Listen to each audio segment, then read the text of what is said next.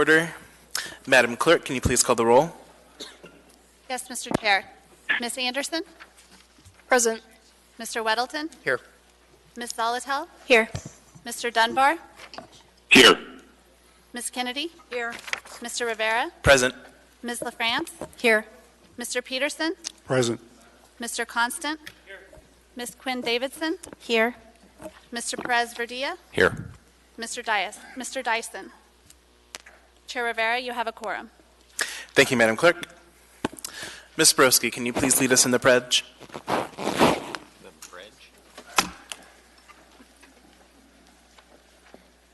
I pledge allegiance to the flag of the United States of America and to the republic for which it stands, one nation, under God, indivisible, with liberty and justice for all. Thank you. It appears we do have minutes of previous meetings. Madam Vice Chair? Move to approve the minutes of the regular meeting of December 14, 2018, the regular meeting of December 18, 2018, the continued meeting of December 18, 2018, and the special meeting of December 20, 2018. Is there a second? Second. Moved and seconded by Mr. Peterson. Any objection to adopting those minutes? Seeing none, those are approved. Mr. Mayor. Thank you, Mr. Chair. Nothing to report. Okay. Thank you, Mr. Mayor. Assembly Chair's report. So on Thursday and Friday, we have two long days. So on Thursday, we have the Continued Education and the Rules Committee, in which we have a lot of topics to discuss. Members should have received the agendas earlier today. Then on Friday, we have our second extended budget meeting. We are continuing to review and edit our goals and look forward to continuing that process. With that, I'll go ahead and go down the dais and do committee reports. I'll start on this side with Mr. Perez Verdilla. Thank you, Mr. Chair. Just a quick update. We had a meeting of the Committee on Homelessness on October 16th. There were 3 items on the agenda. We discussed the 2020 budget requests regarding homelessness and went through those. We also talked about the summer count, which is the time in the summer where we go out into the community and make contact with people who are out in community homeless and count them. And the third is an update on the current abatement practice and our plan for winter.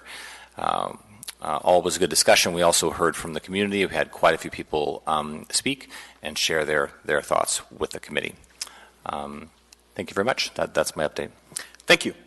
Ms. Quinn Davidson. Thank you, Mr. Chair. Suzanne LaFrance and I co-chair the Health Policy Committee meeting, and we met last Wednesday, October 16th, and we had a report from the Health Department and also an in-depth presentation on the Vera Clinic, which is a municipal clinic that employees and their families are able to access. There's a little bit of initial work to try to decide how much money we've saved through doing that. They guarantee within 3 years that you will save money. It looks like in the last year or so that we've saved over $1 million, but that to some extent those numbers depend on what rate of increase that's expected in the health market, and you can kind of play around with those numbers a bit. So anyways, a helpful and informative presentation, and I think it's good that we continue to move forward with the Vera Clinic. Thank you. Thank you. Mr. Constant. Thank you, sir. So last week, the Utility and Enterprise Oversight Committee met on the 17th to discuss solid waste services and their just solid waste services. I'll let Ms. LaFrance get into the details. I'm a little bit tired. And we also had a discussion about the stormwater utility. And then we're going to have a special meeting on the 25th at 11 a.m. The meeting will... God, my brain is, I'm just shot. I don't even know what's on the agenda for that meeting.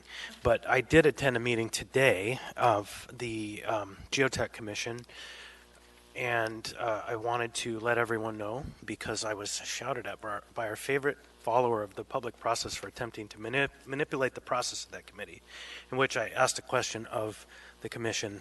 So anyhow, that happened today, and it was a good meeting. They had a discussion about the port and its kind of the geotech analysis of what's going on there now. So I'll let Ms. LaFrance finish my report again. I'm sorry, I'm pretty Thank you. Mr. Peterson. Thank you, Mr. Chairman, and if you're tired now, wait till later.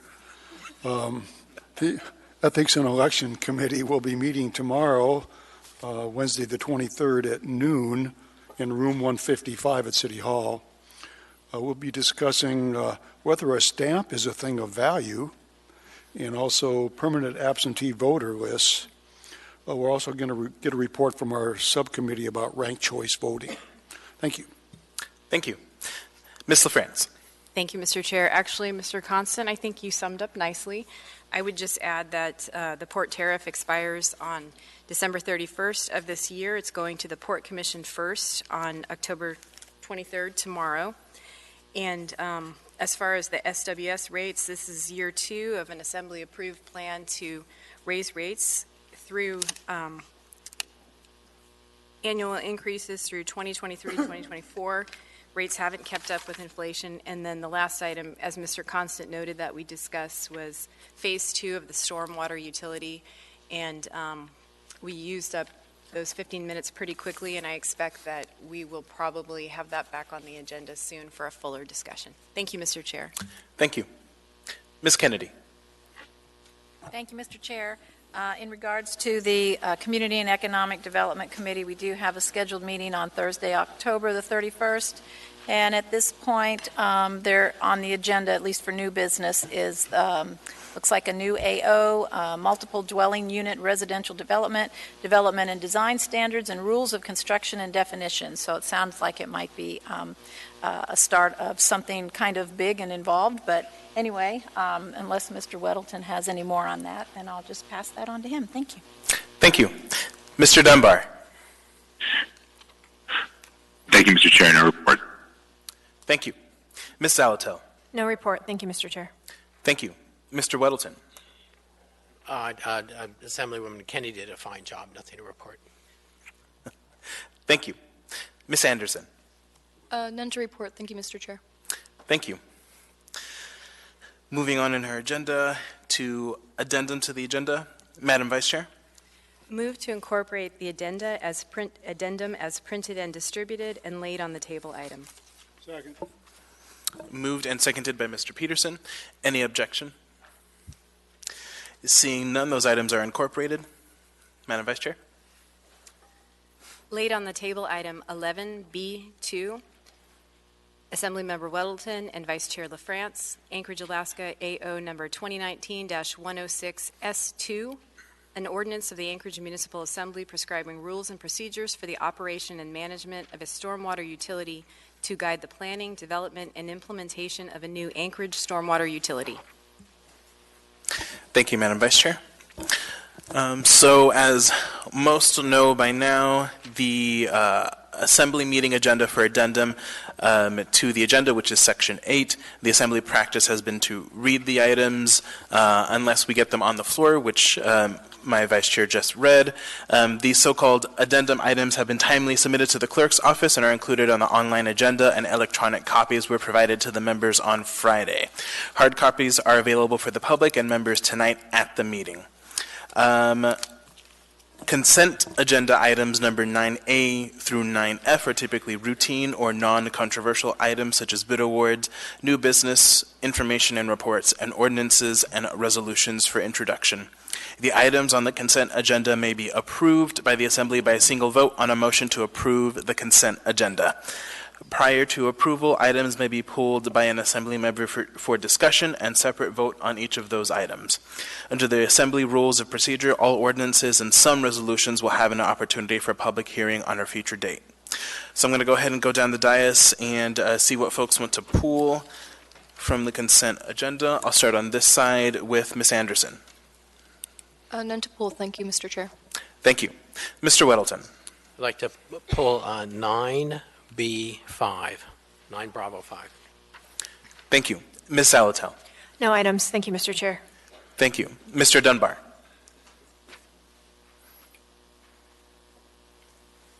Sorry, no items. Thank you. Ms. Kennedy. Thank you, Mr. Chair. No items. Thank you. Ms. LaFrance. Thank you, Mr. Chair. 2 items, 9A1 and 9D7. That's 9 Alpha 1 and 9 Delta 7. Thank you. Mr. Peterson. No items this evening. Thank you, Mr. Chair. Thank you. Mr. Constant.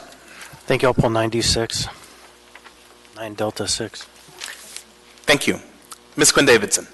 9E4. Thank you, Mr. Chair. Thank you. Mr. Perez Verdia. No items. Thank you, Mr. Chair. Thank you. So I'm going to go through the list. So I have 9A1, 9B5, 9D6 and 7, and 9E4. Are there any other items? Seeing none, Madam Vice Chair. Move to approve the consent agenda with the exception of the pulled items. Second. Moved and seconded by Mr. Peterson. Any objection to that motion? Seeing none, those items are approved except for the pooled items. So for the public's information, the Assembly has now passed or accepted all items in 9A through 9E, other than the items that were just pulled, which we will take up next, or that have been introduced for future public hearings, which are all the items in 9F. If you are here to see action on an item listed on the consent agenda that was not pulled, that action is now complete. So I'm going to go ahead and start going down through these items, starting with 9A. Ms. LaFrance. Thank you, Mr. Chair. Move to postpone this item to the meeting of November 5th. Second. Moved and seconded by Mr. Peterson. And do you want to speak to the rationale? Actually, Mr. Chair, as I pulled it on your behalf, would you like to speak to that? Sure. So the folks who are here to accept this are not going to be available today, so they would like us to push this to November 5th. They plan on attending then. Any objection to that motion to postpone this item? Mr. Dunbar, do you object? No objection. Okay, seeing no objection then, that item is postponed to November 5th.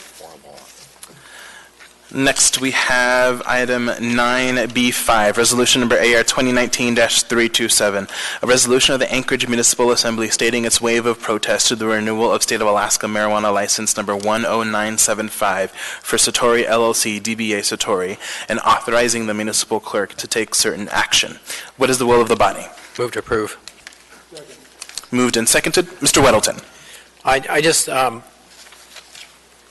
recommend approval of this. This will continue. This is for the state license, but we will be discussing this on the Community and Economic Development Committee on October 31st.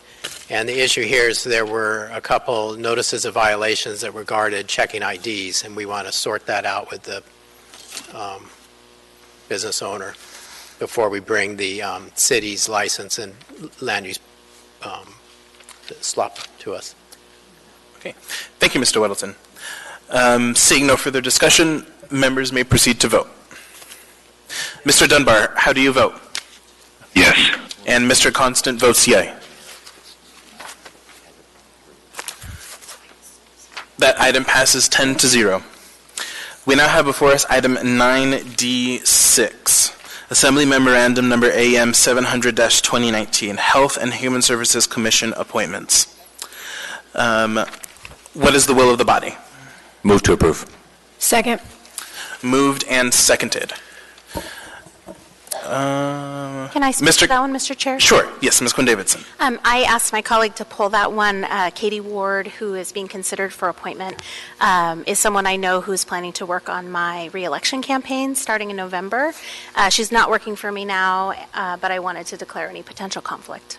Okay. Thank you. Let me get the questions. So, Ms. Quinn Davidson, is the financial or private interest a substantial part of the matter under consideration? No. I guess then moving down to the last question, are there other factors deemed appropriate by the chair under the specifics of the disclosure and the nature of the action that we should consider? I believe it said deemed by the chair, so I'll let you decide that. Or is there something I need to... So you see this, just to be clear and on the record, as a personal, not necessarily a financial conflict? Yeah, I will be paying her to work on my campaign. I'm not currently, and I won't be until November, and I don't think it relates to this appointment, but I'm happy to sit out if there's a conflict. Okay. It is my ruling that you do not have a conflict on this. So let's go ahead and vote on this item. Mr. Dunbar, how do you vote? Yes.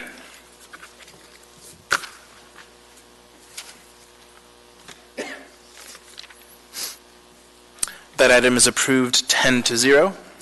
We now have before us item 9D7, Assembly Memorandum Number AM 701-2019, Executive Appointment of Josh Durand, Director of Parks and Recreation.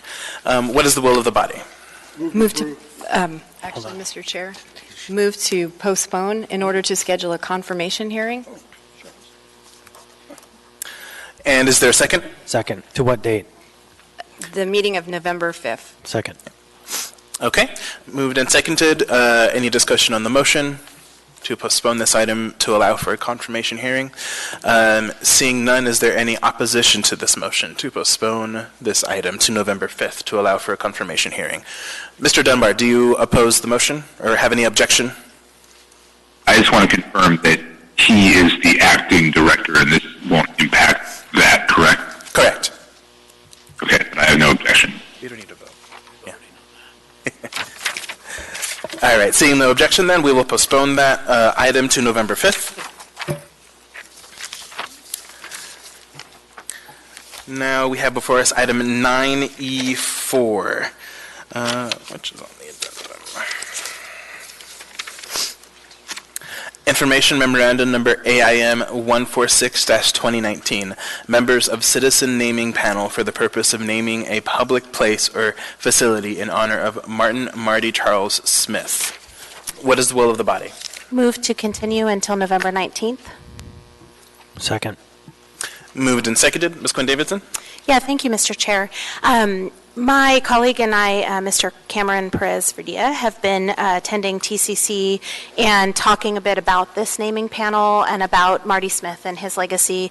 And there's been some disagreement about what should be named after Marty, specifically within our district, and I haven't been able to hear back from our community council president as to whether it seems appropriate to appoint these two folks to the naming panel or to get more information, and the administration didn't have a ton of information, although they did let me know that there would be a presentation at TCC in November. So I'd like to just, in sort of a prudent course of action, just slow down a bit, make sure this is okay with the community council, and then bring it back before us. And both Cameron and I would like to do that.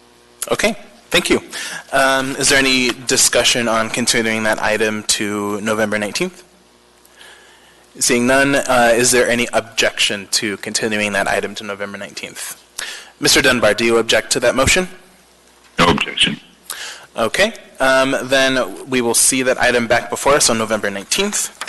That completes our pooled items and consent agenda. We are now on item 11A, Assembly Memorandum Number AM 637-2019, Urban Design Commission Appointments. What is the will of the body? Move to approve. Moved and seconded. Any discussion on this item? And I don't know if Dyson's here. Yeah. So let the record reflect that we've been joined by Mr. Dyson. Seeing no discussion on this item, members may proceed to vote. Mr. Dunbar, how do you vote? Yes.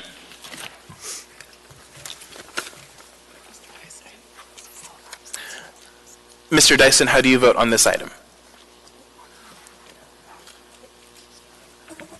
Did he get it? Okay, cool. We now have before us item, item passes 10-0. We now have before us item 11B, ordinance number AO 2019-106S, an ordinance of the Anchorage Municipal Assembly prescribing rules and procedures for the operation and management of a stormwater utility to guide the planning, development, and implementation of a new Anchorage stormwater utility. Do we have a motion on the floor? No, Mr. Chair, there's no motion on the floor. Move to approve the S2 version on your gold. Second. Moved and seconded, the S2 version.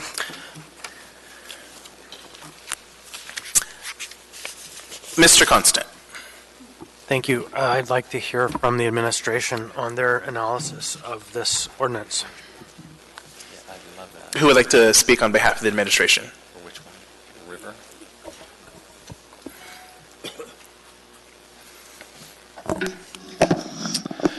Jason Bockenstedt, through the chair, Assemblymember Constant. We believe there are certain sections in here that we are supportive of. There are a couple in here that we believe are premature and are really operational issues that shouldn't necessarily be included in something this early. We have a lot of work that's still going to be ahead of us, and it just doesn't make sense to include it right now. Can you identify which sections? Sections 1 and 8. Why? I mean, you did generally say that it was because it's early. Is there any other rationale? Well, I think on this, particularly on Section 1, I don't necessarily understand what creating two districts necessarily accomplished. I think what we are trying to do with creating a utility is have one utility that is looking out in a holistic manner the entire Anchorage Bowl. Creating two districts at this point without actually looking into this and seeing does this actually make sense through this next phase, I think is premature. And the other sections of Section 1, I don't necessarily know where the 80% number came from.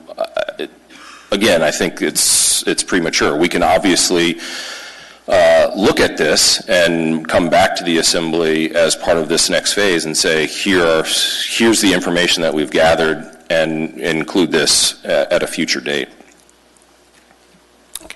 Thank you. Ms. Salatel. Thank you, Mr. Chair. I would like to move to amend this document omitting sections 1 and 8. Second. Moved and seconded by Mr. Constant. Any discussion on that? May I speak to motion? Sure. Thank you.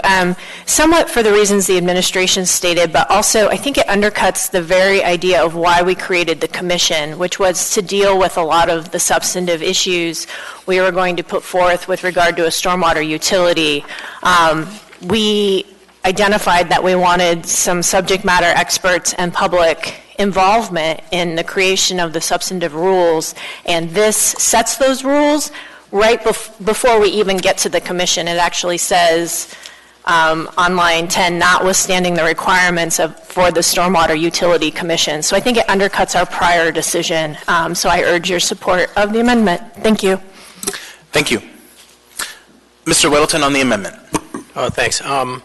No, I'd oppose that, and I think Mr. Bockenstadt's statement on why he opposes Section 1 highlights why it's desperately needed. These districts, one, it's pretty clearly stated in our comprehensive plan, the original document, that we should pay attention to these different kind of the urban versus rural districts. And also the Hillside District Plan has one of their main goals is to set up a stormwater utility drainage area, some kind of entity. But also very practically, we have systems in place that are very different in these two districts. We have ARDSA in the one section, the Area A, and in Area B, we have limited road service areas and independent service areas. It's inconceivable, really, that we would make a stormwater system that did not recognize those very different regimes. And if the plan is to perhaps not pay attention to what's already going on in there, we have a train wreck we're heading to. This needs to happen. The 80% is somewhat of a random number for distributing the expenditures, but we heard in our own discussions, we've heard in testimony that people in ARDSA are in a total panic that the money for this is going to go to fix Hillside stuff, and they won't see a dime of it. And we hear from Hillsiders, all their money is going to go down to fix things in ARDSA. Well, that's not true, I don't think, but for the first few years, it would be split up so that we would see some clear benefit in each of these areas and get buy-in into this very controversial utility. Regarding removing 8, If we remove 8 and don't do that, we're making a mockery of our tax cap, and we shouldn't do that. Thank you. Mr. Dyson on the amendment. Yeah, thank you. I apologize for being late. Which version do we have before us now? We have an S2 version, which should be in your late on the table folder. I have it here. Yes, is it? And for the, on section 1, Mr. Weddleton, section 1, District C, what is option included in the area mean for Chugach Eagle River? May I ask? This version deletes all of the references to Chugach, Birchwood, Eagle River, and Turnagain, Arm, Girdwood, because at our previous discussions, we've come back to only dealing with the Anchorage Bowl. So that the S2 version deletes those sections.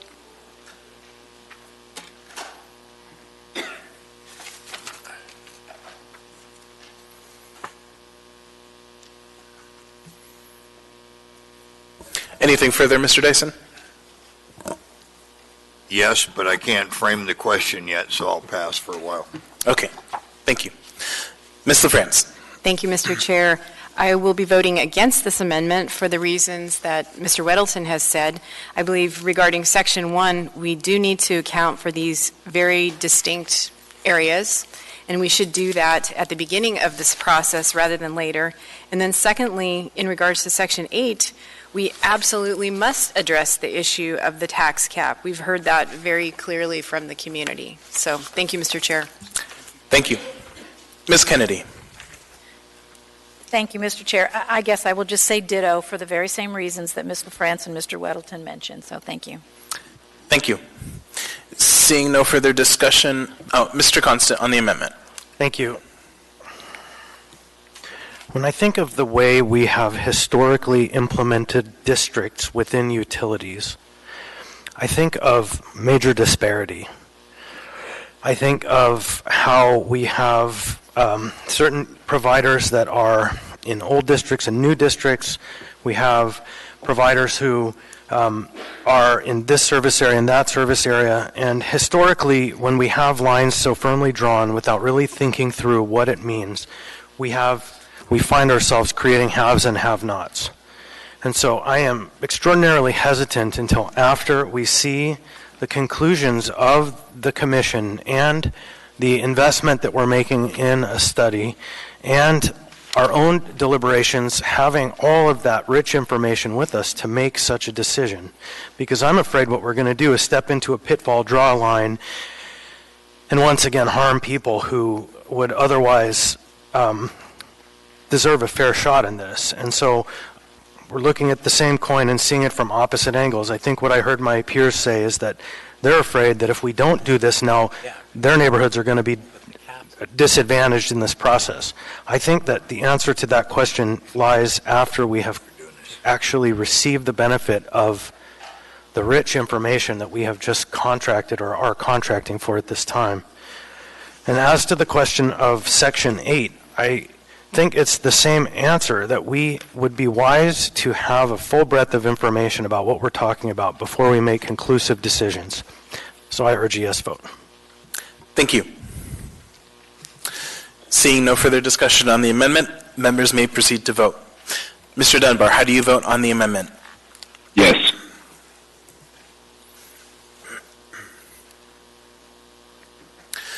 That amendment passes 6-5. Ms. LaFrance. Thank you, Mr. Chair. I would like to move LaFrance Amendment Number 1.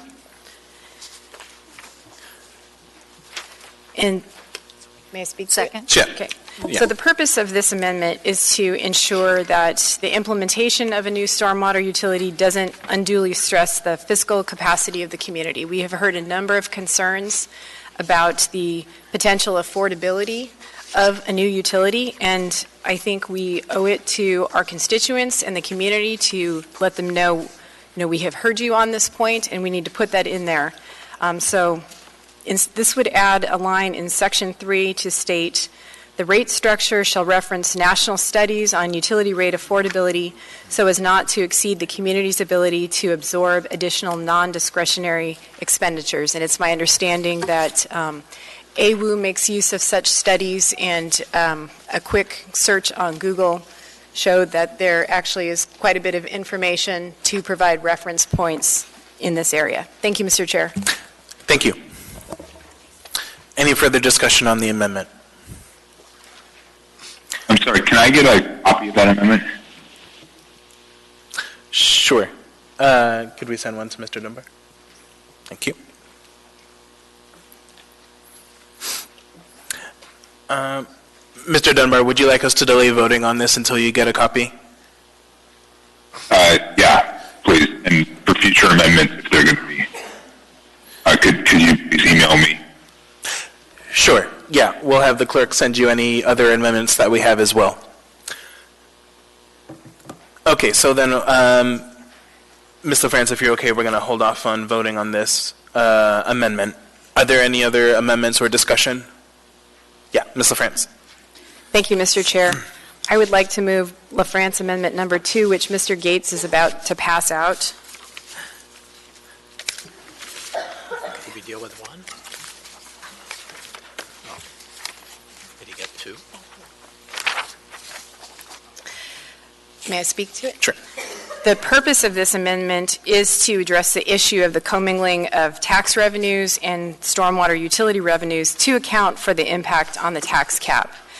And this amendment would add a sentence in Section 8, or recreate Section 8, to say, concurrent with the start of operations of the Anchorage Stormwater Utility, the administration shall provide to the Assembly and the Stormwater Utility Advisory Commission information concerning the average annual amount spent on stormwater infrastructure maintenance for the previous 5 years in comparison to the revenue anticipated to be generated by utility ratepayers. So this amendment would ensure that this information is made public and provided to the Assembly as well as the Commission. Second. Moved and seconded. Any further discussion on this amendment?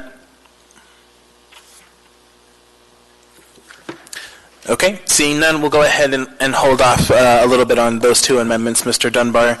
Let's go ahead and debate the main motion. Are there any comments on the main motion? How do we do that without the amendment? Well, we can just move on then and come back to this item.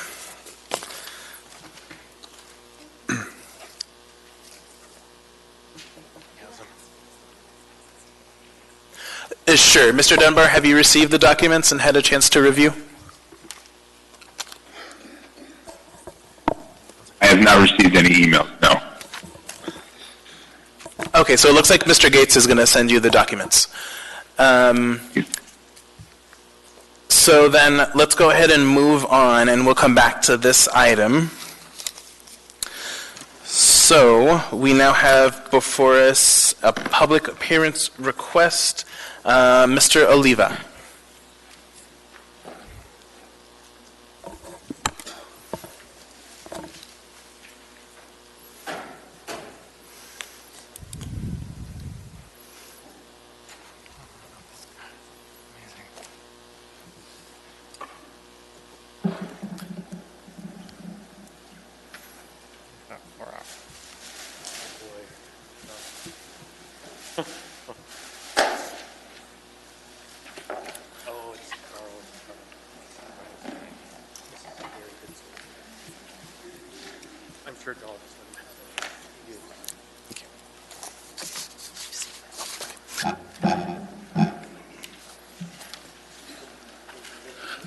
Good evening. Did the clock start, Felix? Yes, it did. You forgot to say welcome. I did, but no. You were speaking. Okay, because good evening, Ron Oliva. I'm adjacent property owner to the shelter and in the vicinity of the homeless campus, plus the overflow shelter and the tenters that are in behind the old Native Hospital. Today I bring before you a potential problem, one that's, if not addressed, will occur. It's not if, but but when. This is a piece of art that Gordon Schlatt made from Far Out North Services. I think you've seen it before, of a sample of his yard. Just a short sample, he picked up all that. But he was missing a very significant amount of the fluids and really the organics, the fecal material, the urine, the vomit, the decaying foods, the biology of that. And we have an obvious sanitation problem in that area, and near the homeless shelter and the soup kitchen and kids' kitchen, where the most vulnerable are at. And transporting the diseases of this type of biological hazard, it's going to be rapid and quick because of the transient population and the bus route. But we know that Carlick Street was one of the worst. And being down there, I was always a good neighbor and adopted the roadsides, and until Parks and Recs came in and started cleaning up, I helped. Well, some of this needs to be disinfected, and I want this to be part of the program that you budget for and make sure it's a true action plan in resolving the issue of the potential of this contamination.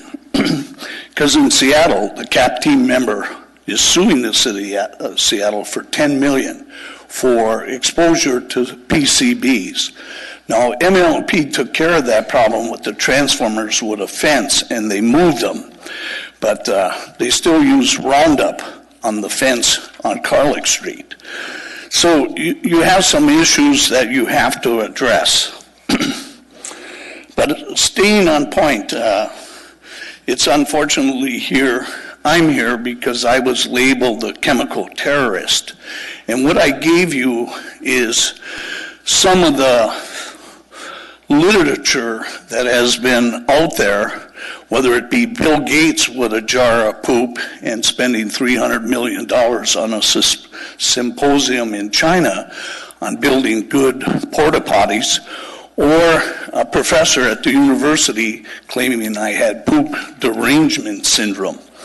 Well, regardless of that, I'm a certified wastewater treatment Mr. Oliva, plant if you could wrap it up, please. Okay, the idea is I'm certified to treat sewage. I was convicted of a hazmat material that they didn't allow my certificates to come into play. So there was never any harm intended. So actually, I did a good thing, and actually, I'm kind of proud of it. I didn't do it, but hey, I got blamed for it and took credit for it because it's important in these environments to keep it sanitary. Do you have any questions? I do not see any questions. Thank you for your testimony. All right, so Mr. Dunbar is ready to vote on those amendments. So we're going to go ahead and go back to item 11B, and we're going to go back to LaFrance Amendment number 1. Any further discussion on LaFrance Amendment number 1? And 2, yeah. Yeah, we'll just start with 1. Okay, seeing no discussion on LaFrance Amendment number 1, members may proceed to vote. Mr. Dunbar, how do you vote? Yes.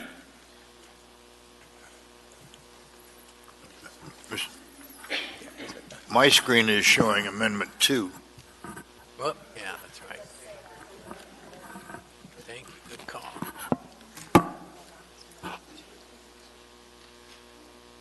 Okay, so that is for 2 then? Okay, so can we just clear it and I'll just do 2? Okay, so we're on 2? Okay, so we're going to go ahead and just vote on amendment number 2 because that'll make things easier. So, any discussion on amendment number 2, then we'll go back to amendment number 1. Seeing Ms. Kennedy. Thank you, Mr. Chair. I just wondered if we could have a little more explanation about what this really does. Thank you. Go ahead. Yeah. Thank you, Mr. Chair. This takes some of the language from the original Section 8 to make this concurrent with the start of the operations of the utility, and it would require the administration to provide not just the Assembly, but the Advisory Commission with cost data as to how much had been spent on stormwater infrastructure maintenance when it was covered out of money raised through, or by taxes, right? And then comparing it to how much is expected to be raised to cover those same functions through the utility from ratepayers versus general taxes. So Sure. so taxes and bonding, would that be both? You're looking at all funds. Actually, not so much bonding, because we'd just be looking at the maintenance piece, since the capital costs and debt, as I understand it, wouldn't be able to be transferred to the utility. Okay. Thank you. Mr. Perez-Verdia. Thank you, Mr. Chair. Actually, would like Jason to come up and just share any thoughts or concerns on this amendment. I'd just like to hear from the administration on this one. Jason Bakken said, through the chair, we're supportive of this amendment. Okay. Thank you very much.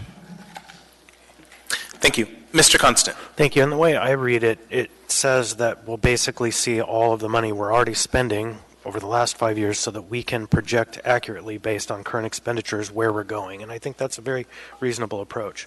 Thank you. Thank you. Seeing no further discussion on the amendment, members may proceed to vote.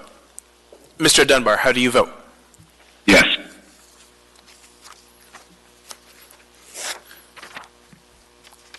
So LaFrance Amendment number 2 is approved 11-0. We now have before us LaFrance Amendment number 1. Any further discussion on this amendment? Mr. Perez-Verdia. Thank you. Just same thing, Jason. I just want to hear from the administration on this one as well. Thank you. Through the chair, yes, we're supportive of this amendment as well. Okay. Thank you very much. Thank you. Mr. Constant. Wait, are we on an amendment or the main motion? We're on amendment number 1. Okay. I'll hold my comment. Thank you. Okay. Way backwards. That's right. Seeing no further discussion on the amendment, members may proceed to vote. Mr. Dunbar, how do you vote? Yes.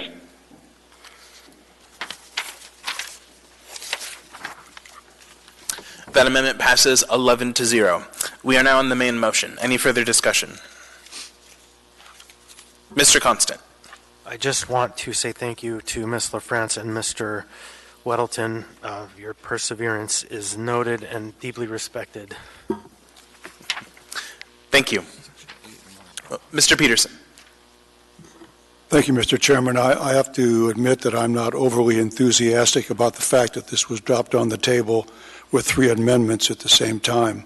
That doesn't give members a whole lot of time to study this in advance, especially when we had a pretty full agenda before the evening started. Thank you. Thank you. Ms. Kennedy. Thank you, Mr. Chair. Actually, I would like clarification then on what Ms. Zolotel's amendment did in terms of the things that were taken out, because my understanding then is that Section 8 is now completely removed, as well as Section 1 are completely removed. Do you want to speak to that, Ms. LaFrance? Thank you, Mr. Chair. To Ms. Kennedy, through the chair, is the question what was removed? Yes. In other words, what are we left with in terms of this S version? So, thank you. Yes. The makers of the amendment might best speak to that, but my understanding is the entirety of Section 1 has been removed, as well as the original Section 8, and then the language we just approved through Amendment 2 creates a different Section 8, and then the first amendment adds language to Section 3 regarding rate structure. I think I got that right. Yeah, I think you're correct. Yeah. Yes, yeah, the clerk's office will do that. Any further questions, Ms. Kennedy? Well, I guess maybe a comment, if that's appropriate at this time, and that is, I really do, even though I can say, thankfully, that you all agreed to take Chugach and Eagle River out of this utility, I'm still fielding questions about this, and I certainly hear a lot driving back and forth to Eagle River, listening to the radio. There is a great deal of concern about this and the fact that there could basically be a new utility plus taxes in regard to this. So there are people out there that really don't understand what a utility will do. And so there's a lot of opposition. There's a cry for this to go to the public vote. So what I'm looking for in this is some way that says that there will be something that does not both continue with property taxes or with bonding once this utility is set up. And I liked the way Section 8 protected that and spelled it out. So I guess I'm looking for something that tells me that there is that assurance that even with the changes in this S version, that there will be that kind of protection, that the community will absolutely see a reduction in their taxes when this utility is stood up. So if anybody wants to answer that, I'm open. So thank you. Do we have a response on Ms. Kennedy's question? All right, maybe you can talk with the administration offline on that one. Before I vote? Okay, well, okay. All right, Mr. Weddleton. A couple of points. One is to Assemblyman Peterson. The bulk of this S2 version simply deletes Eagle River and that areas north and south. We kind of recognize in our discussion at the previous meeting. So it just corrects what we were told it would be all of Anchorage, and then we told it would just be the Bull. So this really just recognizes that. Other than that, it's fairly minor changes to S2 coming forward. I'm very frightened by the stuff that got deleted from this and the comments made leading to those decisions. I think we need a stormwater utility in some form. It's a good thing. I mean, it's something that's been on my agenda, certainly for the hillside, for a long time. But I'm really scared at the reasons given for deleting Sections 1 and Section 8. However, there's enough good left in this. It's scarce, but there's good in here. I do support this, and I'll be voting yes. Thank you. Mr. Constant. So, thank you. Ms. Kennedy raises a question that I've been thinking about in just a bit of a different perspective. So we have effectively removed north and south. And north I will talk about because north is your district. And since I've been on the body, there have been special needs that have been identified in Eagle River and Chugach, and where the residents and the landowners and the people who want to see development out there have come before the body and asked for aid in the form of special money from the water utility to put in infrastructure on their behalf so that they can grow their housing base, tax base in their community. And so by us removing them, the question of, well, do we have any guarantees taxes and bonds won't be spent when we have this utility? Well, I can almost assure you that we will have to continue spending taxes and bonds in order to fund the water and wastewater and maybe stormwater utility infrastructure in the north when the time comes. And so I see and have seen just in my limited time on the body where Eagle River has needed assistance and has come for us and has been very well received in that request and will probably be so in the future, but the way that that would come would be through taxes and bonds in the future. And so I just know that there is no way to guarantee a bright line because we aren't all going to be under the same umbrella. Thank you.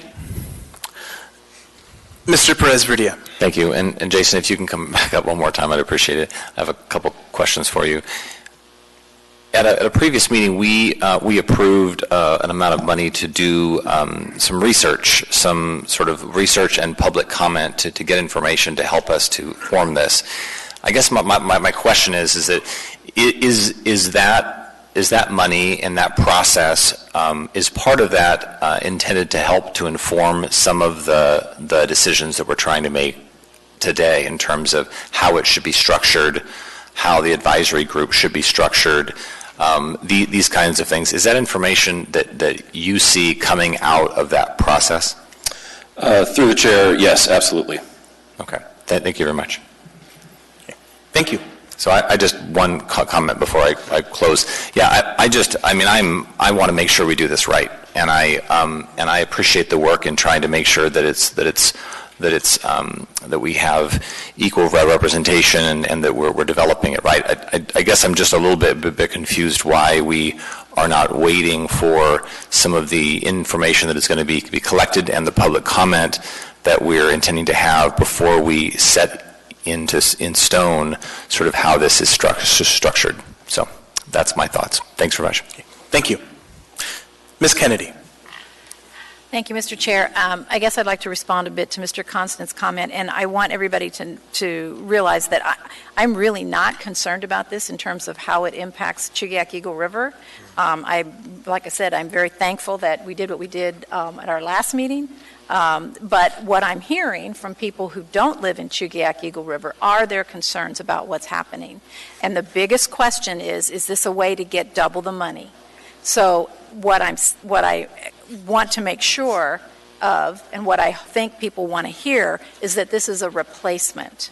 Going the utility route helps you focus the need with the actual user, not just general taxes.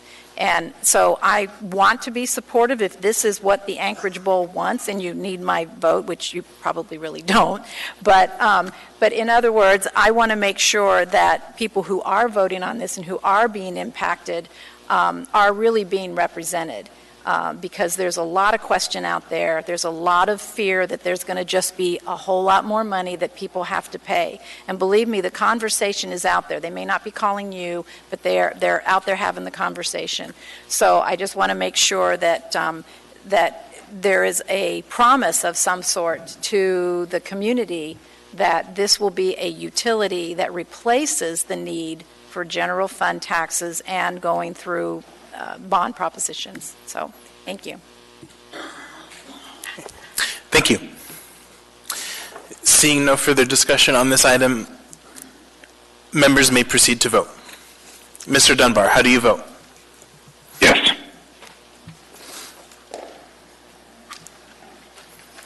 That item passes 10-1. Before we move on to our 13 items, Ms. Zalatel. Thank you, Mr. Chair. I'd like to invite up, we have some great performers joining us today. They're actually going to be performing out in the atrium here shortly for everyone who's not in this meeting, but Spanadville, if you'd like to come on up, we'd really like to welcome you. I thought it was a great opportunity for us to see what's happening right outside these doors that we're unfortunately not going to get to enjoy. So come on up.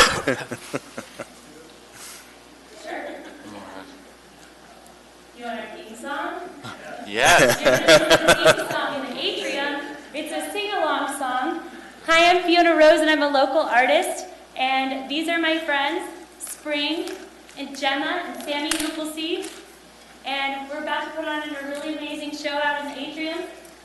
This is a family-friendly variety show where people who are single, or maybe their kids, or maybe their, I don't know, families, anybody can show up, and it's for you. Okay. My other recording broke yesterday, so I haven't played this one in a while. We'll see how this goes. Oh, a few people I know. Hey now, we're here to wow and dance and hey wow. What a gorgeous group, they're playing this beautiful smile and laugh and dance the whole night through. Here's the hard part. When the night is over, we will hug and eat anew with a tiny dazzle in our hearts. Or you, and me. Here's the sing-along part. This is the part you're sing-along for. Here it goes. Oh, ha, ha, ha, your turn. Give me, your turn. Oh, what's that? Oh, wah, wah, wah, wah. Yeah, sad. Oh, boo, boo, boo, boo. We broke what I'm doing with the night is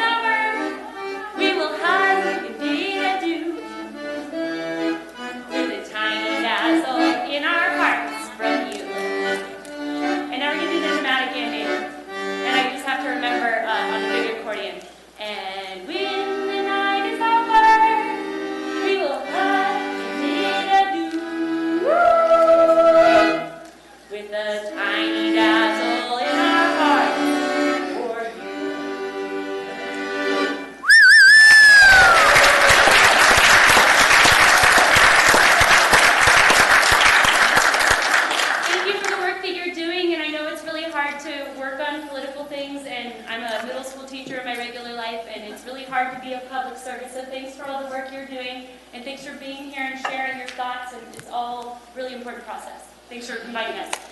Thank you.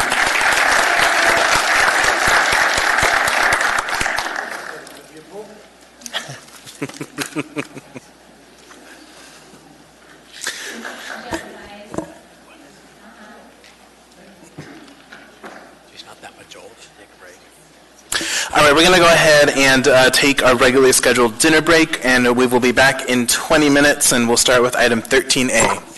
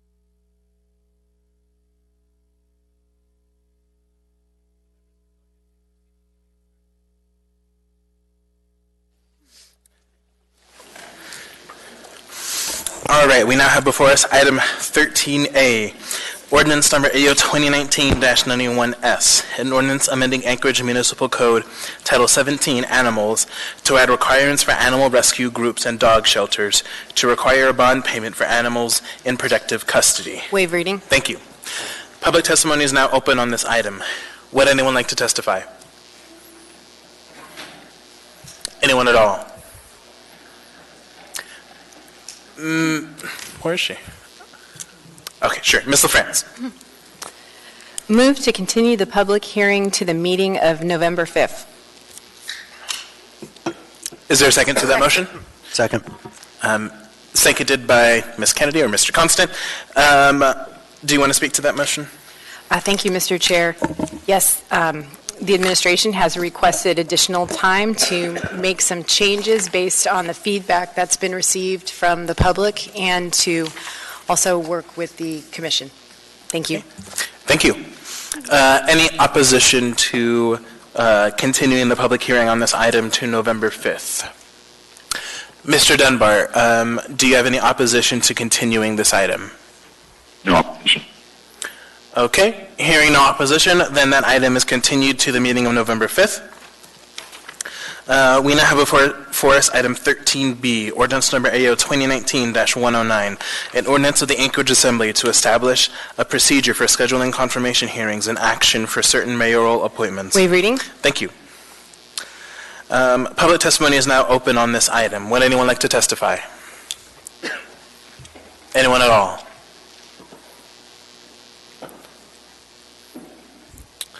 Welcome.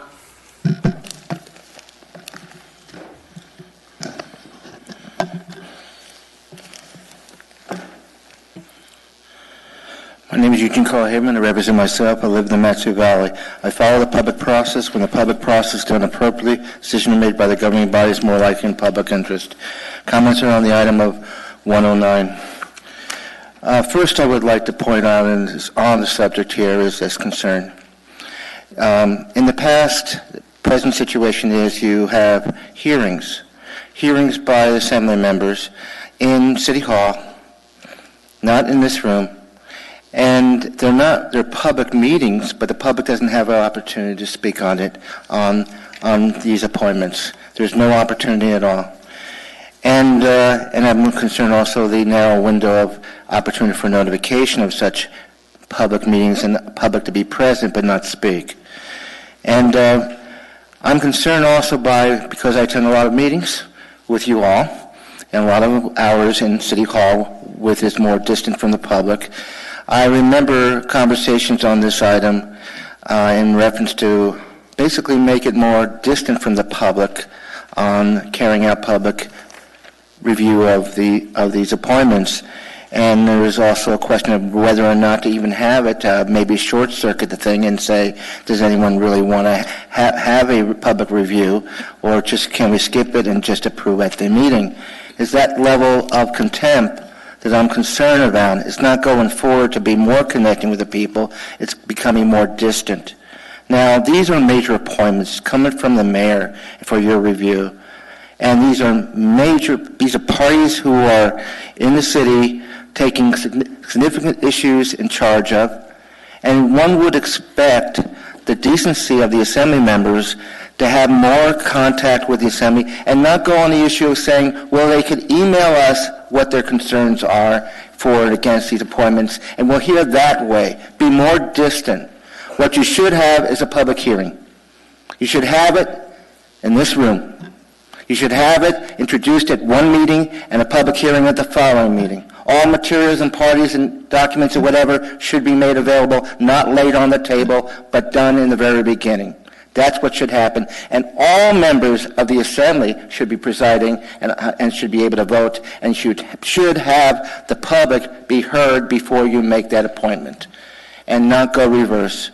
And what we got is a city with a major budget situation where tonight, starting in hearings, and you are creating a situation where we are hearing these same people that you're looking to appoint being, well, we don't have to really review it that much. We don't have to connect the public that much, and we can just push it through. Thank you very much, with approximately 1 second to spare. Thank you. Would anyone else like to testify on this item? Anyone at all? Seeing and hearing no one, public testimony is closed. Ms. LaFrance. Thank you, Mr. Chair. Move to continue the public hearing on this item. That's fine. You want to postpone? That's fine. Okay. You can continue. Okay, move to continue the public hearing on this item to the meeting of November 5th. Seconded by Ms. Kennedy. Do you want to speak to that? Thank you, Mr. Chair. We will be having an S version on this item. Okay, thank you. Any opposition to continuing this item to November 5th? Mr. Dunbar, are you opposed to continuing this to November 5th? No opposition. Okay. Seeing no opposition, then, we will have this back before us. We now have before us item 13C, ordinance number AO 2019-107, an ordinance of the Anchorage Assembly amending Anchorage Municipal Code section 3.20.070 to add business continuity plan development and annual testing. Waive reading. Thank you. Public testimony is now open on this item. Would anyone like to testify? Anyone at all? Seeing and hearing no one, public testimony is closed. Ms. LaFrance. Thank you, Mr. Chair. Move to postpone this item indefinitely. Second. Seconded by Mr. Peterson. Ms. LaFrance. Thank you, Mr. Chair. This item will be replaced by a new item, AO 2019-133, which was introduced as item 9F4 earlier in the meeting. Public hearing is set for the meeting of November 5th, 2019, and the reason why we're not just going to have an S version on this item is because the new version amends a different section of the code, section 3.9 or chapter 3.9, to add a definition of critical infrastructure and provides an exemption from disclosure, whereas this original version left that up to the discretion of the IT director. So this puts it in a different place in code. Thank you, Mr. Chair. Thank you. Any opposition to postponing this item indefinitely? And then we'll have a new item before us at our next meeting. Mr. Dunbar, any opposition? No opposition. Seeing no opposition, then that item is postponed indefinitely. We now have before us item 13D, resolution number AR 2019-351, a resolution of the Anchorage Municipal Assembly approving a marijuana license and special land use permit for King Street Management, Inc., a marijuana retail sales establishment with license number M20983, doing business as King Street Cannabis Co. Waiving. Thank you. Public testimony is now open on this item. Would anyone like to testify? Anyone at all?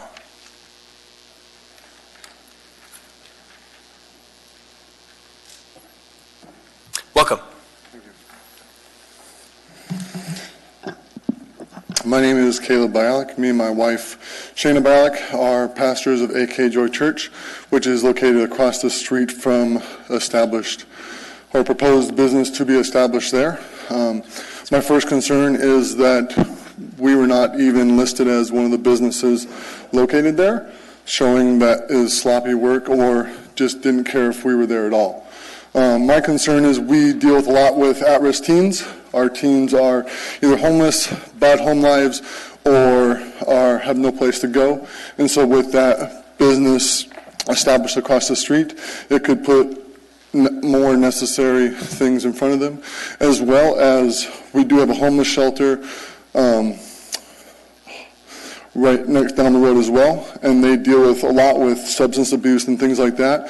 Putting this right next to them as well would cause more substance abuse things that they would be able to have with that. So just concerned with the church, with that, us being established there for 17 years and part of that community and part of that area, and this being a new business that wants to move in, I think they should reflect the values of people that are already there, like the Gospel Rescue Mission, like our church, who've been there for over 15 years. So I would like the council to look into that and before they make their decision.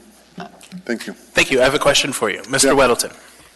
Not just a question. Mr. Bialik, we have like 5 or 6 marijuana licenses in front of us this evening, and the one you're referring to is a little bit later, near the end. You would be, I think, 14H. Okay. So, but hang out. Okay, We'll make it a fun evening for you. thank you. Thank you for your testimony. Welcome. Hello, my name is Manuel Lozano. I'm from Los Angeles.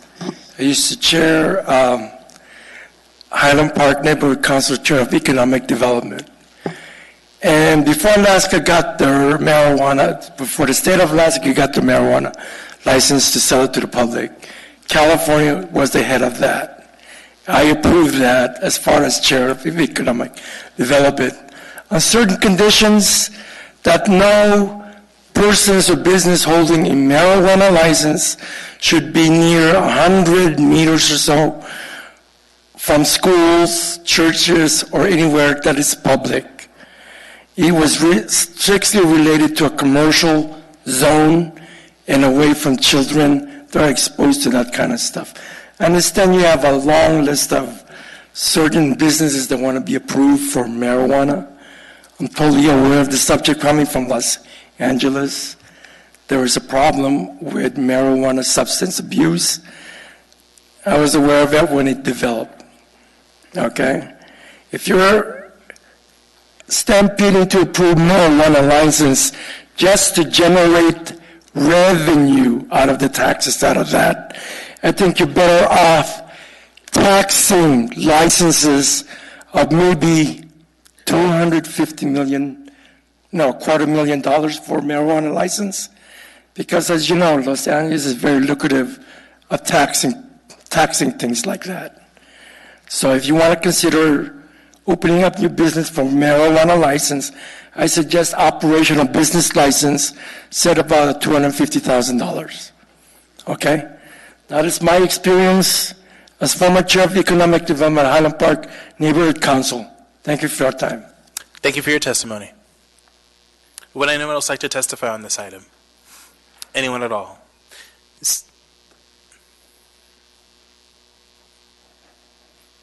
Welcome.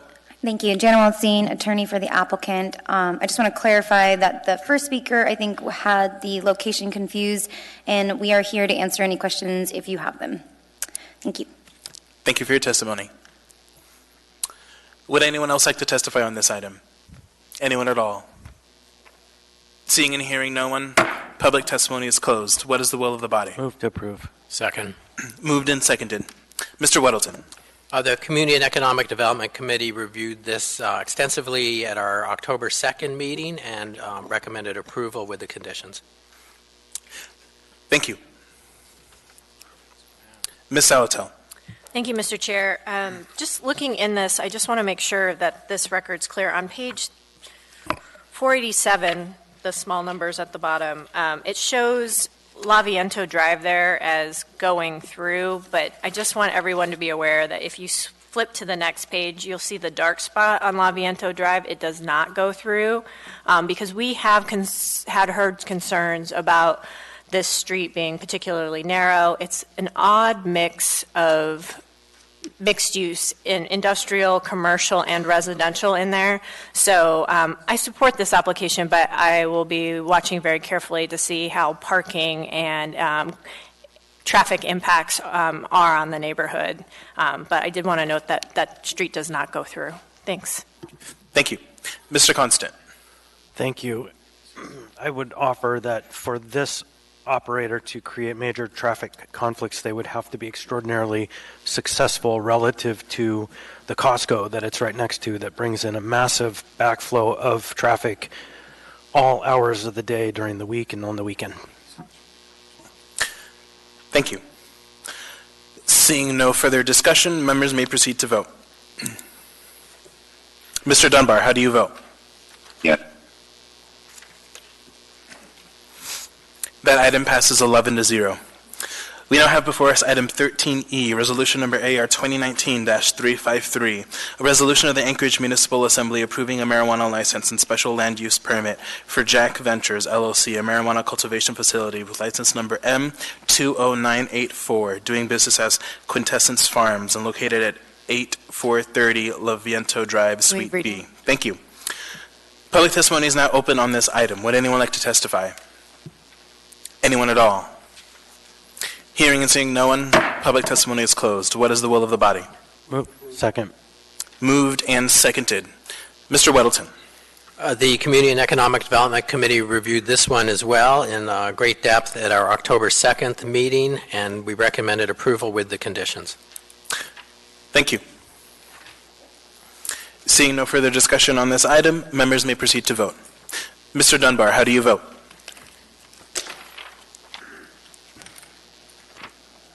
Yes.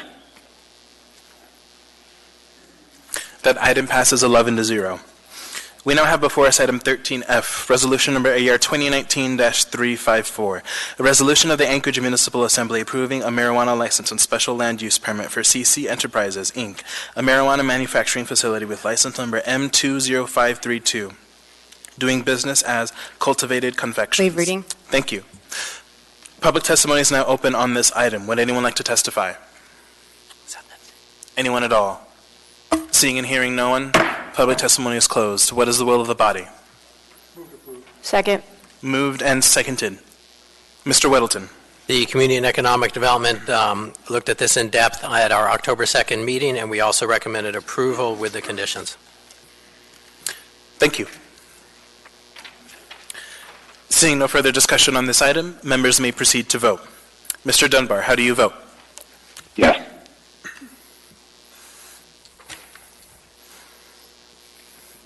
That item passes 11-0. Madam Vice Chair. Move to change the order of the day to take up item 13G after item 14E. Is there a second? Second. Madam Vice Chair, do you want to speak to that? It's expected that there will be extensive discussion and testimony concerning item 13G, and there are some other items we believe we could deal with or address quickly before we get to that item. Thank you. Any further discussion on the motion to change the order of the day? Seeing none, members may proceed to vote. Mr. Dunbar, how do you vote? No opposition to changing the order of the day, so I guess yes on the motion then? Yes, thank you. That passes 9-2.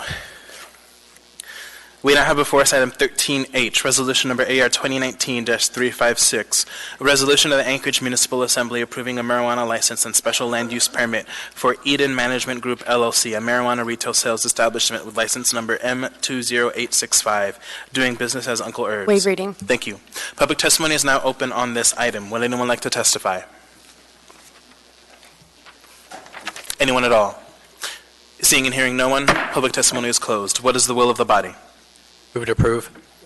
Moved and seconded. Mr. Weddleton. I'd like to offer Weddleton Amendment Number 1. You should have it somewhere. Second. Is this, go ahead. Can we show it up above? Is that, this would change on page 2, beginning at line 16. So item 4 would read, the premises shall be ventilated so that the odor of marijuana cannot be detected outside of the licensed premises, and it deletes at any lot line. And it continues on page 2, beginning at line 42, new number 10, which states, extend interior walls abutting the adjoining units to the underside of the roof deck to improve security and prevent the migration of odors to adjoining units. Thank you. Ms. Salatel. Thank you, Mr. Chair. I just wanted to say even if we waive reading, I want to make sure that we refer to these by the name of the operation or what they're going to do business as folks maybe not tracking them by number. So this is Uncle Herbs. Thanks. And yes. You'd like me to speak to it? Thank you. So, sure.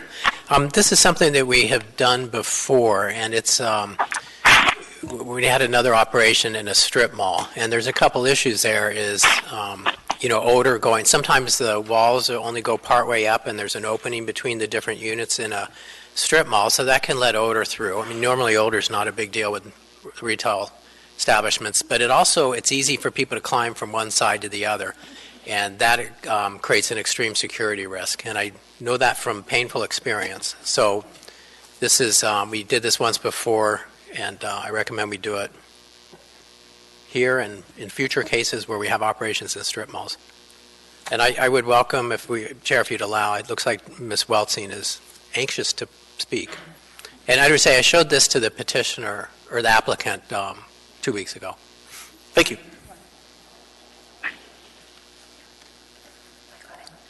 Hi, good evening. Welcome. To the chair.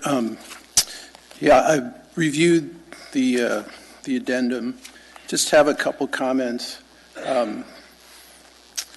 Outside the licensed premises really is right in front of the front door. And so I'm just concerned that there, might be folks that would plant themselves there and bring a complaint. And it seems to me lot lines are typically some distance from any front door, and maybe we could have something that's a little more reasonable, like outside of the actual retail space, 20 feet, 40 feet, some distance, so that, there isn't someone that wants to raise a complaint and an issue.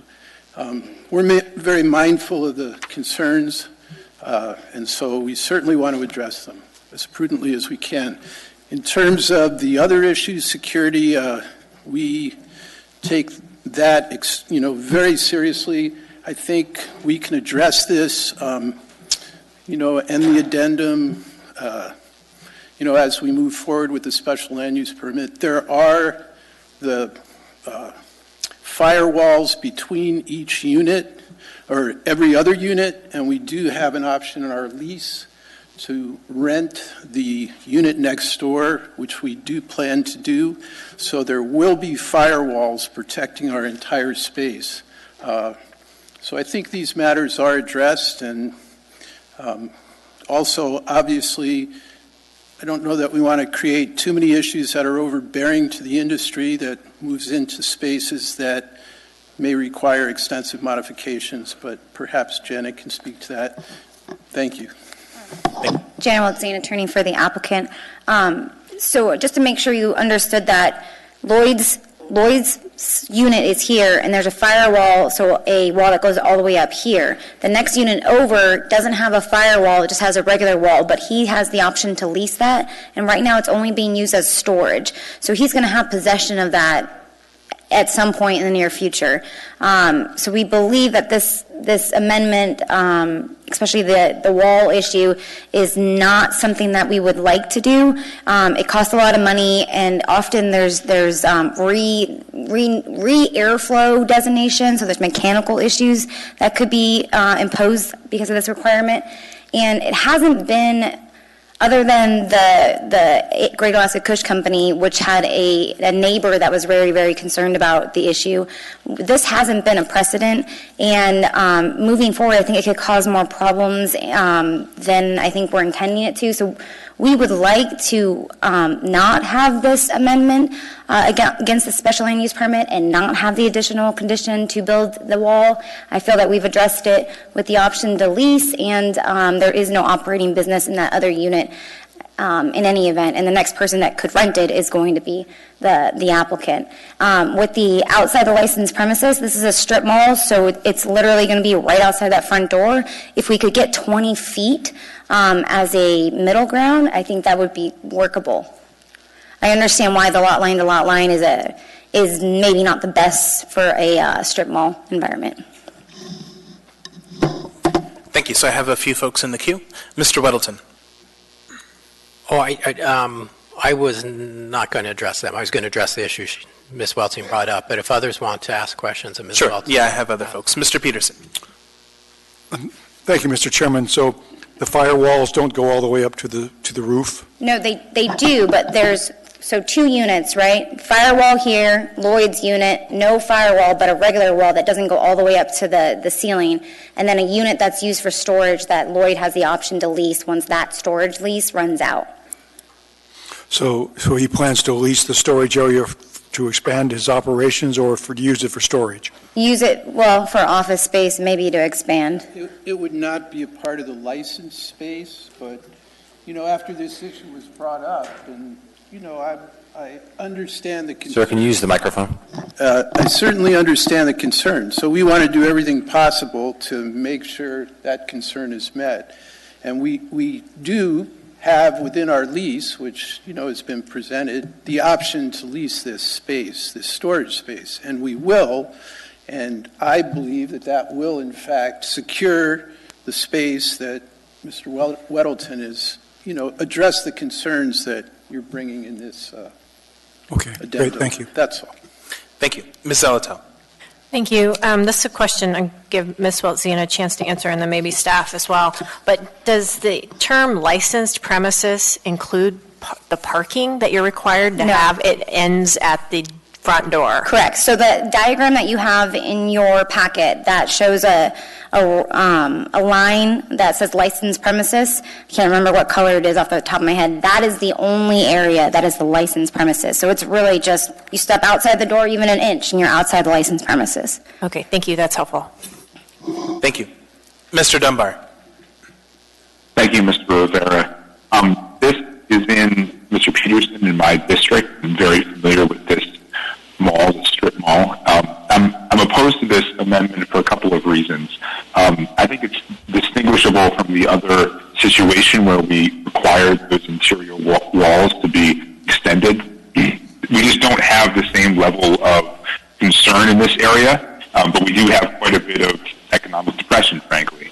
I also don't want to create a precedent where anytime one of these establishments goes into anytime they go into a strip mall, they're required to make these major modifications, which, that's sort of between them and the owner of these facilities.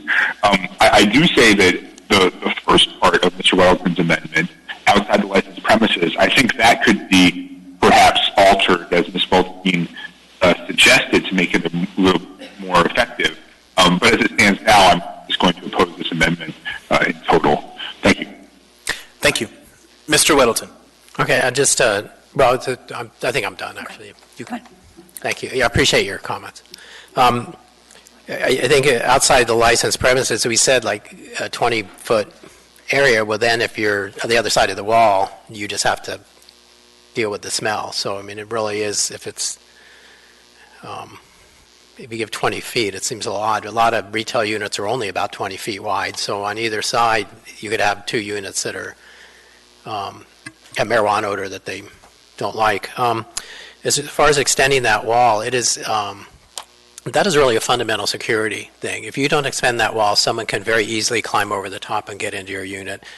These places have suspended ceilings, and it is literally nothing to circumvent that. So you do not have a secure marijuana facility if you do not have the walls extend all the way up. I would offer amend my amendment, if I could read that, Mr. Chair. Sure. So that it would read, and this is the number 10, extend interior walls abutting the adjoining units not under control of the operator to the underside of the roof, etc. Okay. If you can go ahead, read that one more time. Sure.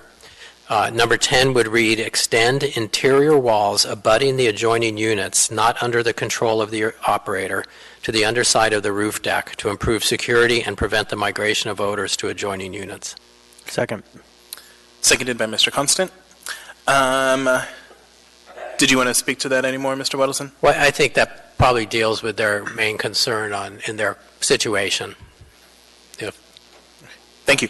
Mr. Constant, on the amendment to the amendment? Oh, wait. Seeing no further discussion on the amendment to the amendment, members may proceed to vote. Not on this item. No, sir. We closed the public hearing. Mr. Dunbar, how do you vote on the amendment to the amendment? Yes. Yes. So the amendment to the amendment passes 11-0. Mr. Chair. Yes, Mr. Constant. I would propose another amendment. Sure. To section 4 right there. Cannot be detected 10 feet from the door, which would basically give you to the side of 10 feet to either side of the door, which is half of the 20 feet that they asked for, but it's reasonable because you open the door, you close the door, there's the potential for some kind of odor to escape. And a very sensitive person could make the argument that I smell it, therefore, and so I just move that we add 10 feet outside the licensed premises. Yeah. Okay. Seconded by Mr. Peterson. Ms. Quinn Davidson on the amendment to the amendment. Thank you, Mr. Chair. I'm just sort of curious, maybe our attorney or business license person is the best person to speak to this, but I want to make sure that we're making consistent rules for different businesses and not just sort of thinking of numbers on the fly. Maybe that works, but what are the rules that govern this? Why would it be 10 here, 20 somewhere else, non-existent somewhere else, and what guidance do you have to share with us?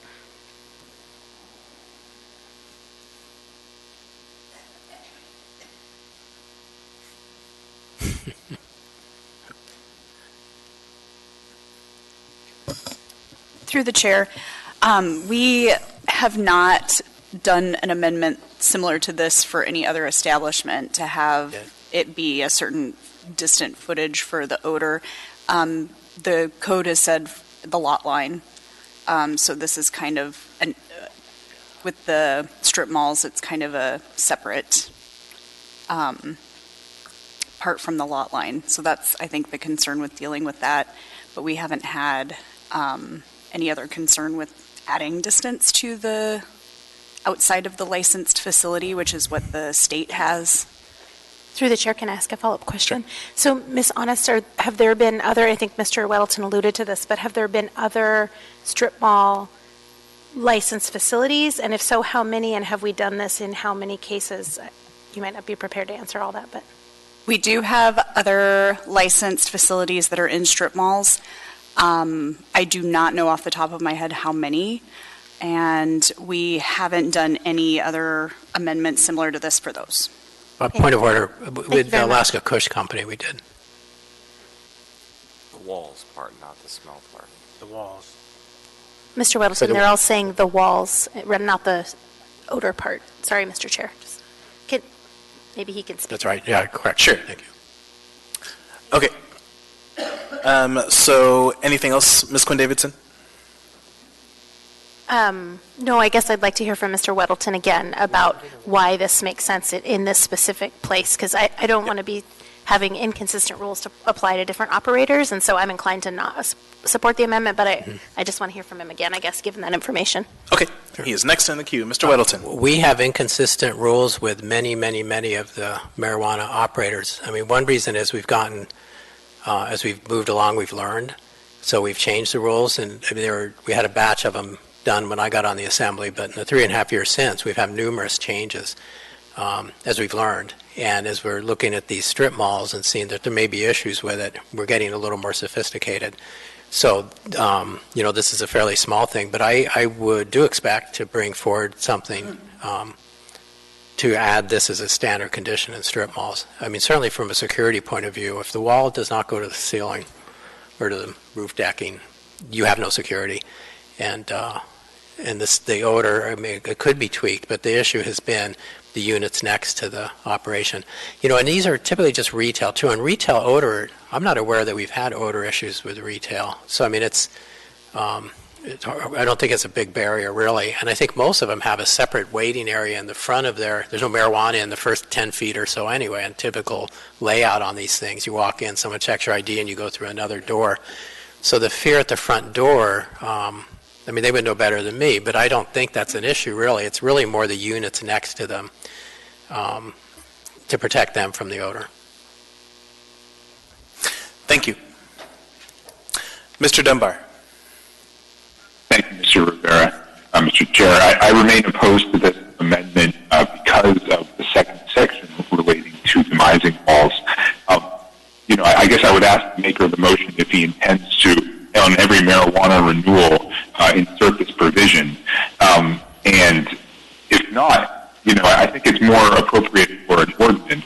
But that ordinance, I would ask that it doesn't just apply to marijuana stores. If the concern is that there's no security in a strip mall, if you don't have these demising walls, then I would argue you need that same kind of security on a gun shop, on a pharmacy, on a liquor store, if you really think there's no security without a demising wall. So I think it's more appropriate for an ordinance. I would probably oppose that ordinance too, but at least we have a discussion with the planning department and with people who own these kind of extensive retail spaces and commercial spaces. But for now, I remain opposed to this amendment. Thank you.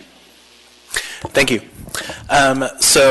Mr. Dyson or Mr. Constant, I think we have an applicant who wants to say some words, so if you have a question for him, please let him know. Mr. Dyson. Thank you, Mr. Chair. In pollution control engineering world, separation distance like this are often colloquially called solution to pollution by dilution, but it's valid. So I think Mr. Peterson was around when we were fighting with the discharges on cruise ships, and if indeed you measured pollution right when it came out of the pipe, it was bad. If you went 30 feet away where the prop wash had chewed up, was almost not noticeable. I think what the maker of this wants to do is protect the source of the smell from being unduly penalized in the short distance. And it's a worthy goal, but I think it's ill-advised for us to do this on this quick a notice. And some of my colleagues have raised some good points. I would want to know, what have other jurisdictions done? And have other jurisdictions who are a couple of years down the road dealt with this distance, kind of a exclusion zone for enforcement, if you will, and so on. So I'm going to vote against this. I hope somebody pursues it and finds out what others have done. And thank you, Mr. Chair. Thank you. Ms. Wynn Pearson. Thank you, Mr. Chair. Through the chair, I just wanted to follow up on Ms. Quinn Davidson's question and Ms. Honest's comment about applying conditions to this licensee, which perhaps have not been applied universally across the board, and just encourage you to recognize that where you are distinguishing between licensees and applying a stricter standard to a specific licensee, that I would advise you to make specific findings on the record about why this particular licensee requires those conditions if you are going to impose something that does not mirror the codified standard that's applied to all licensees. If you wish to change the codified standard for certain types of licensees, that certainly removes the issue. But when applying something stricter to a particular licensee, again, I would encourage you to make findings on the record about why this specific single licensee is being potentially treated differently than other licensees if you wish to go that direction. Thank you. Mr. Constant. Thank you. So in discussions with Mr. Peterson, I believe we will pull back the motion, and then we can have a conversation about the main motion, because I get a sense that we're going to send this one back for conversation. Thank you. Okay. Thank you. All right. So the amendment to the amendment has been rescinded, so we have the amendment before us. Any other discussion on the amendment before us? Mr. Weddleton. I'm optimistic that it will pass. I'd like to state the finding to be that the special case in this instance is that it is in a strip mall, and units in strip malls are often connected and easily accessible by going over the adjoining walls. Is that adequate finding?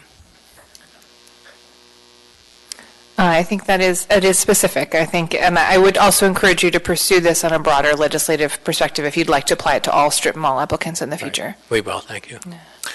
Thank you. Mr. Perez-Verdia. Yes, I want to make sure if the owner has a brief statement he'd like to make before we vote. I'd appreciate that. I do. Do you have a quick statement you'd like to make? To the chair. Use the mic, please. I'm sorry. You know, I believe I take the concerns very seriously, and I believe that those are addressed currently, because any neighbor, tenant, can raise this issue, that those that adjoin. My concern would be that this becomes sort of a burden on our business for somebody that may not be favorable to the business, and they stand outside the front door and, basically offer complaints because of smell. And I'm not concerned with the neighbors. If there's odor, between these units, I have a problem without question. And that's the lot line question. Any neighbor beyond the lot line can bring a complaint. Here, in a strip mall, I completely understand the concern. Any tenant where there is odor coming into their facility can bring a complaint. It's already in place. Thank you. Thank you, sir. Thank you. Thank you, Mr. Chair. Mr. Weddleton. Well, I make a motion, but I mean, they could complain. Nothing will happen. I mean, you can complain all you want, but there's no rule against. Marijuana smell could permeate the entire strip mall. I would not expect that to happen, and they could complain, but there's nothing in code or anywhere enforced anywhere that would be impact on the operation. But they certainly could complain. I'd like to move to amend the amendment to delete the change to section 4 regarding the odor. Second.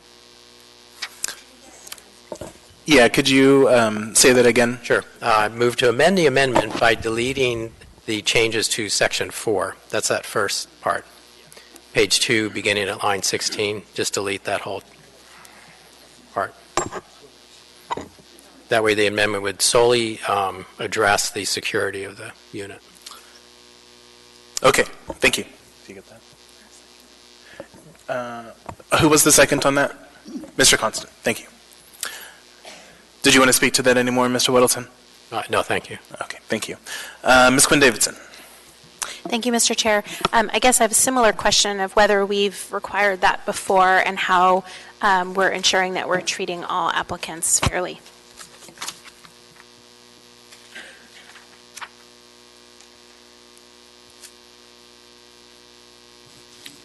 Through the chair, Ms. Quinn Davidson, we have had one other applicant that was in a strip mall, and the same conversation came up about the security over, and the same condition was added to their license. Thank you, Ms. Honest. Through the chair, could I ask the applicant their opinion on this? Sure. Okay. And just so I understand it, so it's deleting the smell part, and then do an adjoining or a wall going all the way up unless we have possession of the other unit, correct? We don't have any objection to that. Thank you. Thank you. Mr. Constant. Actually, that just answered my question. Was really, what was your plan to address this to the applicant? But they just asserted that they're fine with this. Thank you. Seeing no further discussion on the amendment to the amendment, members may proceed to vote. Mr. Dunbar, how do you vote? Yes.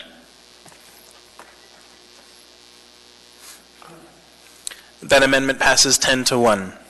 We now have the main amendment before us. Any further discussion on the amendment? Seeing none, members may proceed to vote. Wait, Mr. Rivera? Sure. Mr. Dunbar.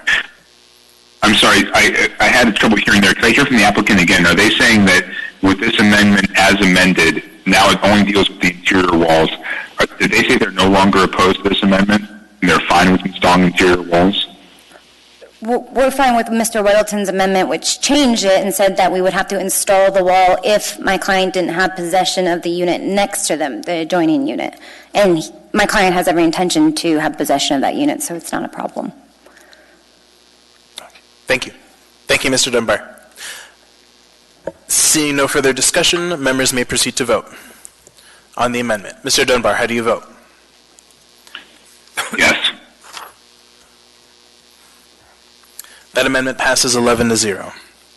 We now have the main motion before us. Any further discussion?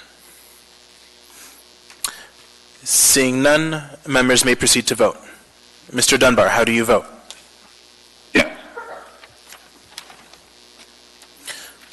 That item passes 11-0. We now have before us item 13I, ordinance number AO 2019-116, an omnibus ordinance of the Anchorage Municipal Assembly, amending Anchorage Municipal Code Titles 10, 14, 23, and 24, and Anchorage Municipal Code of Regulations Title 21 to update fees, fines, and penalties related to building safety and fire department services. Waive reading. Thank you. Public testimony is now open on this item. Would anyone like to testify? Anyone at all?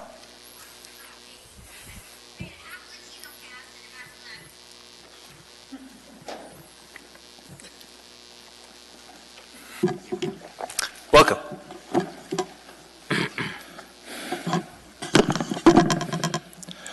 My name is Eugene Carl Haberman. I represent myself. I follow the public process. When the public process is done appropriately, decision made by the governing body is more like the public interest. On this item, what has come before you as introduction, basically, for the record, it's at this meeting that you introduced the S version. And where's the fair chance? This is a sizable change. There's a number of changes and reasons given for this S version. And I spoke at the previous hearing before this S version was available, and the main one, and I believe was the only one that testified at that meeting and encouraged you to continue public hearing, and you created this S version tonight. In fairness to the business community and members of the public dealing with costs and building, I encourage you to continue public hearing on this thing. There's stated reasons, and it's very complex the more I read this, but it talks about cost comparison to something being done at Diamond Center versus some other project in another area, and there's more reasons in explaining the changes of costs, but I would encourage you not to approve this right now. I would encourage you need to hear, look, I was the only one that came up, there was no one in the room here, and you need to hear from the community about this.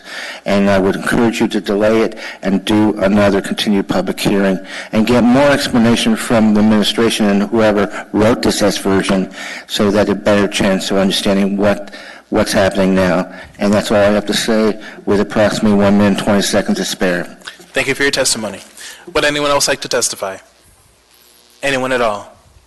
Seeing and hearing no one, public testimony is closed. What is the will of the body? Move to approve. I would say the S version. Second. Oh. The S version. Thank you. So moved and seconded by Ms. Quinn Davidson. Any discussion on this item? Ms. Salatel. Thank you, Mr. Chair. I have a small floor amendment on page 2 of the ordinance. On line 4 and on line 9 or 8, we don't refer to it as cold weather emergency shelter anymore. It's just emergency shelter. So I propose that we delete the word cold weather on line 4, and then on line 8 we change A to an. Delete cold weather, and then it just says emergency shelter. The second? Okay. Thank you. Ms. Kennedy, did you want to speak to the amendment? No. Okay. Any further discussion on the amendment? Okay. Seeing none, members may proceed to vote on the amendment. Mr. Dunbar, how do you vote? Yes. That amendment is approved 11-0. Ms. Kennedy. Thank you, Mr. Chair. I move to postpone and to continue public hearing until November 5th. Is there a second? Second. Seconded by Mr. Dyson. Ms. Kennedy. Thank you, Mr. Chair. Recently, as in actually today, there were many comments from a couple of people, 2 people that are actually visiting out of state right now. The Anchorage Home Builders Association are awaiting some questions, so they felt like they haven't really had the chance yet to finish, to get the answers to the questions that they had presented. So they were hoping that this could be postponed, and then they would have an opportunity, once they had their questions answered, to come in and testify. So I'm hoping that we could postpone and then keep the public hearing open until at least 2 weeks from now, the next meeting date, or if we need a month, then a month. So, thank you. Thank you. I'd second that if it didn't get a second. It was already seconded. Ms. Quinn Davidson. Thank you, Mr. Chair. Through the chair, Ms. Kennedy, could you clarify, a couple people from out of state, did you say? Are those separate people than HBA? And then if the administration could maybe speak as to whether they've had conversations with them? One is a contractor, and the other is a, what would you call, works in some, he's also a subcontractor as well. But they are both, they're just out of state. One's in a conference, I think the other's visiting family. So they don't live out of state. They couldn't be here. They haven't had a chance to, they haven't gotten the answers back from some of the questions. One is waiting for questions. The other just had some comments with some concerns about some of the things in there. And anyway, so it just appeared to me, especially hearing from Anchorage home builders, that they just hadn't had a chance yet to have some of their questions answered. And we're kind of surprised that it was on the agenda tonight because they hadn't heard back about the answers. So anyway, it was just something that, timing's everything. And if they had a little more time to actually get through some of the questions that they had, once they're answered, then they would be able to come in and testify to the assembly. So. And then your second question, someone from the administration want to respond?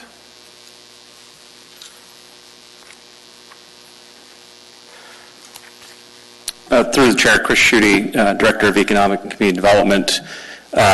Is the question about AHBA's list of questions? You want me to ask a question? Oh, okay, thank you. I wasn't clear. Yes, So, I didn't make it very clear, so that's my fault. Mr. Schutte, did you receive questions from AHBA, and have you been in conversation with them, and have you responded to all emails you've received on this topic? Through the chair, yes, that's correct. There was a list of AHBA-generated questions. I don't have the exact date that it was sent to us, but it was compiled and responded to probably a week and a half ago. I'd have to pull up the actual email. I do believe that if not all of you, one or two of you were part of that email thread from AHBA, and you should have received a copy of our responses back to the AHBA. And through the chair, may I follow up? And you haven't received any follow-up questions from them following that? Through the chair, no. Okay, thank you. Thank you. Mr. Constant. I'm just interested that we've had 2 work sessions on this already, and at some point, we got to pull the trigger. Thank you. Ms. LaFrance. Thank you, Mr. Chair. Actually, I had a question for Mr. Schutte, if it would be a problem to move this to the meeting of November 5th. Through the chair, don't necessarily see that as a problem. The fees don't take effect until January 1st. I just would reiterate that what Mr. Constant said, that we've been on this for a little while. Thank you. Thank you. Thank you. Seeing no further discussion on this, members may proceed to vote. Mr. Dunbar, how do you vote? No.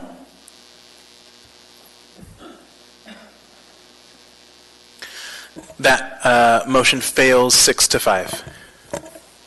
We now have the main motion before us. Any discussion? Ms. Salatel.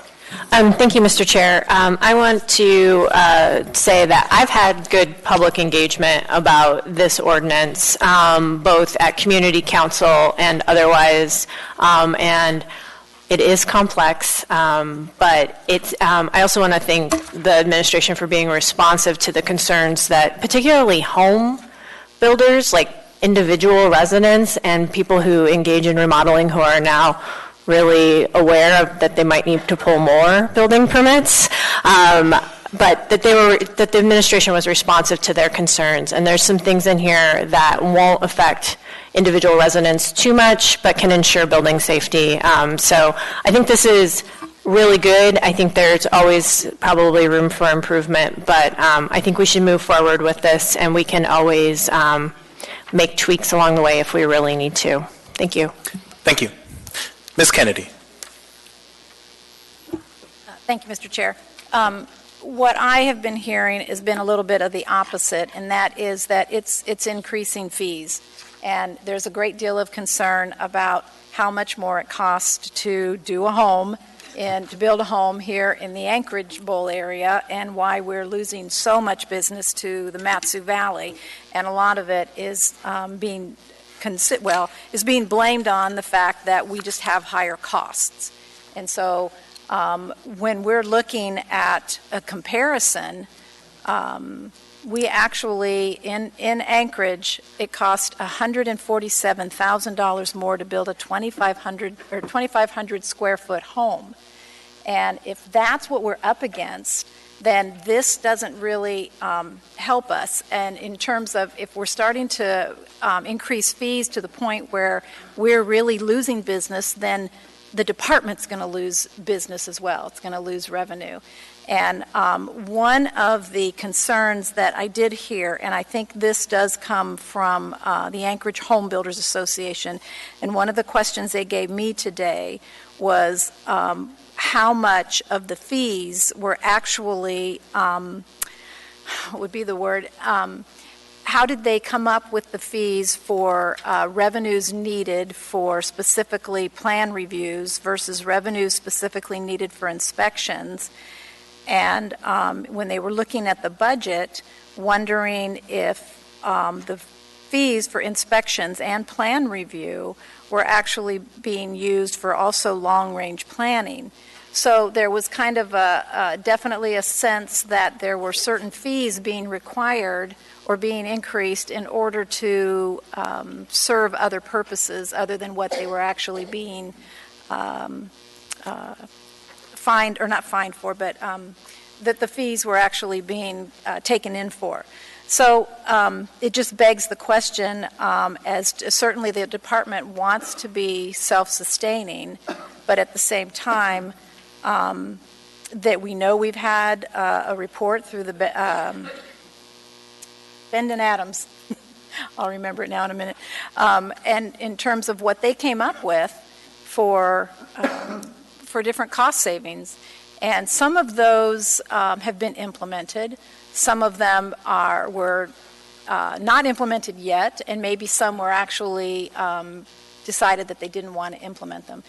But in all of this, it kind of begs the question of, so what do we find out in 6 months if we've implemented as many of these savings and cost efficiency ideas as we could, how much can we actually save? And I don't think we've given it the time to actually be able to see whether or not we can have those savings.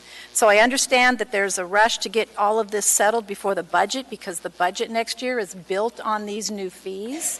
So, but at the same time, that was one of the reasons why I was moving to postpone this, so that we could get a better handle on where the costs were actually coming from, what was being done for savings purposes through the department because of the Bend and Adams report suggestions. So I certainly understand, like I said, the idea of the department needing to be self-sufficient. That makes sense. But at the same time, there are other questions about the revenue sources and the cost, the expenses, that haven't actually been answered yet. So, thank you. Thank you. Mr. Weddleton. No, thank you. I have a couple of feelings on this. I mean, I think there are some changes in here that are clearly supported, and, with experience, found out it's charged by the value of the project rather than by every inspection, and that seems to have support. And I think the presentation here shows that it can sometimes make things cheaper, so there's not a huge jump, and the prices go up in general. But our paradigm is that the building department is self-supporting, and this just kind of meets that, and I accept that as the way that we do things in Anchorage. But I got to say, I am very surprised we didn't vote to postpone this. I mean, we've been working on it for a while. We've seen it before. But we postponed again, which could be the 5th time, it's at least the 4th time, that animal control ordinance, because they're working with the people who care, and they're trying to get it right, and it's not a huge rush. And so I'm surprised we didn't postpone this, because let's hear from the home builders. They're the ones this impacts, and they should have been here 2 weeks ago. They should be here today, but they're not. But they will be here. They won't now, but they would have been. But they're the ones most impacted this, who, community council can read it. They're not builders. You want the people impacted by it to see it. So, I'm just shocked. We should take the time to do things better, and listen to the people that impacts these, or who are impacted by these things.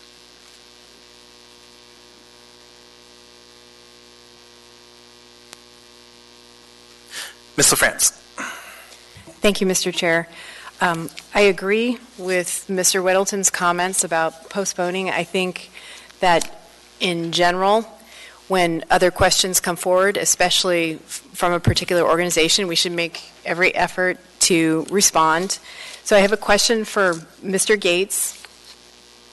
Are we able to move once more to postpone this item, perhaps to a different date, since we already voted down the 5th?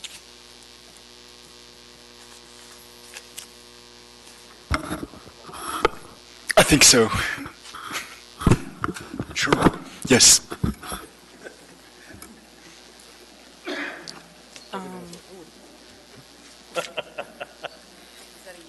Yeah, that was a yes. Okay. Yep.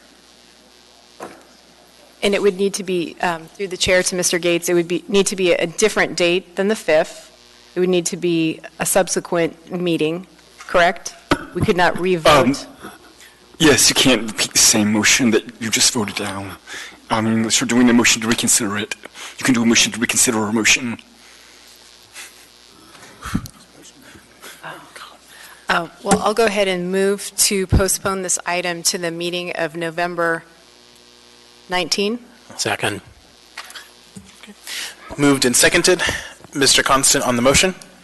The main difference between what we heard from the home builders and, let's say, the Title 17 changes relating to animal care and control that we've postponed 4 times was that in each and every instance, we heard from those advocates, all of us did, consistently, not just I heard something from somebody, but in fact, through the email system, we heard from those people consistently. And we have at every meeting between, there have been new people bringing up concerns. And so in this case, nothing's changed between the previous vote except for the date. I don't support it. There's a big difference between a process that's gone on for 6 weeks, a conversation that's been out and back, and heard nothing from those entities. So I think we're ready to vote on this. So I urge a no vote on this motion as well. Thank you. Ms. Kennedy. Thank you, Mr. Chair. I think part of the problem is because a lot of times people think that it's just a done deal. And when I actually called and asked the question, I got an earful. So I think that and that's just from 3 people. So I think that if you actually allow people that other opportunity, now that there are questions, and again, like I said, this one entity is claiming that they have not seen the answers to their questions, and I've got them right here. I don't have any kind of a stream, but I do have the questions. If anybody wants them, sent, I can make sure they get them. But anyway, one of the big questions on here was the fact that there is no appeal process for trying to appeal the valuation of a home. And there are some interesting dynamics between a contract and the wording here that's used for contract versus estimate. And so those are things that probably need to be explored a little bit further. So there's some loopholes or gaps or whatever you want to call them that I think ought to be addressed. And to have the extra time to do that would only come up with a better product and one that more people could accept. So thank you. Thank you. Seeing no further discussion, members... Wait, Mr. Rivera? Yes, Mr. Dunbar. Thank you. Can we hear from the planning department a little bit more, or from Mr. Schutte? Is it possible to answer those specific questions? And I can agree with Mr. Constant that I haven't heard from folks about this issue specifically. We have had a work session on it. But if there are specific questions that Ms. Kennedy has, Mr. Schutte, are you capable of addressing them?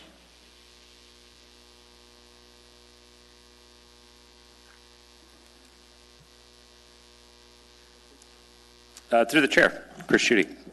Maybe. It's sometimes tough to do them on the fly. I've got backup, not from the planning department, from the development services department. I can hopefully fill in the gaps if you'd like.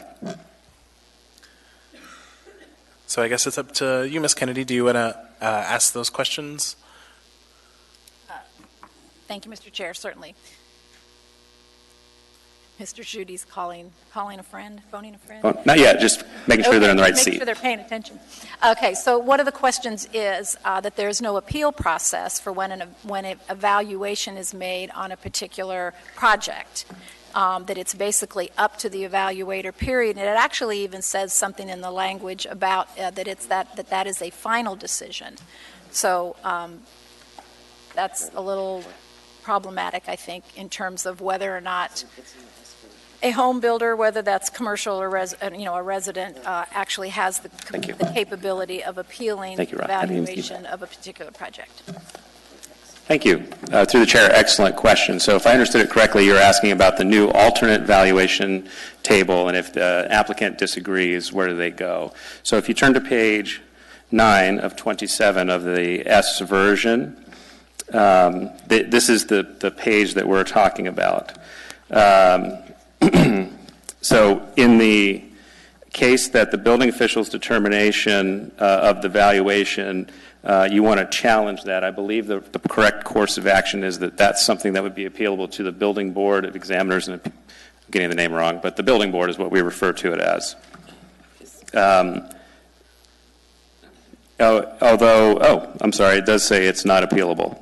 So that one decision is not appealable. That's on lines 20, 21, and 22. So in the case where an applicant comes in with a remodel project, they say, I think it's worth $5,000. The staff reviews it and says, well, that doesn't seem reasonable. Do you want to show us your contract? They elect not to. The building official then can say, okay, well, I'm going to apply the alternate valuation table. And at that point, that decision is not appealable. But that's after they've had a chance to revise their application and or provide a copy of the contract. Thank you. My understanding then, though, is with a contract like that, there's potential there for somebody to maybe be doing this project with volunteer help. And so the idea of a project being a certain value might be kind of harder to ascertain. There might be, like I said, volunteer projects where somebody is not paying labor, or somebody is donating some of the materials.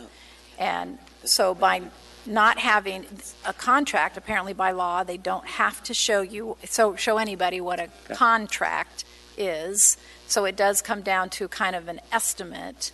But yeah, the idea of whether or not that's really fair to say that there's no appeal allowed, that the building department actually gets to make that final decision, even without maybe potentially a third-party estimate. Right. Do you want to speak to the volunteerism component of that? Through the chair, Ross Knopfsinger, Manager of Engineering Services for the Municipality of Anchorage. Valuation is defined as the fair market value of all materials and labor. So if someone's donating materials or labor, they're required to actually use the fair market value and not the fact that they're getting it for free.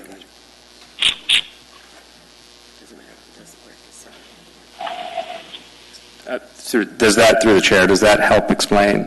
Well, I mean, I understand what you're saying about it. I guess I'm just concerned about the fairness of that, because what that means is that you will pay for a permit or any kind of inspection fee based on whatever that value is. So even though the point is, can I interrupt real quick? That's where valuation and quote unquote value of a contract are two separate things. So the price that a contractor will quote you as the total cost of a project versus how we look at the type of work being done and the amount of work that's being done and the valuation that's assigned to that are two separate things. So in the case that you've described, let's imagine volunteer labor on a remodel, which would be great.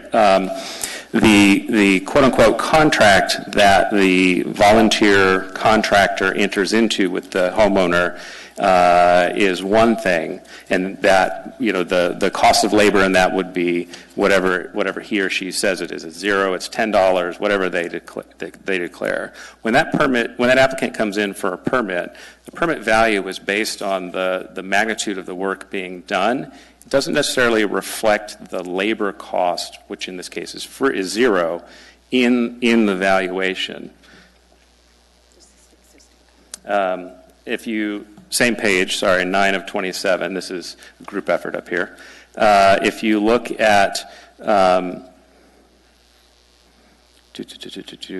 lines, where am I at, Linda? Lines 4 through 6, The volunteer labor donated shall nevertheless include fair market value of donated labor and materials.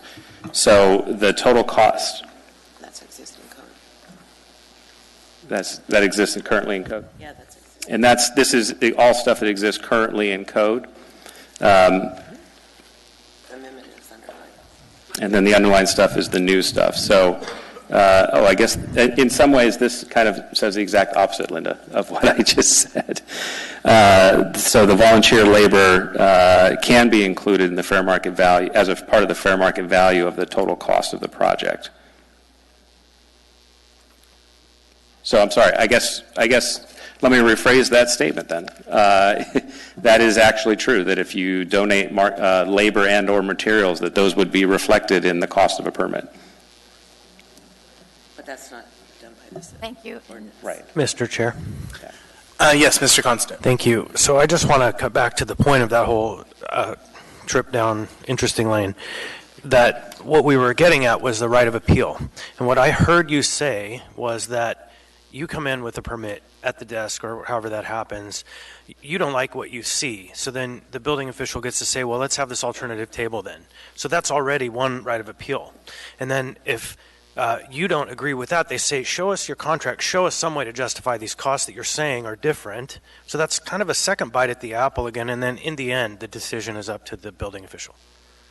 Through the chair, that's correct. That's the three-step process. You come in, you fill out your application. If the application doesn't seem like it's right, then you have an option to show the contract. And if you still don't like that, then it goes to the alternate valuation table. So essentially any argument that there's no appeal would be asking for another level of appeal to be built into this system. Possibly. Right. It's not my amendment. Yeah. Okay. So to me, it sounds like there is a right to appeal through the alternatives until you can either show us or bite the apple. Through the chair, I think that's correct. Yeah. Thank you. Ms. Kennedy, did you have anything else?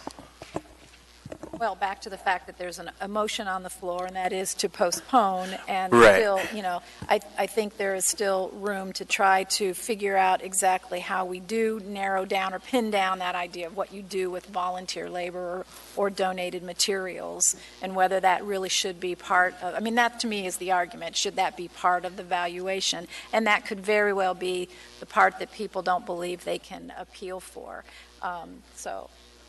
Through the chair, if I may, I would like to remind the body, though, that the sentence that I read, where I completely backtracked, but the sentence that I read that talked about including volunteer labor and materials in the fair market value is current code.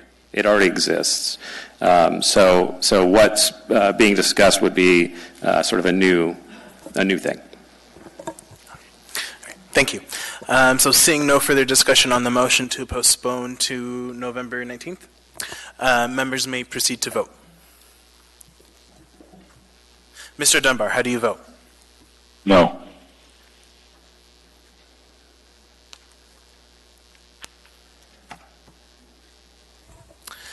That motion fails 6-5. We now have the main motion before us, and I don't see any further discussion. So members may proceed to vote on the main motion. Mr. Dunbar, how do you vote? Yes.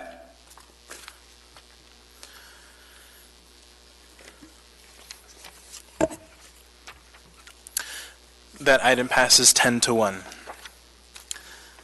We now have before us item 14A, ordinance number AO 2019-122, an ordinance authorizing a 5-year lease between the municipality of Anchorage and Bethel Native Corporation for premises located at 619 East Ship Creek Avenue for the Vote by Mail Locations program. Public testimony is now open on this item. Would anyone like to testify? Anyone at all? Come on, Mr. Haberman. Welcome.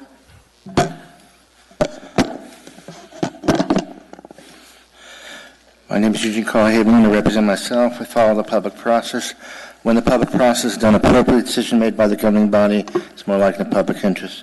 I live in the Metsu Valley. I'd like to remind you all, this building, what we're talking about. For the public not aware of it, We're talking about the location dealing with the vote-by-mail elections program for the municipality of Anchorage. This is a request for a continued lease. And first comment to say is, where's a copy of the contract? Number one. Where's a copy of the previous contract? Where the changes from one contract to the other? What we have here is a question of cost, but we don't have a copy of the contract. What's the problem with the municipality of Anchorage in having the public see and the assembly see a copy of those contracts before going forward and not just having the amount? But there's something else here. I didn't have an opportunity many months ago to address this concern, but I do have the first opportunity to address it now, and it's on topic. I notice the party here is Bethel Native Corporation. The last time I recall any note to a Native deal was Euclutna. And when you dealt with Euclutna and had before the public, there was no chance for me to speak. But I'm going to use my words now, and it has meaning for what I was going to say before, and I'll say it now. I believe in transparency. I believe in openness. But as far as the Native corporations I've seen, including AFN, they believe their meetings got to be closed unless you're invited to it. Their bylaws, like AFN, which I believe Bethel was part of it, you can't get a copy of it. And you're doing a business dealing with Native corporations. With all due respect, we should have openness and transparency. And doing business with Native corporations this time is not the way to go until they're open and transparent. And that means all corporations. If they're going to have meetings and board meetings, and they're going to ask for contracts, municipality of Anchorage, and this is what we're talking about here, the public and you all need to be able to attend those meetings. And that's not what's going on. So you're in the issue of the election issue, a building to serve the needs of the elections in the municipality of Anchorage. And the Native Corporation is the landlord, and we don't have openness and transparency. So I would not approve this. I didn't realize before that it was the landlord until tonight. And I would encourage you to put in the question that there isn't a lack of transparency, and also note the other issues I addressed, were the copies of contracts. And thank you very much, and that closes my comments with 5 seconds to spare. Thank you for your testimony. Would anyone else like to testify? Anyone at all? Seeing and hearing no one, public testimony is closed. What is the will of the body? Move to approve. Moved and seconded. Any discussion on this item? Mr. Peterson. Thank you, Mr. Chairman. This is the same facility we've been using for the last 3 years. The remodeling has already been done. All equipment is already installed. And this is just a slight increase, 15 cents per square foot, I believe, over what we're currently paying. And so it would cost us a heck of a lot more to lease a new space and move all that equipment there. So it makes perfect sense to continue the lease for another 5 years. Thank you. Thank you. Ms. Kennedy. Thank you, Mr. Chair. I have to say that I do appreciate Mr. Haberman's comments, but I guess that leads to a question, and that is, for the most part, we trust the information we get from the administration, and of course there's an entire list of people that concur or have approved this ordinance or this lease in this case. But do we have access to the contract? If any one of us wanted to see the actual contract, can we do that?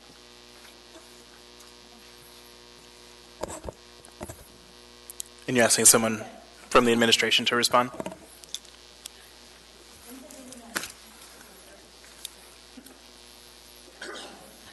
Through the chair, this is actually an Assembly Department contract. This belongs to the clerk's office, is negotiated by the Real Estate Division as an agent for the clerk's office. So my understanding is you could request a copy of it from the clerk's office if you'd like to see it. Thank you. Mr. Constant. Thank you. I would like to respond briefly to the novel idea that we should try to force an Alaska Native corporation to open their proceedings to us. We're not talking about tribes and government-to-government relations. We're talking about a business entity that is wholly owned and operated by another entity. And so if the suggestion is that we should attempt to take one party of all the business interests out there to try to force them to treat with us in this way, that's pretty extreme. And I won't say what I think it suggests, but it suggests very interesting ways of looking at the world. Thank you. Thank you. Seeing no further discussion, members may proceed to vote. Mr. Dunbar, how do you vote? Yes.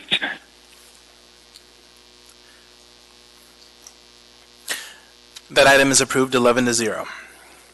We now have before us item 14B, resolution number AR 2019-355, a resolution of the Municipality of Anchorage appropriating a grant in the amount of $100,000 from the State of Alaska Department of Health and Social Services, Public Health Division, to the State Direct Federal Pass-Through Grants Fund and appropriating $47 as a contribution from the 2019 Office of Economic and Community Development Operating Budget Area-Wide General Fund to the State Direct Federal Pass-Through Grants Fund, all within the OECD to plan for built environmental approaches to increase physical activity and prevent injury and death as part of the AMAT's Vision Zero initiative. Public hearing is now open on this item. Would anyone like to testify? Anyone at all?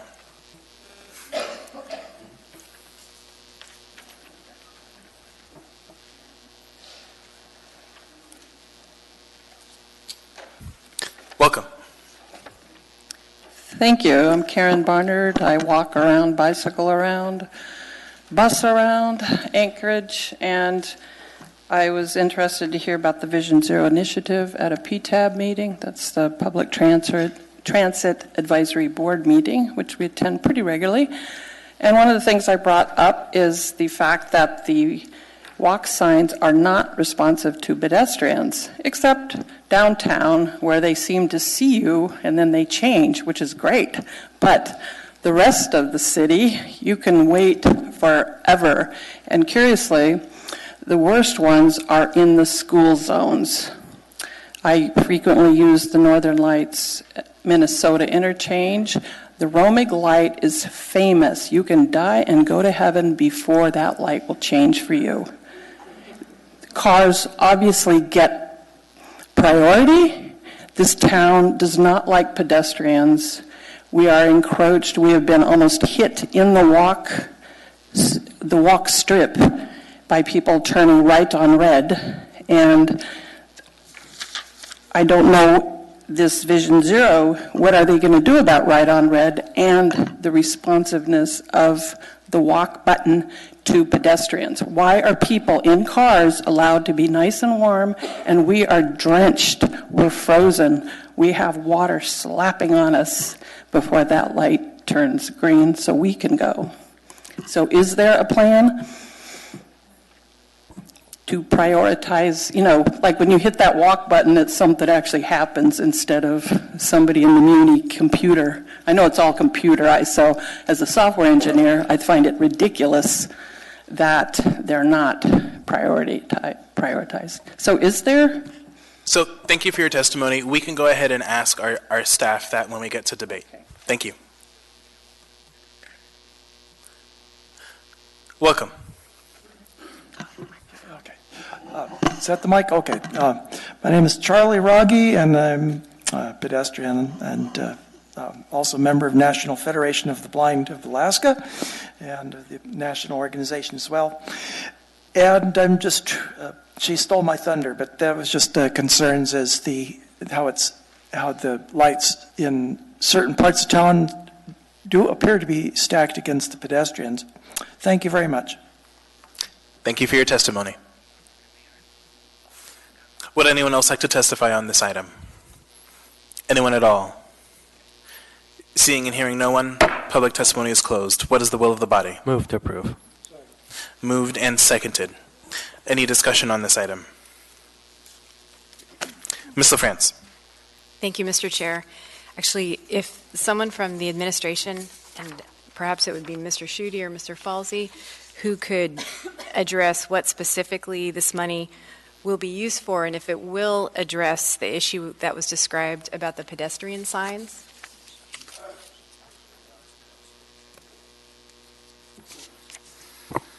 Through the chair to Ms. LaFrance, unfortunately, Mr. Schutte appears to be indisposed. My understanding is that this Vision Zero money is partly about getting the Vision Zero program up and running so that we develop that plan and that we have more implementable steps. For the real chapter and verse, I would have to solicit the assistance of Mr. Schutte, but we might have to vamp for a little bit longer. Thank you. Mr. Constant. I think that we have two members in the room of the AMATS committee at this point who may have some insight. All right, not pointing fingers, but thank you. Mr. Peterson. I'm on that committee. Thank you, Mr. Chairman.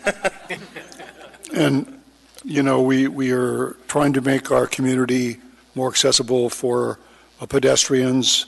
We're building bike lanes for bikers out there. There seem to be more and more bicycles on the road all the time, people using them to commute back and forth to work. And that's great because it keeps more cars off the road so the traffic isn't as thick. But the testifiers were correct. It is a dangerous town to be a pedestrian in. It's a dangerous town to ride a bicycle in. And it's also a dangerous town to drive a car in. So we all need to slow down just a little bit and look out for each other because those accidents are very expensive, either with damage to your vehicle or damage to yourself. So we have improvements that we can make, and the Vision Zero idea is a great idea. We're all going to have to work a lot harder for us to make that goal, however. Thank you. Thank you. Mr. Weddleton. Well, you know, I really appreciate that people came up and spoke. We are in a culture where the driving force is to move more cars faster, and that's our culture. But we've made huge strides in my 30 years of really paying attention to this, and we're getting so much better. And you see in this Vision Zero campaign a real attitude switch. So certainly the city's embraced it. And we have seen in city streets, you go to Spenard Road, that is the paradigm for city streets now. It's designed for walking and biking and all use and driving. The state's a little bit slower to follow along, but we're seeing changes there too. We also passed a complete streets policy for using federal funds that you'll see some changes too. So the attitude has come a long way, but it takes a while to get those projects in line. So we have a ways to go, but we've come a long ways. So. Thank you. Mr. Constant. Thank you. And if it's not objectionable, I'll read from the memorandum that comes with this. The scope of work of this funding is to facilitate, coordinate, manage, and continue to refine the AMATS Vision Zero initiative through the following commitments. Improve the health of municipal residents by reducing loss of life and major injuries on roadways to zero. Collaborate to connect activity-friendly routes, sidewalks, paths, bike routes, public transit with everyday destinations, homes, grocery stores, banks, health services, schools, and child care centers, etc. And cooperate to increase the number of transportation interventions that support safe and accessible physical activity. So ultimately, this project is to achieve exactly the goal of what those speakers brought to us. Thank you. Seeing no further discussion, members may proceed to vote. Mr. Dunbar, how do you vote? Yes. That item passes 10-0.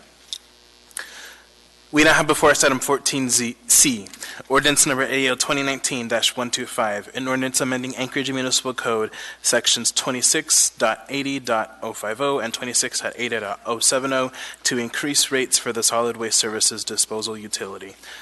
Public testimony is now open on this item. Would anyone like to testify?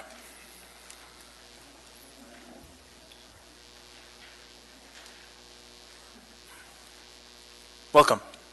Thank you. My name is Robert Bell. I have a question. Is there any requirement within this verbiage to use these funds to improve or increase the capacity of the solid waste service facilities? Or is this just a fundraising effort? Can somebody answer that question? As with the last item, we can go ahead and ask that during debate. Say that again, please. We can go ahead and ask that during debate after public hearing. But right now, we're just hearing from the public, and so we're writing down any questions that folks have. Okay, so a little bit of input from me. I'm one who believes in the science of landfill. I think landfills work. A lot of what we put in the landfill produces methane gas, which you all probably likely know that the municipality sells to JBER. So having a functioning, properly run landfill is a very good thing for the municipality of Anchorage. Increasing fees as needed to assure that that's the case, I have no problem with. Increasing fees so that we can spend them on a lot of this other baloney I've been listening to tonight is not appropriate.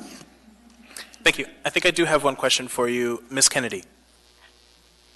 Thank you. Over here, sir. Actually, I just wanted to find out, I think it's very interesting that landfill science, I don't think I've ever heard that term before. I didn't quite hear the question. Landfill science, I don't think I've heard that term before. But anyway, I just kind of wanted to give you an opportunity in just maybe a minute or two to kind of talk a little bit about what you think is the status of our landfill. What are we doing right? What are we doing wrong? What are your concerns about it? I worked 10 years, I worked 35 years in the construction industry here in this town. And so I worked with the landfill over the course of that period of time. Worked for a company that did asbestos removal for nearly 10 years. And worked with the municipality solid waste services as it related to asbestos disposal. And I think basically the municipality's done a pretty good job in that area. I think especially, I referenced the methane gas capture process, which was wise by any estimation, I think. So when I say the science of landfill, I mean not just dumping it in a hole in the ground, but actually making it work. I grew up in Anchorage, and I can remember when we drove down East 15th, and the landfill was on the south side of Merrill Field. And many people I talk to today don't realize that was a landfill. But when you realize that that was, and now it's an extension of Merrill Field, and bringing revenue and increase the usefulness of that facility, landfills can work if done properly. Thank you. Thank you for your testimony. Would anyone else like to testify on this item? Anyone at all?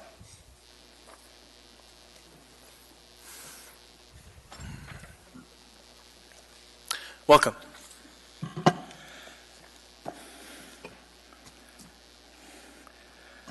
My name is Eugene Carl Haberman. I represent myself. I live in the Matsuo Valley. Follow the public process. When the public process is done appropriately, the decision made by the governing body is more likely to public interest. I'd like to know, my comments are interrelated. You have, this is 125. The next one's also dealing with, it should be, so I'll address a combination of both in this at this time with respect to the chair and assembly. Number one comes to mind. Where's the Alaska Regulatory Commission Authority? How do they play a role in approving rates and so forth? That's not addressed here. One would have thought that this would be mentioned here and said, you approve this and it's a done deal, or you approve this, goes to the regulatory authority. This should be noted in here. I don't see anything mentioned about that. Who approves these rates? All I see here is a meeting by the assembly with two ordinances regarding to solid waste services, refuge, and one part dealing with collections, but there's no mention about authority to approve those rates except you approve ordinances after public comment. Number two, there's one reference to dealing with collections. I attend a lot of meetings, and one of your meetings last week had reference to these ordinances and issue about the fine line of difficulty in collections, and that the increase is because of we need to increase the rates. That's what I was hearing, unless I mistook it, in order to not have to, have such a fine line with what they got and what they're not collecting at the time. So there should be a clarity exactly how deep is the municipality of Anchorage in trouble in the difficulty of collections, and how much money is coming in and how much money is not coming in, and who's deficient in finding the funds. And is this a problem that the money's not coming in because people are not paying? and that is not brought out either. But I'll close with these comments, and I'll remind the Assembly members this. Whenever closing public hearing, you should have a right to decide whether to close public hearing or not. Is there any objection? The chair constantly closes public hearing. That results in your power has been usurped, and then it results in a situation you making decisions and then saying, hey, we need to continue public hearing. But when you do that situation, you create a prejudice because you already start discussing the issue without deciding whether or not to close public hearing. So with all due respect, stop the chairs from closing public hearing without asking if there's any objection. And be respectful, Chair. Thank you very much. With 10 seconds to spare. Thank you for your testimony. Would anyone else like to testify?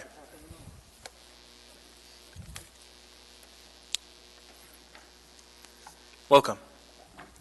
Good evening. I'm Kurt Froning. I'm the district manager for Alaska Waste. We're the largest commercial waste hauler here in the Anchorage area.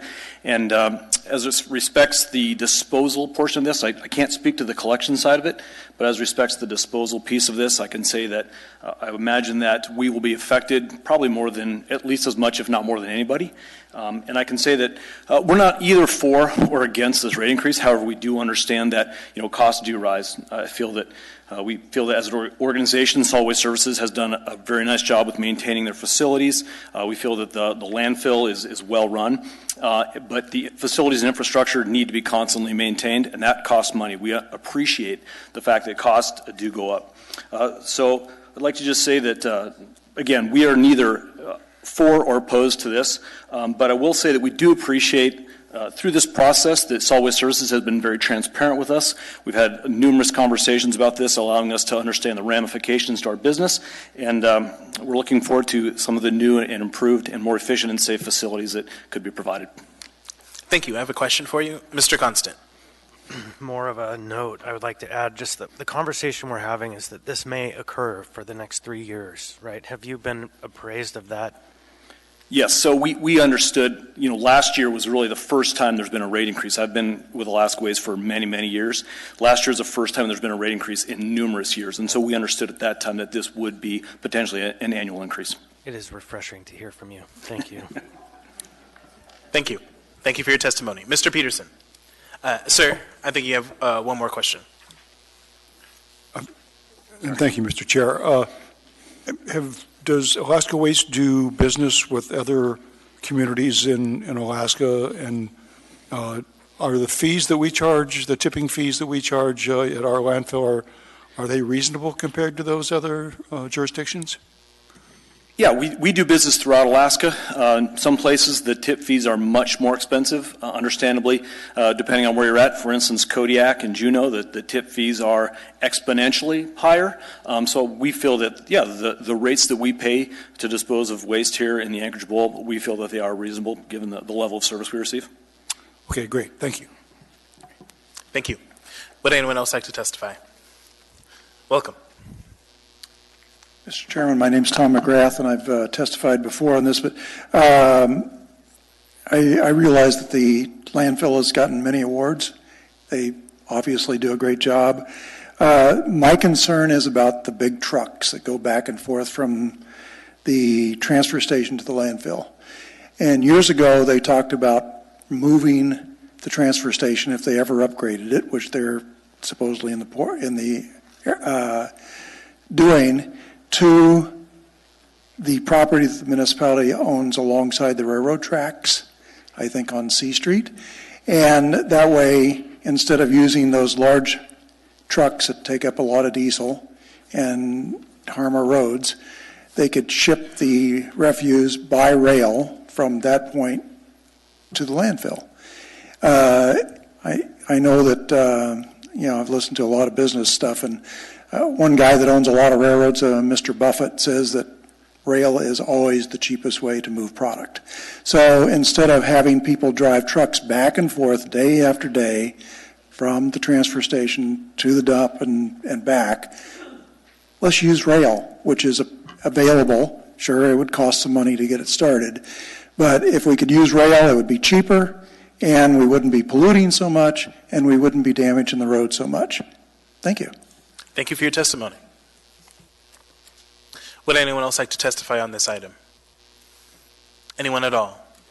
Seeing and hearing no one, Public testimony is closed. What is the will of the body? Move to approve. Second. Moved and seconded. Any discussion?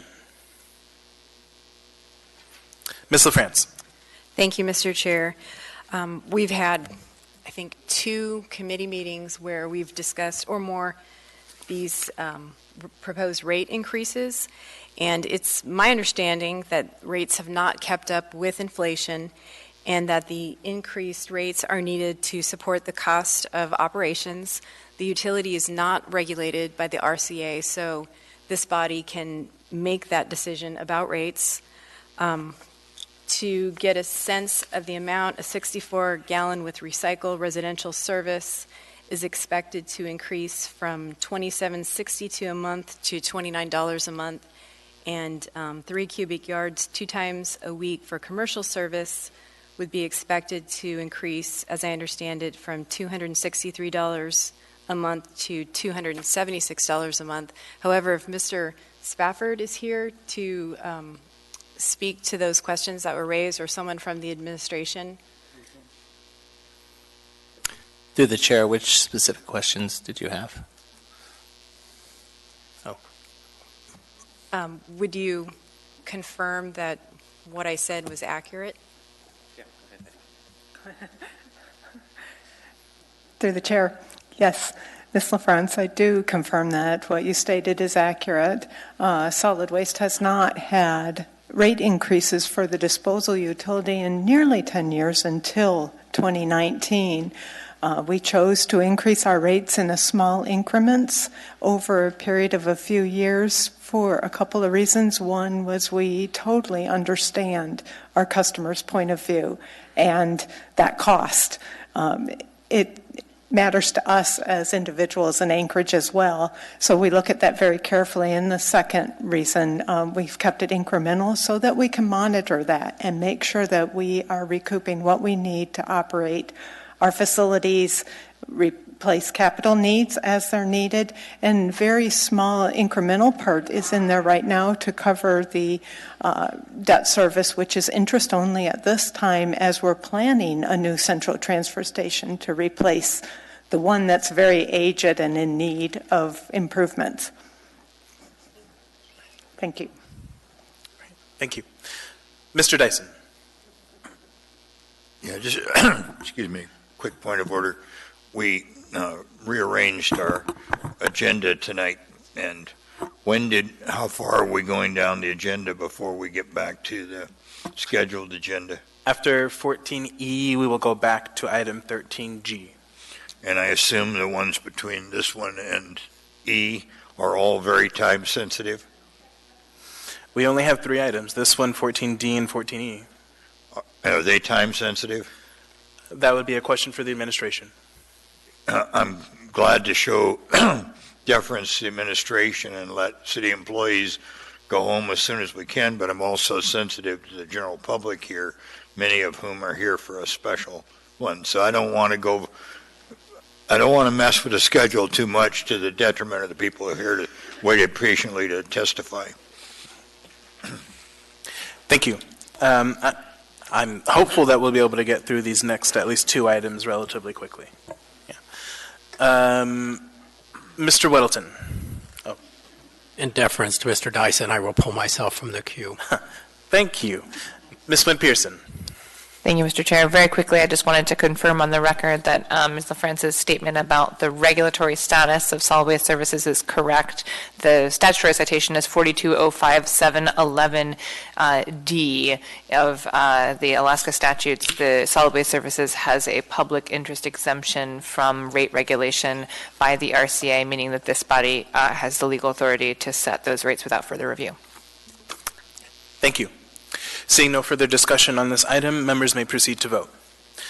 Mr. Dunbar, how do you vote? Yes.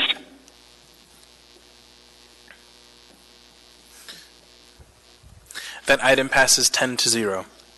We now have before us item 14D, ordinance number AO 2019-126, an ordinance amending Anchorage Municipal Code sections 26.70.060, 26.70.070, 26.70.080, and 26.70.090 to increase rates for the solid waste services refuse collection utility.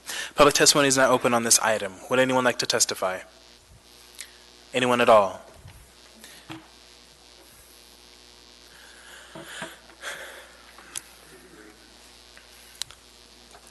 Welcome. My name is Eugene Cohaman. I live in the Valley. I'll be very brief. You can take most of all the comments I've said from the other to this item, and I'm glad someone said something regarding to the Regulatory Commission that you're exempt. And I'd like to strongly protest that the Regulatory Commission is not connected in dealing with regulatory rates, because all the public has between the rate increase for the community is you and what the public says to you at these meetings.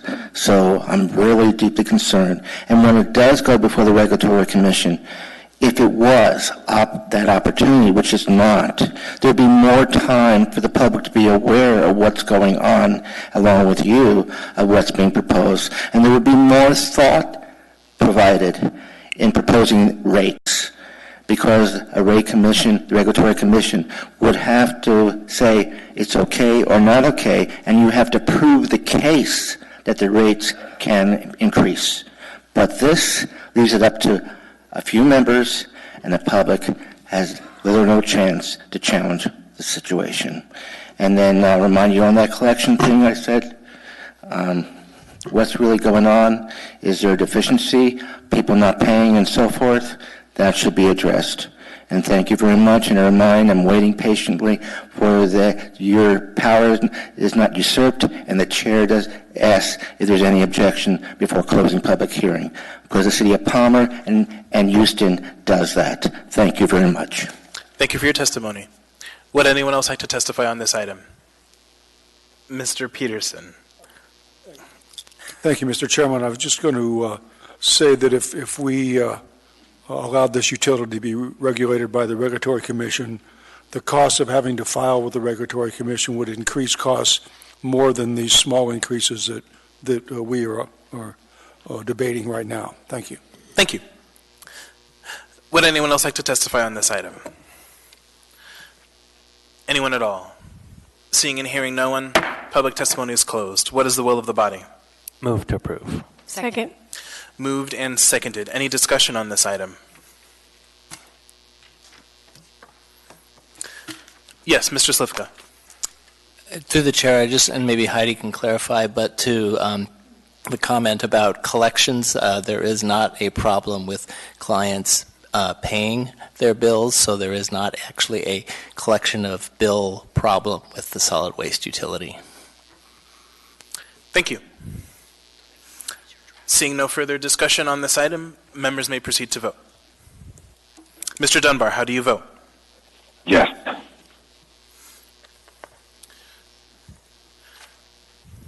That item passes 10-0. We now have before us item 14E, ordinance number AO 2019-127, an ordinance of the Anchorage Assembly amending Anchorage Municipal Code, Chapter 7.40, relating to funds for works of art in public facilities, popularly known as a 1% for Art program, to modernize references, revise processes, and requirements to establish a public art maintenance and conservation fund. Waive reading. Thank you. Public testimony is now open on this item. Would anyone like to testify?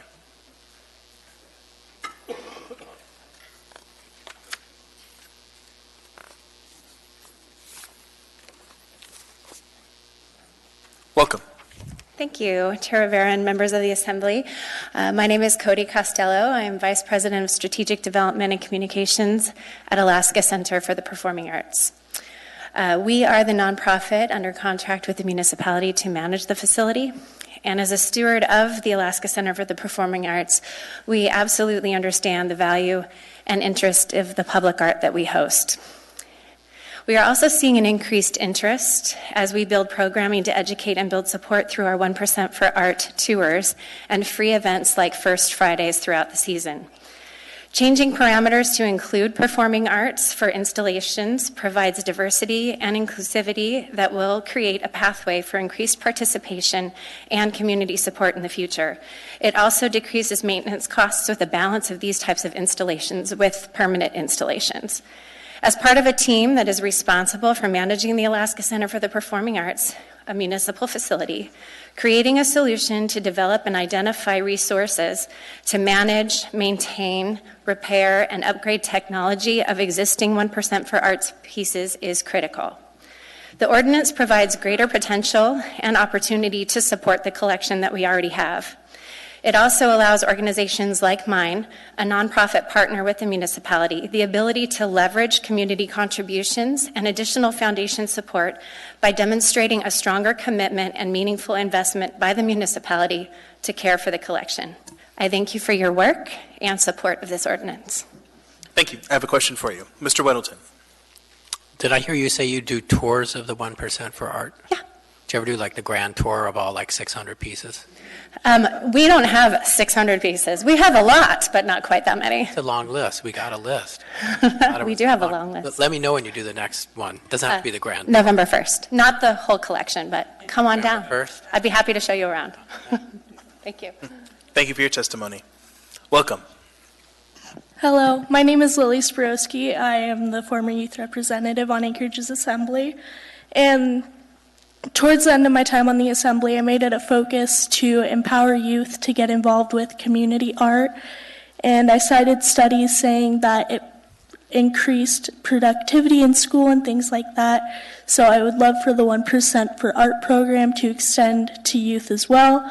We see that through the trash can painting. There are beautiful trash cans all around downtown. I mean, even seen some beautiful dumpsters in my neighborhood, which is Mountain View now. And I love it, and I just want to see more of that. So thank you. Thank you for your testimony. Mr. Constant. Ms. Bresky, what's the name of your campaign? Pretty the City. Thank you. Thank you. Would anyone else like to testify? Welcome. Hi. This is very exciting. So my name is Sheila Wine. I'm an artist based in Anchorage, and I'm here in support of this total update of the program. It's time for it to go to the 21st century. There's a need for funding, for a funding source for the conservation of the collection. The municipality has over 500 works of art, which is really awesome, but some of them are getting close to 40 years old, and they need maintenance and conservation. So that needs to be stepped up. I also support expanding the types of art forms for the Muni program. As an artist, I've been commissioned several times through the municipal public art under the current system. But I also have experience in short-term, ephemeral, time-based, and performative art. As a core member of the Light Brigade, we focused on one-time events around the Anchorage area. One event saw over 5,000 people gather on the front lawn of the Anchorage Museum, where they experienced OBAT, which is an acronym for Over, Beyond, Across, Through. This work exposed viewers to aerial dance, original music composition, and original video projection. While this type of artwork is not permanent, it can leave a lasting, meaningful impression within the community. And it opens up other opportunities for other art forms for the 21st century. So please support this update, and thank you for your time. Thank you for your testimony. I have one question for you. Mr. Constant. Hi, Sheila. Hi. Good to see you here. Yeah. There are some conversations about amendments to add some kind of a incentive for Alaskan artists. What are your thoughts on that? And I wouldn't suggest that they are to make it so Alaskan artists only, but just incentives. Well, I think the incentives are already there. When you have smaller commissions, say under $40,000, it's really difficult for an outside artist. If it's a large volume space, for them to be able to compete with what an Alaskan artist can do, because they're working locally with local companies, and just the The shipping costs are much, much lower. Plus, we are a small population, which means that we don't want to get too small in the various perspectives of other artists. So I'm always very happy to compete with outside artists and kick their butt. Thank you. I agree with that. Okay. Thank you. Thank you. Would anyone else like to testify on this item?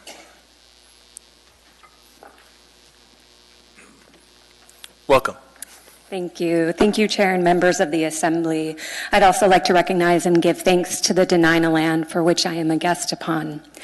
My name is Nzina Murari. I serve on the Municipal Arts Advisory Commission. I'm an artist, a member of the Spenard community, and previously spent 4 privileged years serving the municipality as curator of public art. I am here this evening representing myself and on behalf of the Municipal Arts Advisory Commission. We support the code updates as presented by the municipality's public art program.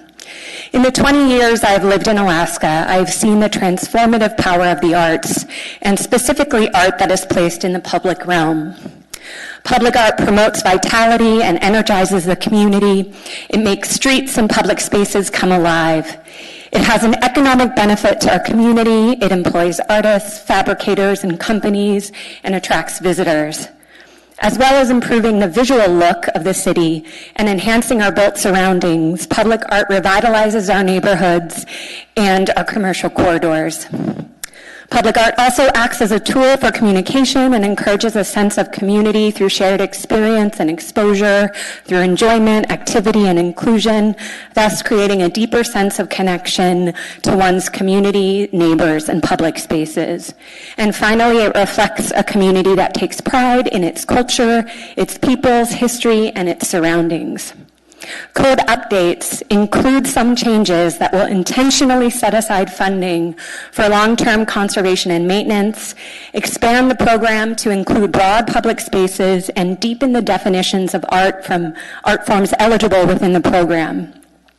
I and the Arts Advisory Commission are in support of these updates for the following reasons. A significant amount of the current collection of public art was commissioned in the 80s. It is in high need of conservation and preservation. Creating a mechanism within code that would allow for a reserve fund for the ongoing maintenance of these municipal assets is crucial for the future of the program.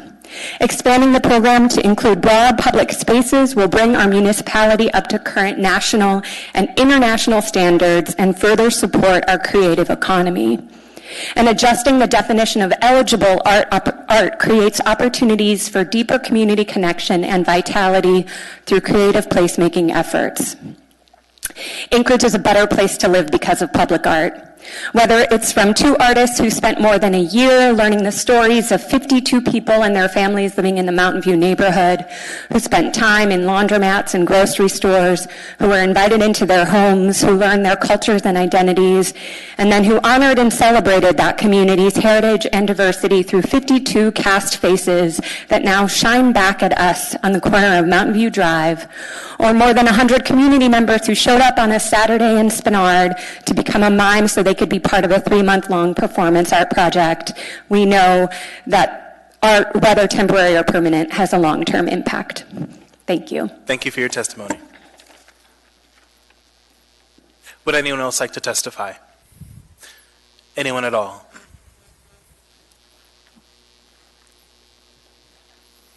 Welcome.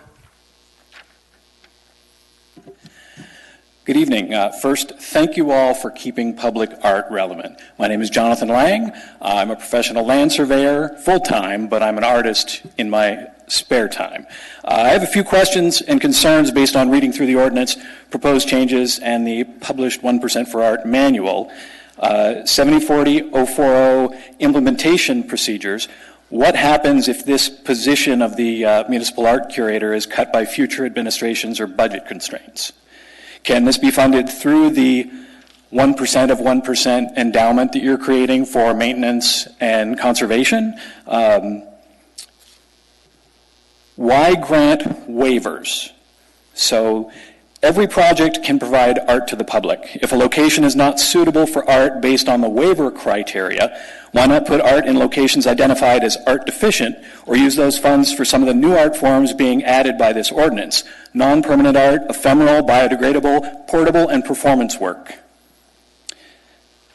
Finally, why hasn't the 1% for Art webpage been updated since 2016? I understand that the previous curator shifted the focus to Facebook, but the official municipal page does not reflect that, and the most recent annual reports and review of art by location are dated 2013, so it's not obviously publicly available on the municipal website. Everything else in the ordinance seems legit. Thank you for considering these ideas. Thank you. So during our debate, we'll have the administration respond to those. Thank you. Thank you. Would anyone else like to testify?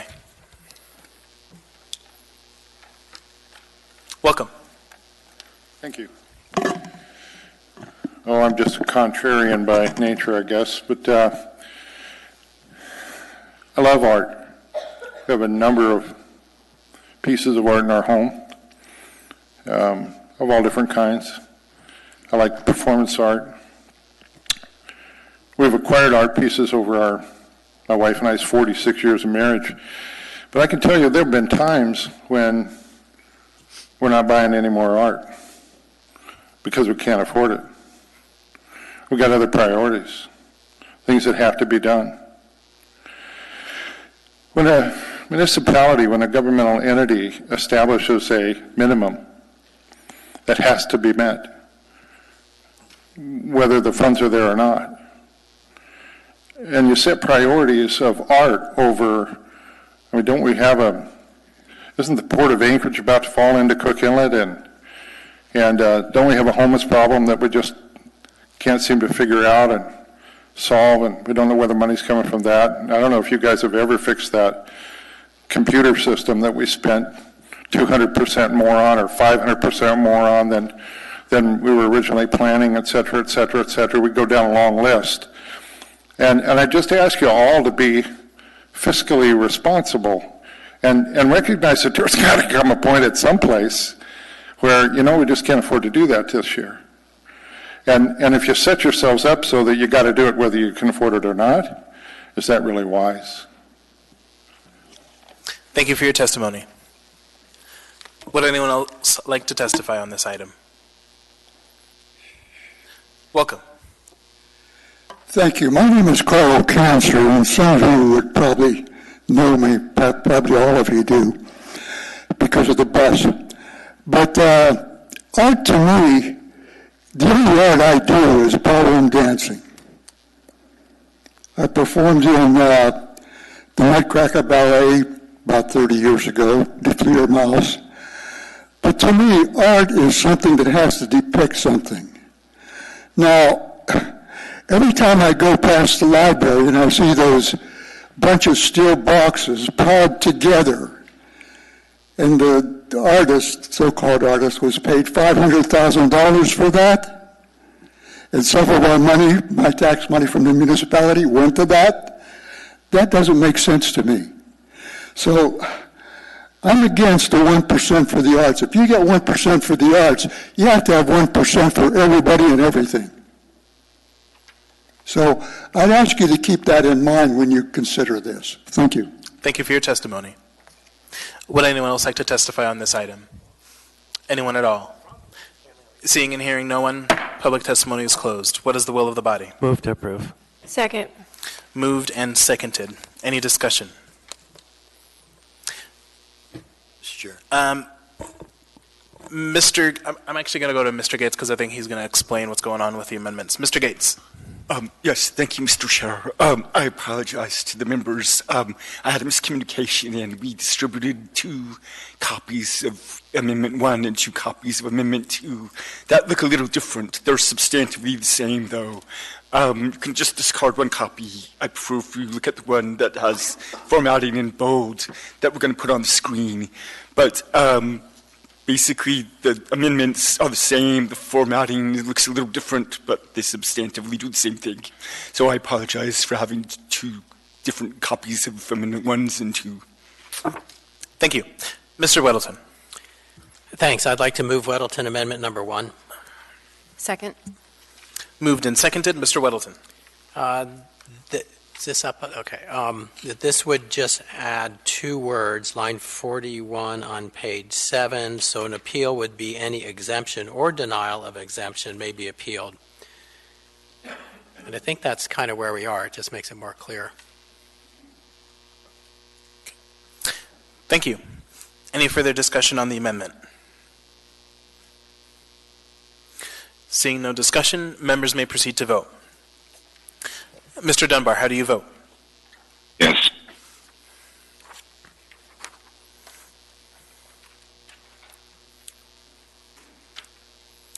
That amendment passes 11-0.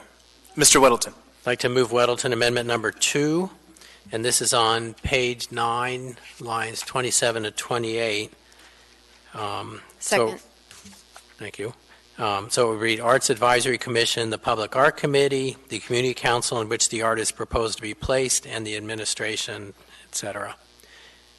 And the reason is, community councils. All right. Thank you, Mr. Weddleton. Any further discussion on the amendment?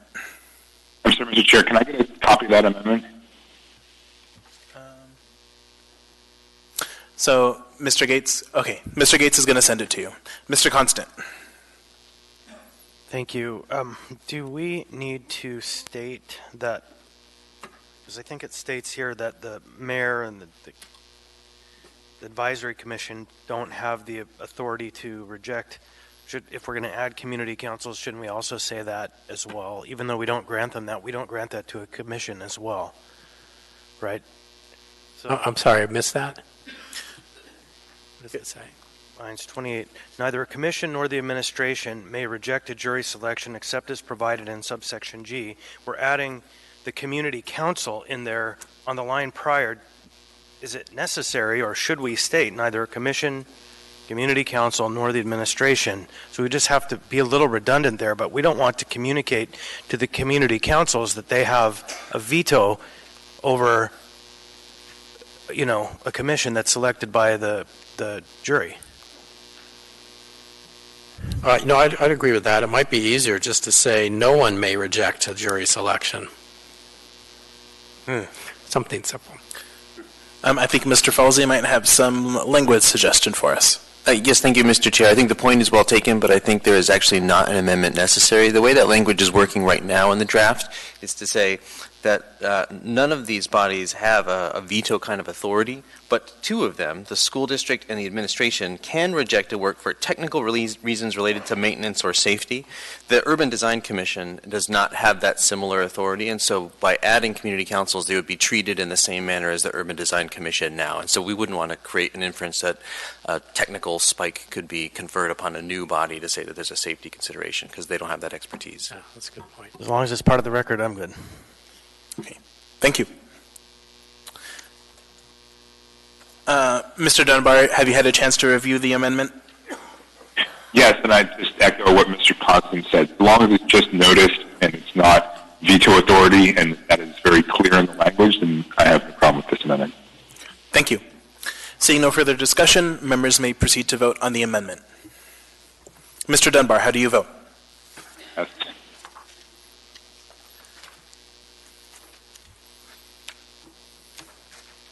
That amendment passes 11-0. We now have the main motion before us. Any discussion on the main motion? Oh. All right. Ms. Kennedy. Thank you, Mr. Chair. I actually have a couple of questions, so I didn't know if Gideon was here or somebody could answer some of the questions. There he is. Thank you. One of the questions that I had was, I certainly understand the concept of saving the 1% the 10% of the 1% for maintenance and that, but can you explain a little bit more about really how that works in terms of the funding then? So if we start this program and now we have this 10% that goes into a fund, how will the funding be prioritized Obviously, or no, I shouldn't say obviously, will some of the funds that are actually going to be put aside for, if we have a project that we basically have, we can put aside these funds, will some of those projects, or what some of those funds go for old projects that already exist? Or is this going to be starting that concept of maintaining the new projects where this funding will begin to come from here on out? You're correct in the first instance that it would be going towards the conservation, maintenance, and repair of the entire collection. So it's for everything? For everything. Okay. And do you have any policies at this point about how you're going to actually prioritize maintaining or repairing or replacing any of the projects right now that are in existence? There's an ongoing list of conservation by priority.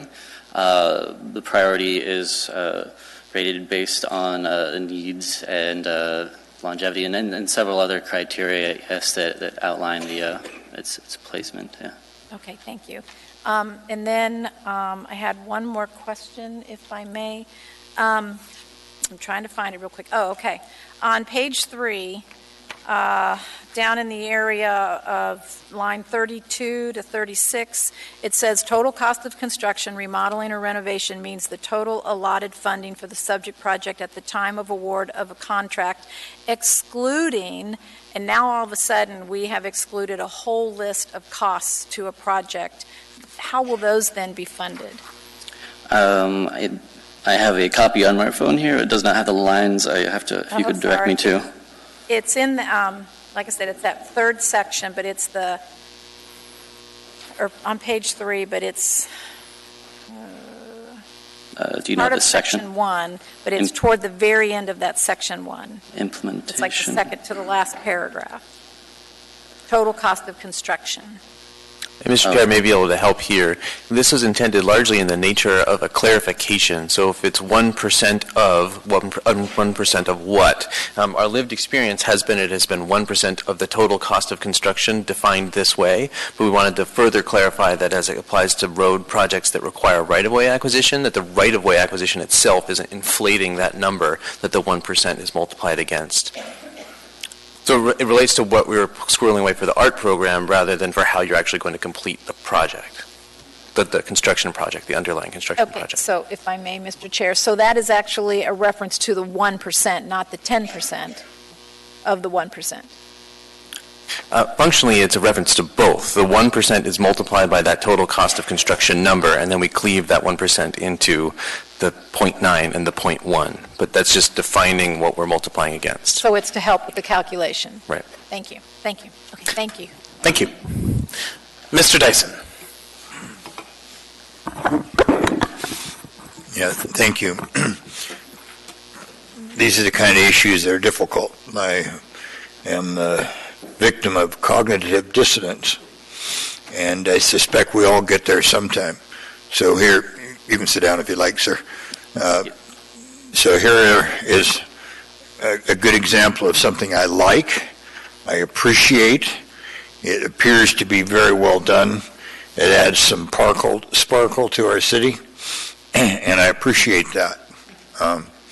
But there's nothing in any of our foundational documents in this country that authorizes government to do it.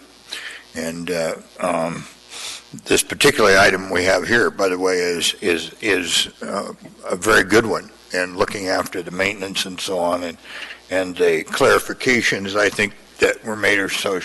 And the people that are doing this seem to me to be really competent. I mean, they're nice people, but they appear to be competent.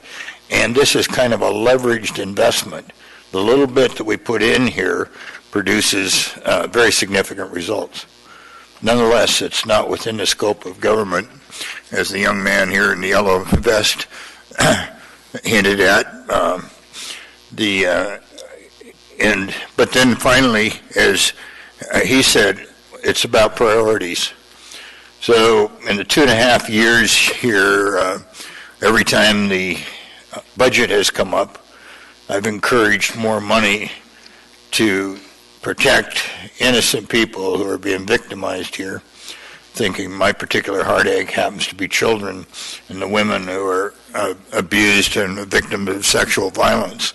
We heard last week that our city police force is about half the size of most cities our size.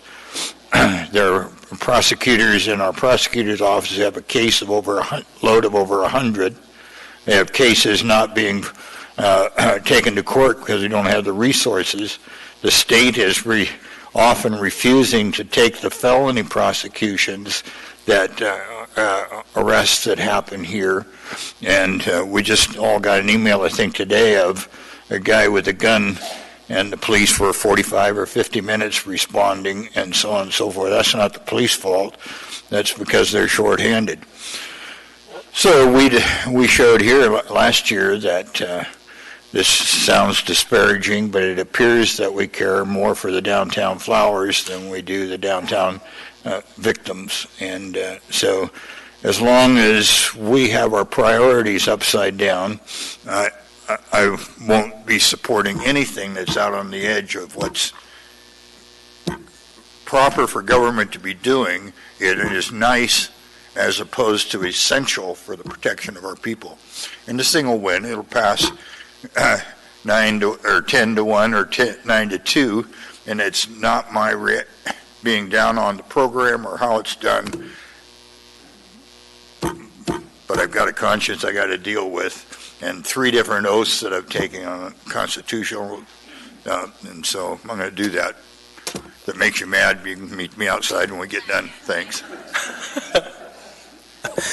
Thank you. Ms. Salato. Thank you, Mr. Chair. I do have some concerns that have been raised about the implementation and the transparency of being able to gain access to this program by artists. I've spoken a little bit via email today with Mr. Falsey, but I thought maybe he could give us the Cliff Notes version of that. And I'll say the administration's made a commitment to me for additional work on clarifying the process in this ordinance moving forward. Not saying we can't pass this today, but I think there's a little bit more work. There's also some just inconsistencies. It says artist, singular, but we've often done artists, plural. So just for that, to make sure that all of this can hopefully live on and be really clear. But I did want to hear a little bit about some of those implementation issues. Thank you. Through the chair, if I could respond to those, I think I'll rack them up as best as I can recall. Let me know if I've missed any. On the website, it is true that the website is out of date, and that is a shame on us. We'll get that updated. We did put in greater emphasis on the Facebook page rather than the municipal website, but we are getting access to update the webpage directly in Gideon's hands, so hopefully that will be taken care of in relatively short order. There are annual reports that date to 2017 and 2018 that we made available at the last work session, so we'll work to get those up online as well. There's a question about what happens if all of these duties are codified, but then the municipal curator is axed. I think in that setting, there would be someone who would have to be the acting municipal curator, and the duties would still have to be undertaken because this has the force of law. So even eliminating the program budget, the job functions couldn't cease to exist. I know that there is great interest in making sure that the call for artists is heard pretty far and wide. So usually we have used a CAFE system, which is, I understand, a national kind of electronic database, but maybe not everyone knows about that system.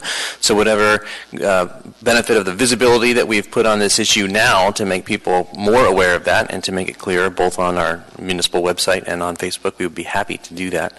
If there are other questions I can help clarify, I'm happy to do so. Thank you. Ms. Quinn Davidson. Thank you, Mr. Chair. I just wanted to thank Mr. Falsey for working on this. And I also wanted to thank the speakers who came today to talk about how important art is in our community and about the difference it makes. And I think it's important, and I'll absolutely be supporting this and support the underlying idea as well. And I just quickly, you know, in hearing some of the questions about how valuable and what a priority art is in our community, I just Googled quickly, and one study popped up about how art contributes to our physical and mental health, education and personal development, economic vitality, and social cohesion. And I see that in Anchorage, and I thank you for doing the work you do. Thank you. Ms. Kennedy. Thank you, Mr. Chair. Yes, we certainly heard from a few people that want to support this, and I will say that to a certain extent this is controversial because art in and of itself can be very controversial. And I think for purposes of exactly what Mr. Dyson said, there are certainly people who do not like this ordinance at all, but it is already in municipal code, and the only value that I really see to it is the idea of trying to keep the works of arts that we have in some kind of nice condition, because some of them can really get deteriorated and dilapidated, and they're no longer art, they're an eyesore. So that's been one of the biggest challenges, I think, of our art, has been trying to make it still look decent. So having said that, though, I do have some serious concerns about the idea of non-permanent art. And without going into a great deal of conversation about that, I will just move an amendment to delete in Section 1, line 10, that we would not be expanding this program, but would just stick with what we traditionally have. So anyway, if I get a second for that, I'll speak more. If not, we're done. I'm moving to an amendment to delete item 10, which is non-permanent art, ephemeral art, biodegradable, portable, or performative works. And is there a second?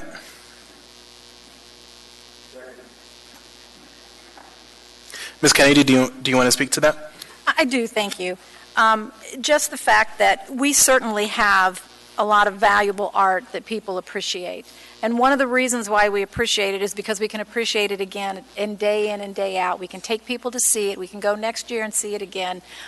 It's always there. And when you take that away, when you take away the permanency part of it, then you can only share that one time. And there's a big difference between an hour's worth of some kind of temporary art versus 20 years of it. And it seems to me that a lot of what we're really trying to do here is to protect the art that we have, to make sure that the funding that we get actually goes toward maintaining it. This is not about the value of performing arts. Believe me, I enjoy that just as much as anybody else. But the idea of trying to make that in some kind of public capacity to where it can be enjoyed for generations, just the capacity isn't there. So I'd like to see that part removed, just so that we don't actually expend money for something that is so temporary and not lasting. So, thank you. Thank you. Mr. Constant, on the amendment? Actually, I was going to speak on the main motion. Sure, I can keep you in the queue. Mr. Weddleton, on the amendment? Thank you. Not too many years ago, I might have agreed with Assemblywoman Kennedy, but I went and watched the process for that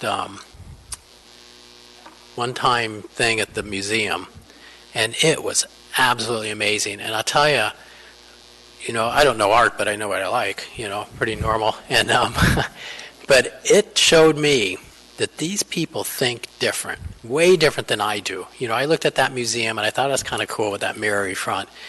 These people looked at it and said, what if we dangled people in front of it and did this big light show behind them and get some guy to make some music, and we should just do it one night and see who shows up. And it was amazing to me. And Sheila, how many years ago was that? So it's about 4 years ago. I tell you, I can remember it was like yesterday. It blew me away. And it's not totally temporal, because I also watched the video online, which showed it from a different viewpoint that was not quite as cool, but really just as profound. So it is amazing. This temporal art, I'm really glad it's in there, because that we need more people like you who think so weird. Thank you. Mr. Perez-Verdia, on the amendment.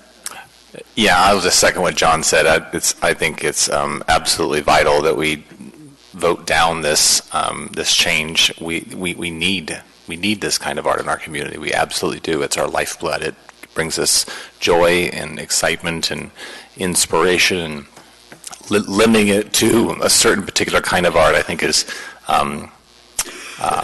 scary and sad. So I will not be supporting this amendment. Thank you. Seeing no further discussion on the amendment, members may proceed to vote. Mr. Dunbar, how do you vote? No.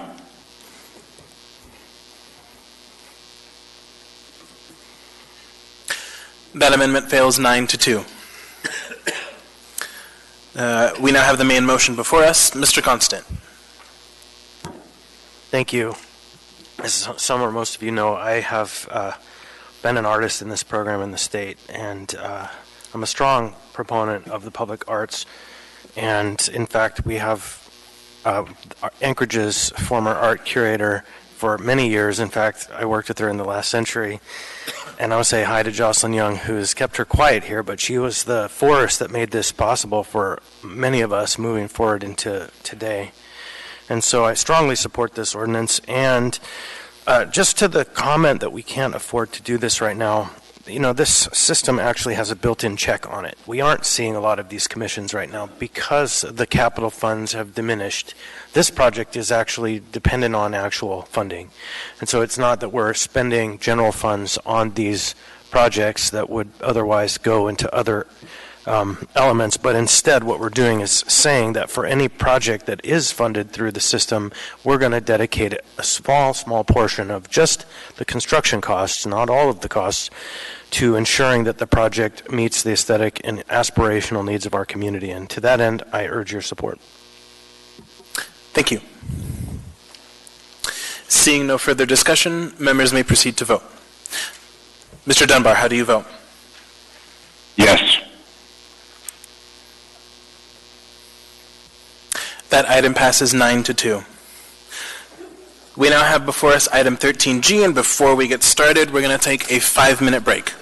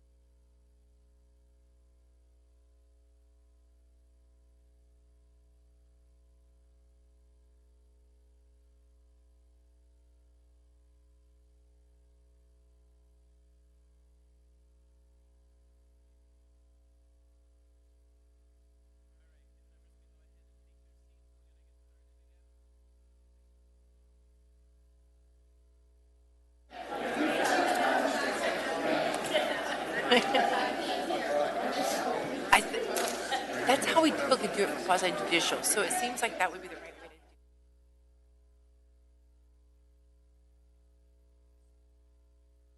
it. Then they ask. We now have before us item 13G, resolution number AR 2019-357, a resolution of the Anchorage Municipal Assembly denying a marijuana license and conditional use permit with variance to encroach within a required 200-foot separation buffer to a nearby protected land use, Hope Church, for Alaska Sense LLC, a marijuana retail sales establishment with license number M10254, doing business as Alaska Sense LLC. So before we move on, I just have a quick script to read here. So I'm going to summarize a memo from our Assembly Council, which is included in the AIM you just received, AIM 147-2019, regarding the process for the public hearing regarding the proposed new retail marijuana establishment for Alaska Sense LLC in the downtown area on 4th Ave. The Assembly resolution before us currently is for the denial of the retail marijuana license based on not complying with all of the marijuana establishment conditional use permit standards of Title 21 applicable to this parcel, and for the denial of the conditional use permit based on the failure to meet the standards of approval, specifically the separation distance of 200 feet from a protected land use, the Hope Church. This application includes a variance request from the applicant asking for relief from strict application of the 200-foot separation distance requirement. The Planning Department recommends denial of the variance as well because of failure to meet the standards for a variance approval. The Assembly held a work session on October 18th and gathered more information and public comments among other documents which have been attached to AR 2019-357 as AIM 147-2019, as I mentioned before. The Assembly will consider this application in its administrative or quasi-judicial capacity and will follow the applicable processes set out in Anchorage Municipal Code 3.60, such as hearing procedures and ex parte contact prohibitions. Staff will start the hearing with a presentation of a staff report. Alaska Sense will then be given an equal amount of time, 10 minutes, to present. A maximum of 5 minutes may be reserved for rebuttal at the conclusion of the public hearing if Alaska Sense wishes to do so. An open public hearing will follow in which members of the public, including representatives of Downtown Hope Center, may testify in accordance with standard public hearing limitations. Staff may further advise the Assembly at Assembly request. The Clerk's Office has compiled all of the documentation received over the last few weeks, and we have just received it tonight. It is my intention that after the presentations and the public hearing are complete, to ask for a motion to postpone this item until a special meeting can be held of the Assembly on Tuesday, November 12th. And that will allow the application and all the evidence in the record for this matter to be reviewed. With that, we'll go ahead and start with the staff presentation, and I will put a timer on for 10 minutes. All right, thank you, Mr. Chair. And for the record, my name is Ryan Yell with the Planning Department. This is a request for a conditional use permit for a marijuana retail sales establishment to be located downtown within the B2B district. This site is located on East 4th Avenue, northeast of the intersection of Barrow Street and East 4th Avenue. The applicant is requesting 1,585 square feet of space to be licensed for marijuana retail. The hours of operation listed in the application state that the business plans to be open Monday through Sunday between 8 a.m. until midnight. The proposed establishment does not meet the required separation distance to a nearby religious assembly, thus a variance request to encroach within the required 200-foot separation buffer as required by Anchorage Municipal Code 21-50420C1A accompanies this conditional use permit application. The Assembly may approve a conditional use permit for marijuana if, in the judgment of the Assembly, the application meets the following approval criteria. The Planning Department has conducted an analysis of the application and the request and presents the following findings. For Standard A of the conditional use approval, the Planning Department believes the standard is met. The Anchorage 2040 land use plan map classifies this site as city center, and the 2007 Anchorage Downtown Comprehensive Plan Downtown Districts diagram classifies this parcel as within the downtown mixed use area. That proposed commercial use of this property is consistent with this parcel's classification as defined in the Anchorage 2040 Land Use Plan and the 2007 Anchorage Downtown Comprehensive Plan, as well as its current B2B zoning designation. For standard B, we find that the standard is not met.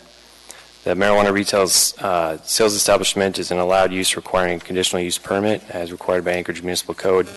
The required separation distance to nearby protected land uses is not met. In accordance with Anchorage Municipal Code 2150-420C1A, marijuana retail sales establishments shall be 200 feet from a protected land use as required via straight line from lot line to lot line.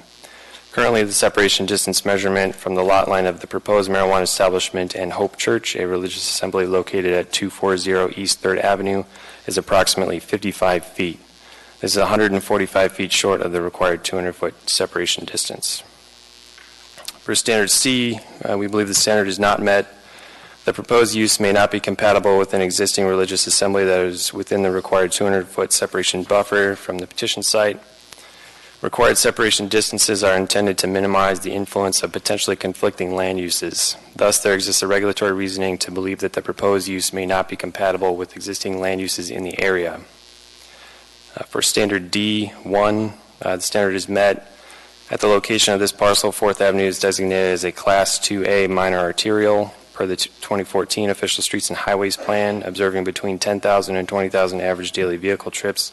The downtown area is developed with sidewalks and traffic control devices to accommodate safe pedestrian travel. And an important note is off-street parking is not required in the B2B district. For standard D2, standard is met. This proposed use will not have a negative impact on public services. Downtown Anchorage is developed with urban amenities. The streets are paved with curb, gutter, storm drain, sidewalks, and traffic control devices. The site also has multiple public transportation routes at regular intervals within a quarter mile from the petition site. Standard D3, the standard is met. No air, water, or other forms of environmental pollution greater than permitted by code will result from this proposed marijuana retail sales establishment. All waste product will be disposed of in a manner detailed in the applicant's waste disposal plan. For standard D4, the standard is met. The zoning, land use, and general area development pattern will not change as a result of this use. In regards to the variance request, Alaska Sense is applying for a variance to encroach within the required 200-foot separation buffer as required by Anchorage Municipal Code. The lot line of the proposed establishment is approximately 55 feet from the lot line of Hope Church, a religious assembly located at 240 East 3rd Avenue. The petitioner initiated their state application on February 7th, and the Planning Department became aware of that initiation on February 8th, 2017. And at that time, neither the petitioner nor the Planning Department was aware of the presence of Hope Church. In regards to the approval of the marijuana variance and the process for that approval, the Assembly shall hear and decide applications for variances from the provisions of this section 2150-420.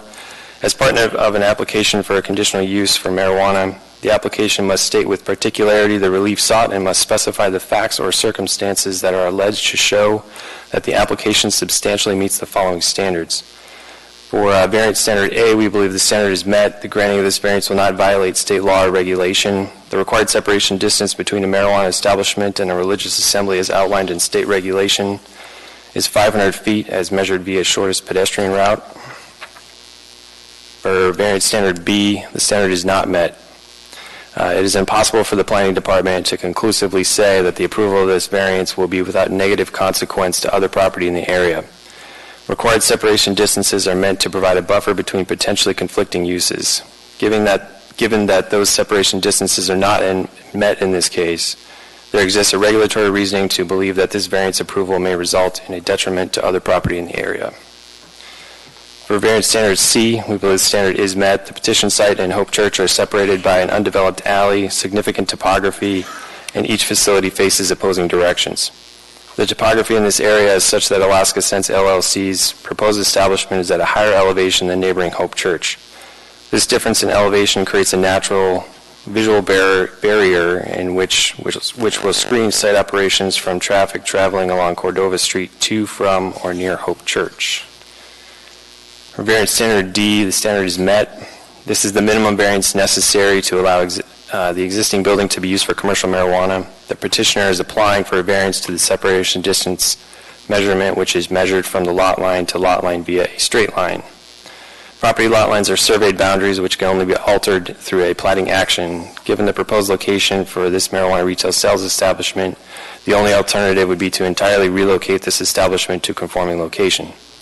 Compliance with separation distance measurements via shortest practical pedestrian route are met.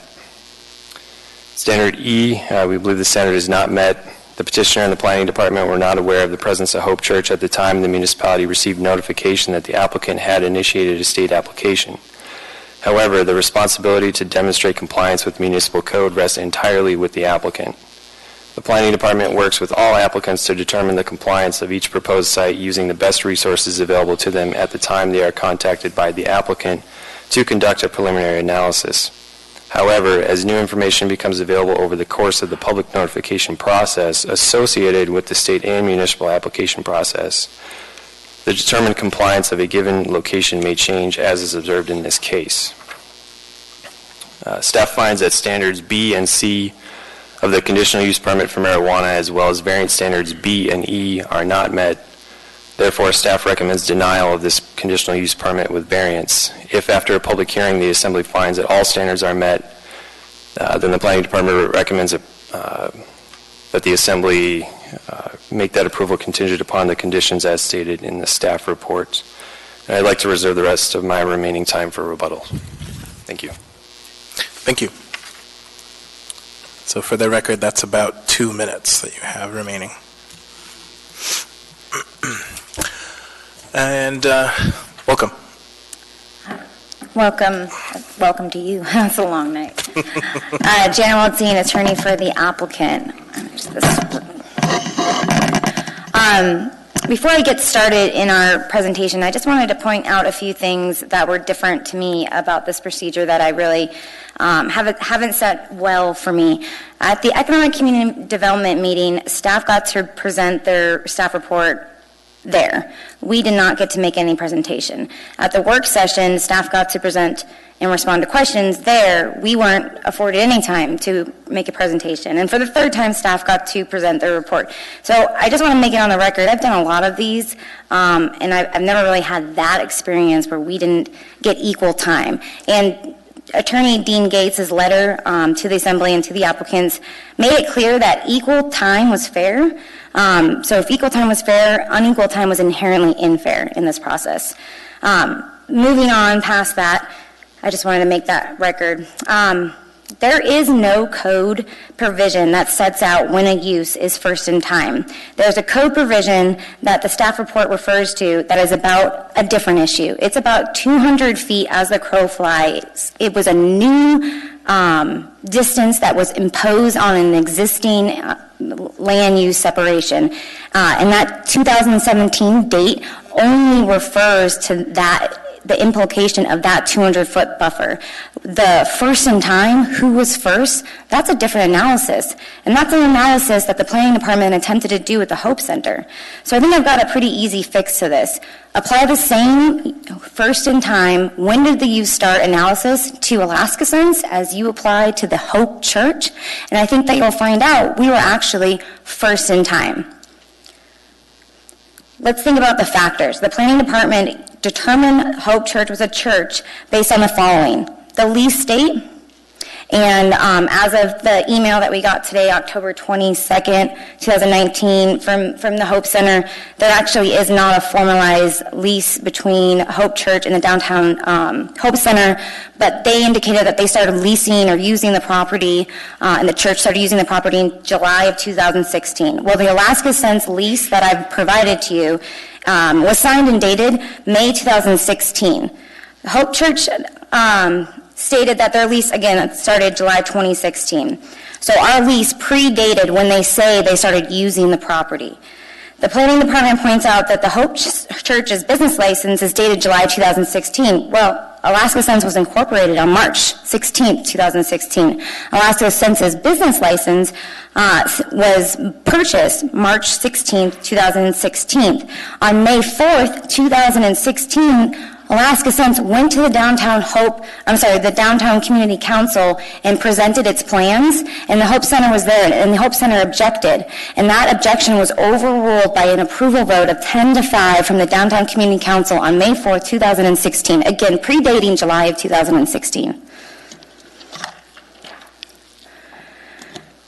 The 200-foot setback that refers to in the staff report is a concept of when that 200-foot buffer comes into effect. It is not the definition or the code provision that addresses what is the first use in time. That is done by that analysis that the planning department's already done and already applied to the Hope Center. Just apply it here. Just apply it to Alaska Sense. Then you don't have to answer the question of, is this a church? Did the planning department mess up? Is Alaska Sense not compliant? All of those issues will be resolved if you just apply the same standard you've already applied to the Hope Church. We had the lease before Hope Church had the right to possess. We noticed the community and got community support 3 months before the Hope Church started its, possession of that area and started providing services. Additionally, wouldn't the Hope Church need to file for a change of use? If this process has taught me anything, it's that every single use is supposed to file a change of use if it's going to change its use for the building. That's what I learned in this process. You have to file a change of use. If you're a retail going to a restaurant, you need to file a change of use. If you're an assembly going to an office space, you need to file a change of use. Has a change of use been filed? No.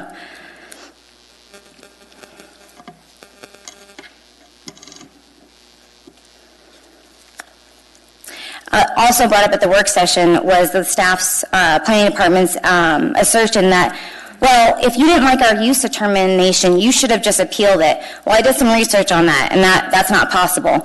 2114-010C, any person may appeal a director's interpretation regarding a term used in this title to the zoning board and examinators in accordance with 2103-050B. Yeah, 050B. That refers to determination of a use classification under 2103.220.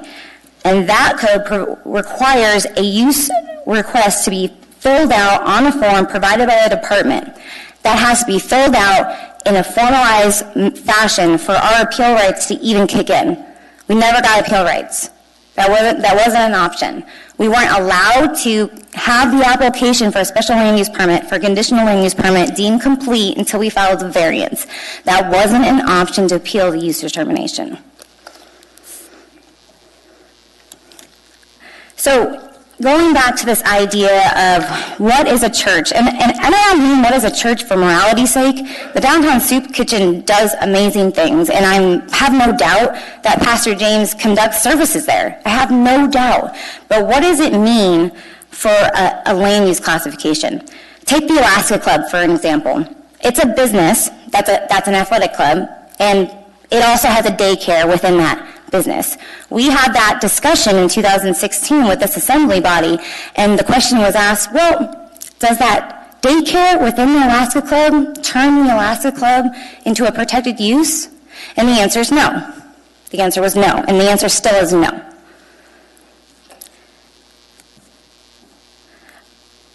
The same concept for a pond, a hockey pond. Does that turn it into a hockey rink? Does it turn it into a protected athletic field? And the answer is no, because that use is ancillary to its primary existence, which in the pond's circumstance is natural, but in the Alaska Club's circumstance, it's supposed to be an athletic club. You can't have two primary uses for the exact same space. You can have two primary uses in the exact same building, but that's not the situation we have here. The user agreement that was provided to you, and this one's not filled out or signed, but the user agreements I provided to you that were signed from other churches with the Downtown Hope Center said that they got to use the dining room for 2 hours once a week. They can't have the same space, the same square footage, and be a primary use.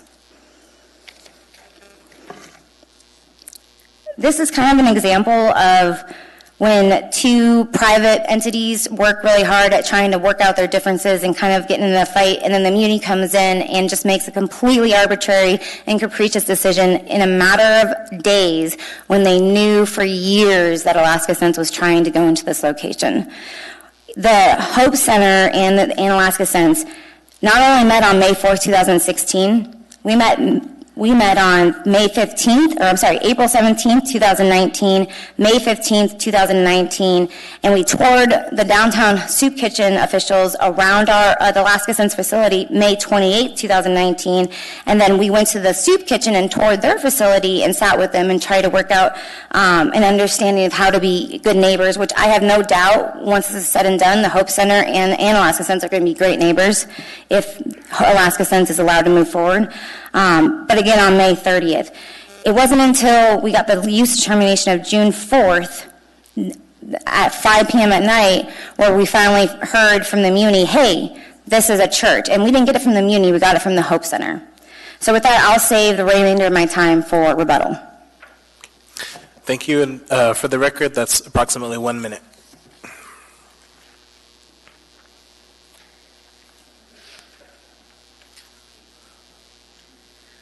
Okay, my name is Shirley. I want to say this real quick. Sure. So we are going to open up public testimony at this point. Just really quick. For the public, you have approximately 3 minutes. If you can state your name for the record, and then to help us out, if you could please line up, and if you are unable to stand, please sit in the first couple of rows. Okay. So if you can go ahead and state your name for the record. You want to? No, you can go ahead, give your public testimony now. Yes, no. Sit down? Or? No, you can give your testimony now. Okay. Yeah. 2 things. Y'all have okayed a lot of pot shops opening up. Yet a few years ago, we had several shops break the law by giving things like free samples, etc., and they didn't know what they were doing opening a pot shop because everybody was doing it. There's money in it.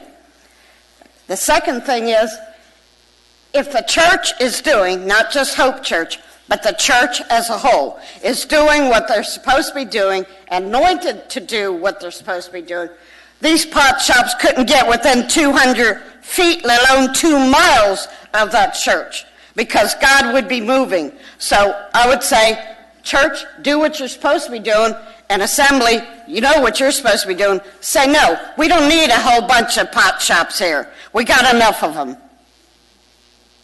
Ma'am, could you give your name for the record? I don't think we got your name. Sorry, I can hear you. If you can give your name for the record, please. I'm sorry? If you could give your name for the record. It was, I forget the name of it. The guy said he couldn't do it because... Sorry, your name. Could you give us your name? Shirley. Thank you.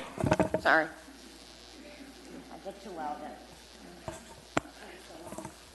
Welcome. Thank you very much, Chairman Rivera and all of you assembly members. I appreciate your position and your responsibility and the seriousness with which you take that. I'm very grateful to have observed that. And as we pledged to the flag, we are one nation under God. And I'm conscious of that. And you as servants, public servants, are viewed by God as part of his teamwork. The scripture specifically calls you ministers of God. And so I want to thank you. My name is James Martin. I am the pastor of the Hope Church that has been implicated in this. And just want to say that I'm grateful for the privilege of living in Anchorage and serving especially the homeless people that call the Downtown Hope Center a place of safety for them. And I want to share with you just a personal testimony that I have permission to share.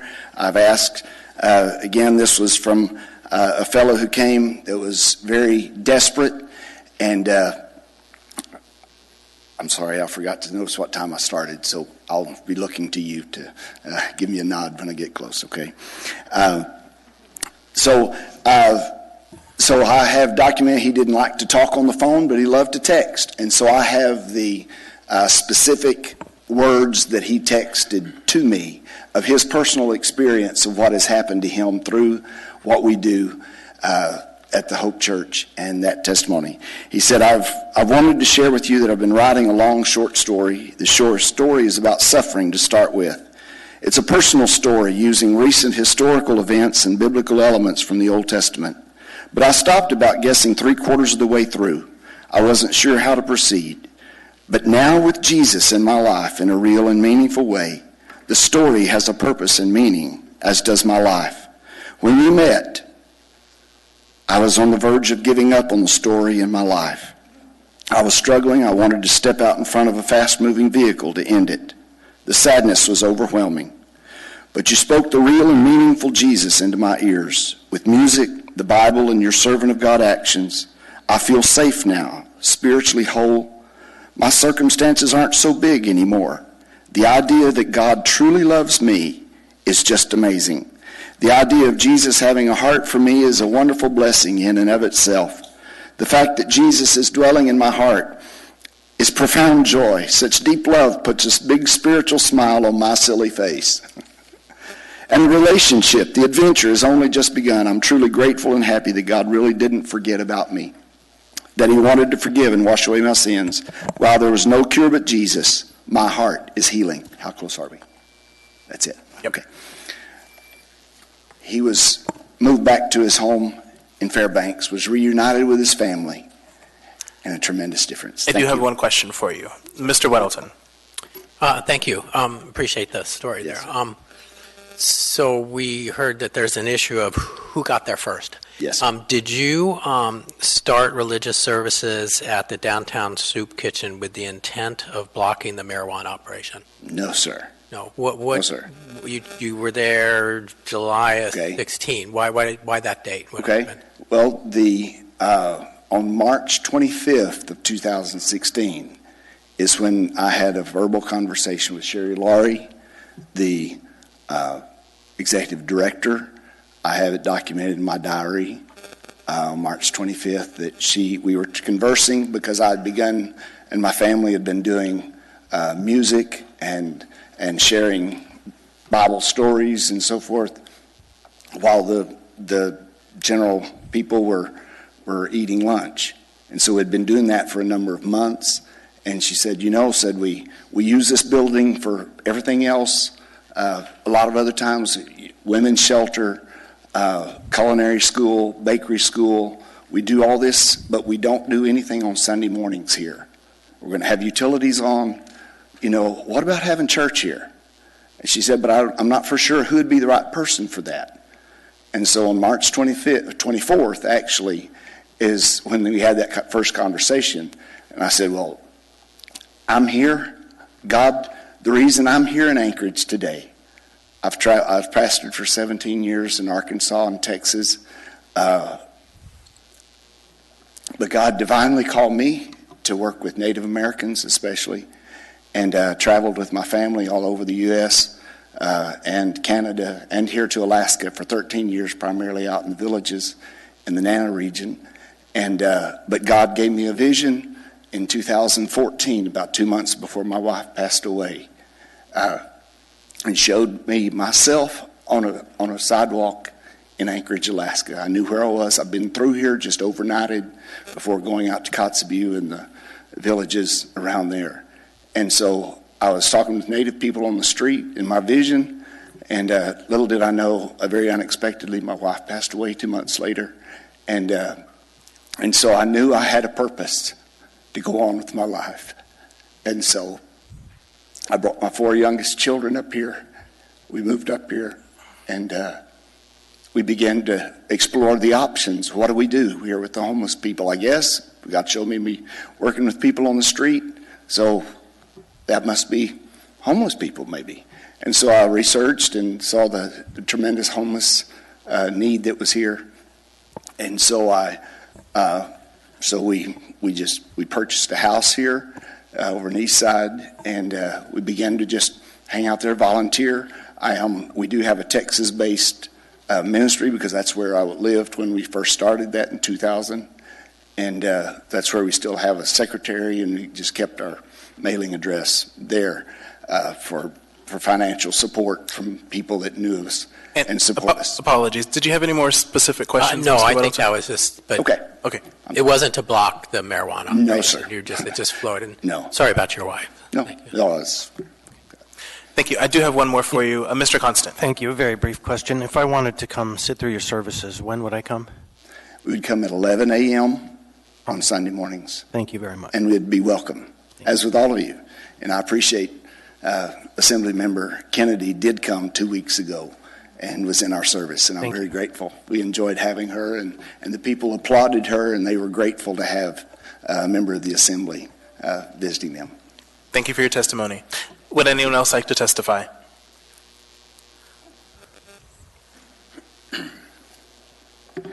My name is Russ Reno. I've talked before this assembly many times representing the Downtown Community Council. Today I'm representing myself as someone who has been a party to a lot of these meetings that took on and a lot of these things that we did with the Downtown Soup Kitchen and with the people who are trying to build the cannabis store next to it. We worked diligently to help them get together and talk and to work out a plan on how to do this. I don't think there's any way you could do anything other than deny this today based on the fact that what the city is showing you is it doesn't comply with. We don't want a variant. We don't want to be giving out variances to licensees.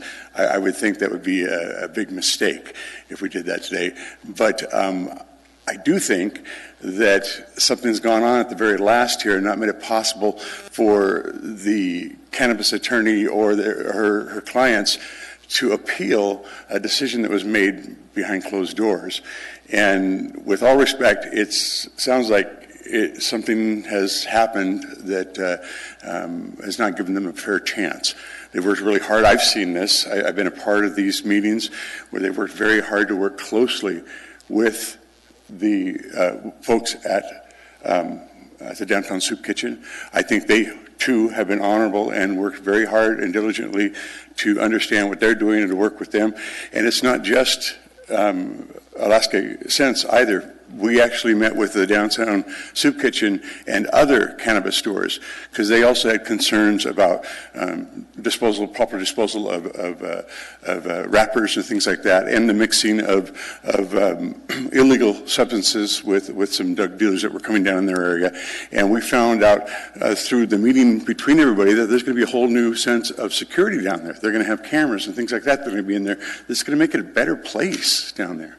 One final thing I'd like to say is that we had there was some kind of a land swap that took place, and in fact, it was one of the members of our Downtown Community Council was involved with it, and that's how the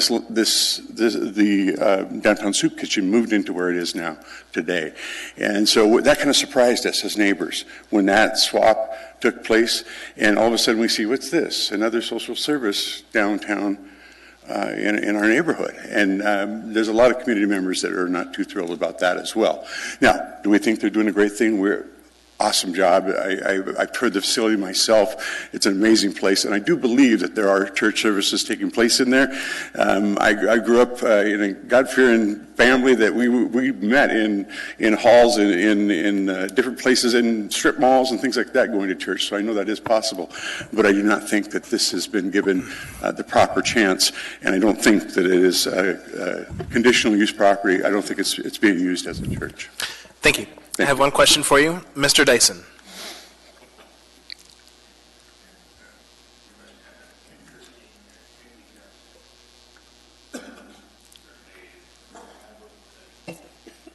That Ms. Kennedy and I represent have very few business people and almost all just homeowners and so on. Are there many homeowners, people that live downtown that participate in the Downtown Community Council? Yes, an awful lot. A lot of them live in my complex too. We meet right at the second floor of the historic Anchorage Hotel, and Turnagain Arms is right across the street. We have, I think there's 67 units there. Plus there's other Augie Hubert's daughter is also, she lives right down the street, if I recall right, and I don't mean to drop a name there. But The answer to my question Yes. is yes. Yes, it Thank is. you, Mr. Chairman. Thank you. Mr. Constant. Thanks. Russ, there was an email I believe you saw that came through the packet that described the Downtown Community Council as a body that was taken over by alcohol and marijuana activists. What are your thoughts on that communication? I think that's the farthest from any possibility. We try our best to listen to every single person, and we bring in anybody that wants to be. I know other people are doing this as well. We're going down door to door trying to get more people involved. We have members on our board that are also part of the Hope Center as well that come in there, and they've been coming regularly for quite some time now. We encourage that. So are we being controlled by cannabis shops and members of that? No, I don't think so at all, because we've been completely open and requesting people to be a part of our group many times, and we really do follow that process very seriously. Thank you. Thank you for your testimony. Mr. Peterson. One more, Russ. Sorry I didn't get my light turned on soon enough. Thank you, Mr. Chairman. My question is, do you think these two uses could get along, could be compatible? Oh, most definitely. I sat through, Sylvia Velomides is now our acting president of the board. She put together a mediation portion where we got together and met with each of them. We toured the facility, both the marijuana shop as well as Hope Center. We went through those, and we all learned a lot from it.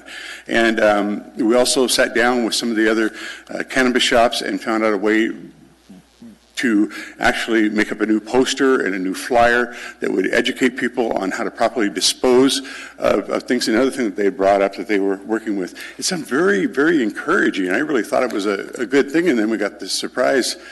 We thought, wow, our work that we did to try to get them together, get them talking, kind of got thrown out the window all of a sudden. All right, thank you. Thank you. Would anyone else like to testify?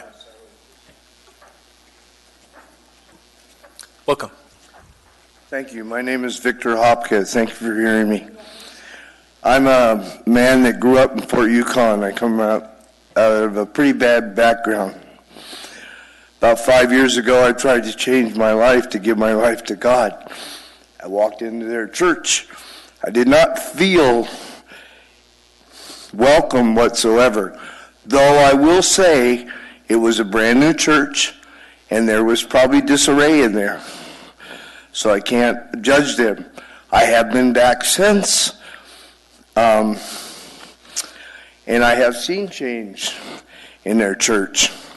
And I have seen a congregation that has really come to worship God as what I believe to be Jesus Christ. Now, I do believe, I heard you ask a man, do I believe these two can have a very good relationship? I do believe they can. I'm a combat vet. 10 years of combat, 7 Purple Hearts, and I do use cannabis. And it's not good for my lungs. I have breathing problems, but I use it in butter. And I do smoke it. I'm not supposed to, but I do. And I'm one who believes that I really believe that some people got sticks up their nose and don't want to hear other people's attitudes. And I believe if they do work together, they can have a very good relationship. I believe both sides got a lot to offer each other. Just they need to get rid of their humanistic attitudes. Thank you for hearing me. Thank you. I have one question for you. Mr. Weddleton. Oh, Mr. Hopkins, thanks for sharing your story. So, I'm sorry, when did you first go to, you went to Soup Kitchen and you went to church there? When I used to volunteer at the old Soup Kitchen many years ago, I used to go in and cook soup. When they first moved it, and then when they first brought it must have been either latter 16 or 17, right in maybe the summer of 17 was probably about the first time I went in there, sir. All right, thank you. One more question. Mr. Constant. Thank you, Mr. Hopkins, very much for your testimony. And one question for you. When you go in there for their services, can you describe to me what the setting is like? Well, when I went in there the first time, and, you know, they have a bunch of tables all over, and they had back in the corner, they had some musical instruments, and they worshiped God, and just basically like a normal service, but instead of having pews, they had tables out, and so it was kind of a big room with not a lot of people, but spotty all over. And it was a warm service. I mean... Awesome. So just a quick follow-up then. You've been there for lunch? To the new... yes, sir. So are those the same tables that you used for the services? They were at that time, yes, sir. Thank you very much. Thank you. Thank you for your testimony. Would anyone else like to testify? Welcome. Thank you. Good evening. My name is Sylvia Benavides. I am the acting president of the Downtown Community Council, and I'm also the chair of the Alcohol and Marijuana Committee of the Downtown Community Council. I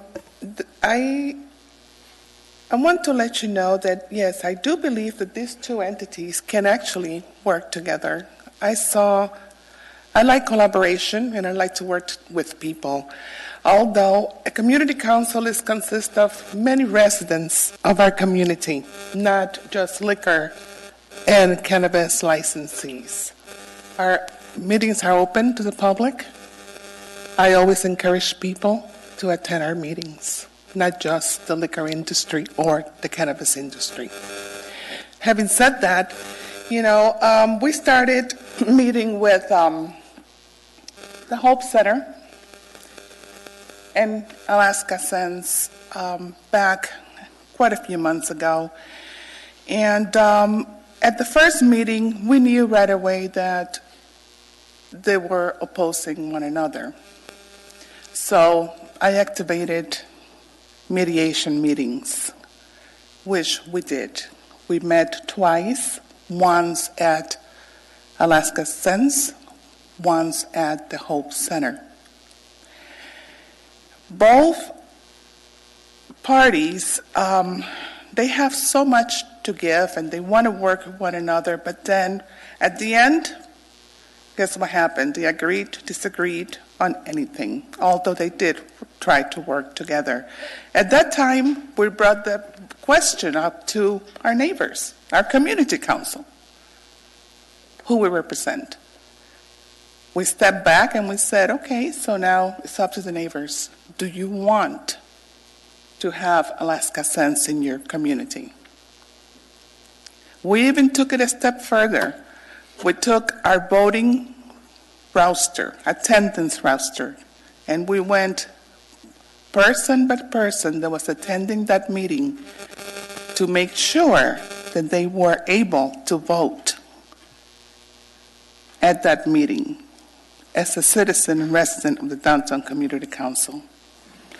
The residents decided at that meeting that they were going to go ahead and approve the memorandum of understanding with Alaska Sense moving forward. If in your packet, I'm sure you have the memorandum of understanding and the conditions that we put in there, which there's quite a few in there. Working together, mediation with each other if needed, security, lights. We wanted to make sure that everything that we could do in our power as a community council. Just to clarify, are you speaking on behalf of your community council? That's what I said when I first started. Okay, thanks. Why? I have 2 more minutes? Yep. Okay. So I really believe, just in conclusion, I really believe that we welcome both entities in our community. And as a council acting president, I hope that we can move forward with a really good resolution to this matter in collaboration. Thank you. Thank you. I have some questions for you. Ms. LaFrance. Thank you, Mr. Chair. How many members voted on the MOU, or how many people do you know? I don't have it right in front of me. I wish I did, but I don't. But I know that it was, Jana, do you happen to? It was 11 to 2. Thank you. Thank you. Mr. Peterson. Thank you, Mr. Chairman. And good to see you again, Sylvia. So you've been sort of serving as a volunteer mediator in this situation. How do you think a resolution might be written up or agreed to by these parties without having to go to court and spend many dollars, and then when it's all over, everybody's unhappy? So how would you propose that we come up with a solution? Well, the way that I see it, in the Memorandum of Understanding, there's quite a few conditions that we put in there. And Alaska Sense will have to follow that. And if they don't, then Hope Center can always come and object to what they're doing. At that time, we, the council, will take it further and we'll bring it up to you if need be, if they're not doing what they say they're going to do by signing the Memorandum of Understanding. I think they should be able to work together. The church and the security cameras, I just think there's positive there. And they know that I do, because they know that I do. I always talk to them. So I'm a very positive person. I like working with people, and I think that this will work if a chance is given. Thank you. Thank you. Thank you. Thank you for your testimony. Would anyone else like to testify?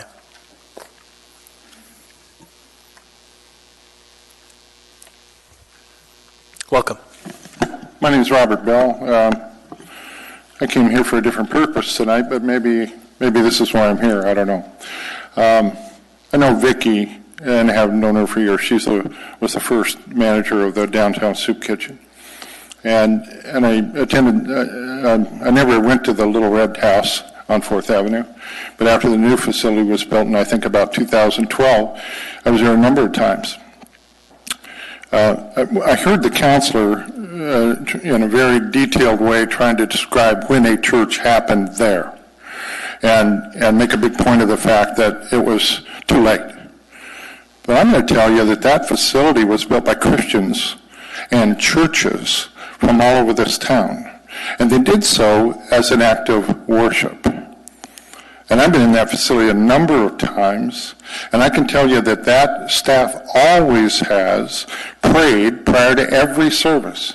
That is food service.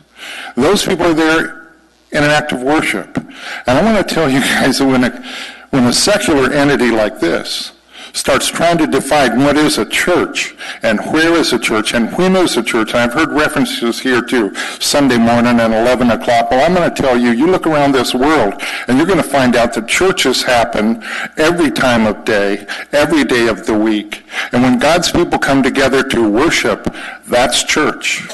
When God's people come together, that's church. And some people come together to worship by work. They put their worship to work, and they come there to serve a meal and help out people who are in need. And I'm telling you that's happened at the Downtown Soup Kitchen since day one and has continued to happen every week, every day since then.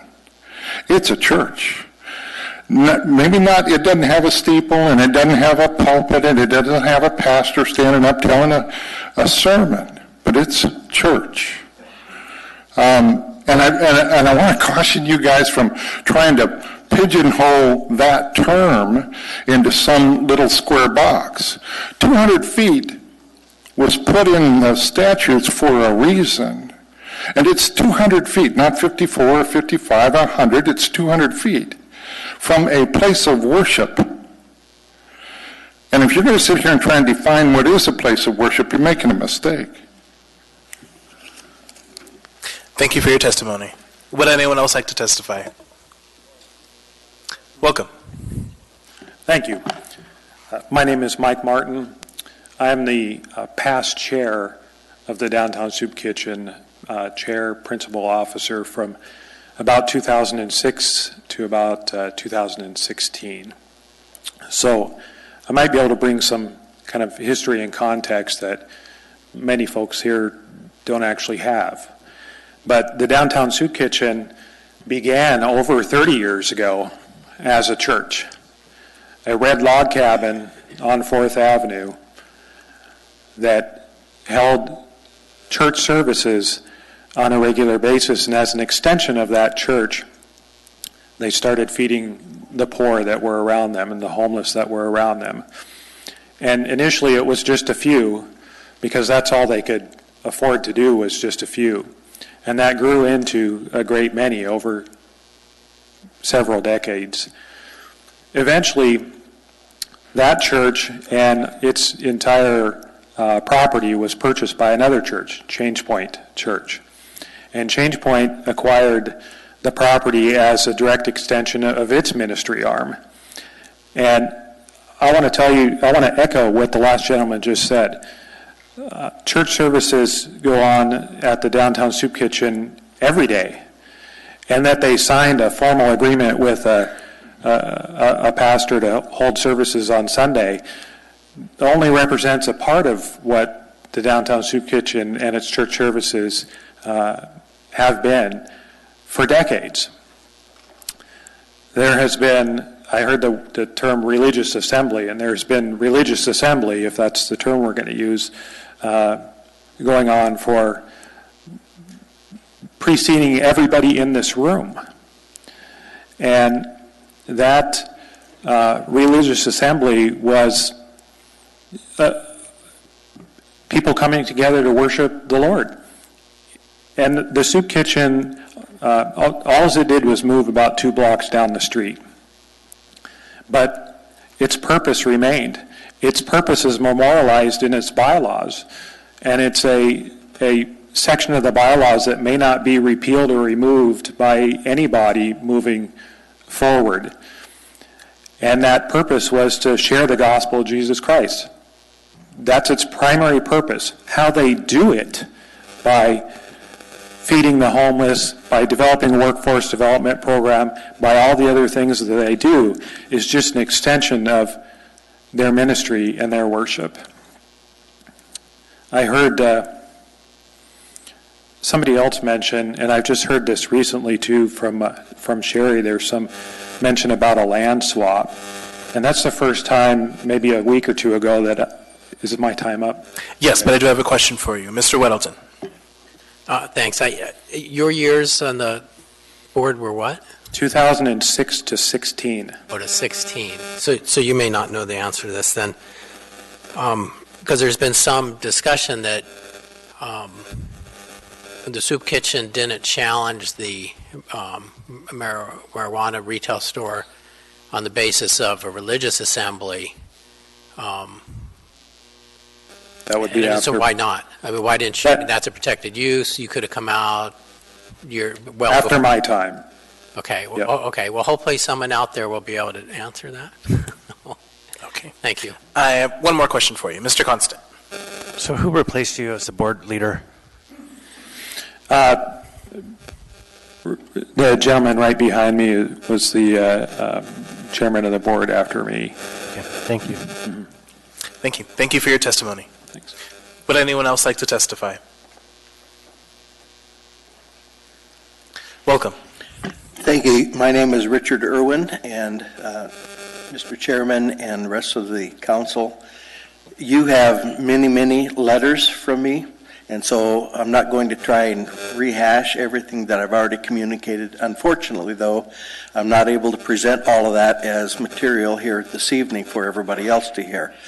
So what I'd like to do is I would like to read my letter that I sent to you, my most recent letter, and that goes like this. Thank you for allowing public testimony on the matter being heard this evening. As you know, I've communicated with the Assembly many times since 2016 regarding issues around retail marijuana stores. I have served both as the president of the Downtown Hope Center and as a consultant to the Feed Me Hope culinary and bakery program. Tonight, I stand here not on behalf of the Hope Center or the Hope Church, but as a former local pastor. My comments are made with knowledge in this particular case, however. In the last 4+ decades, I've had the privilege of launching or planting 4 churches as well as serving on a team of several other churches. I've had the privilege of serving on the board of the Church of Anchorage, which represented many local churches to serve in varied capacities in Anchorage. As a church pastor, I was also involved in the amending of Title 21 to allow church facilities to provide cold weather sheltering. This ministry continues continue our city here today. In the planting of local churches, we initially began using space in a home, retail space, or a public school. In each case, as a congregation grew, building expansion took place to accommodate the growth. Myself or a designated person worked with the Planning and Zoning Department to be certain that securing facilities and remodel projects were conducted in proper compliance. One of the issues raised regarding the Alaska Sense LLC variance request is the question of what defines a church, i.e., our cherished colleagues, the Salvation Army, provided services to the homeless, successfully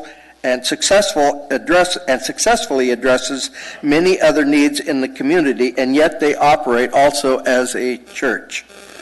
The word ministry also is defined as service. The definition of church is the ministry or service it provides. In this city, there are a tremendous number of church ministries renting space in strip malls, business facilities, schools, and shared spaces with other assemblies in a church building. Catholic, Protestant, Jewish church services are carried out in our hospitals every week with no designated church building.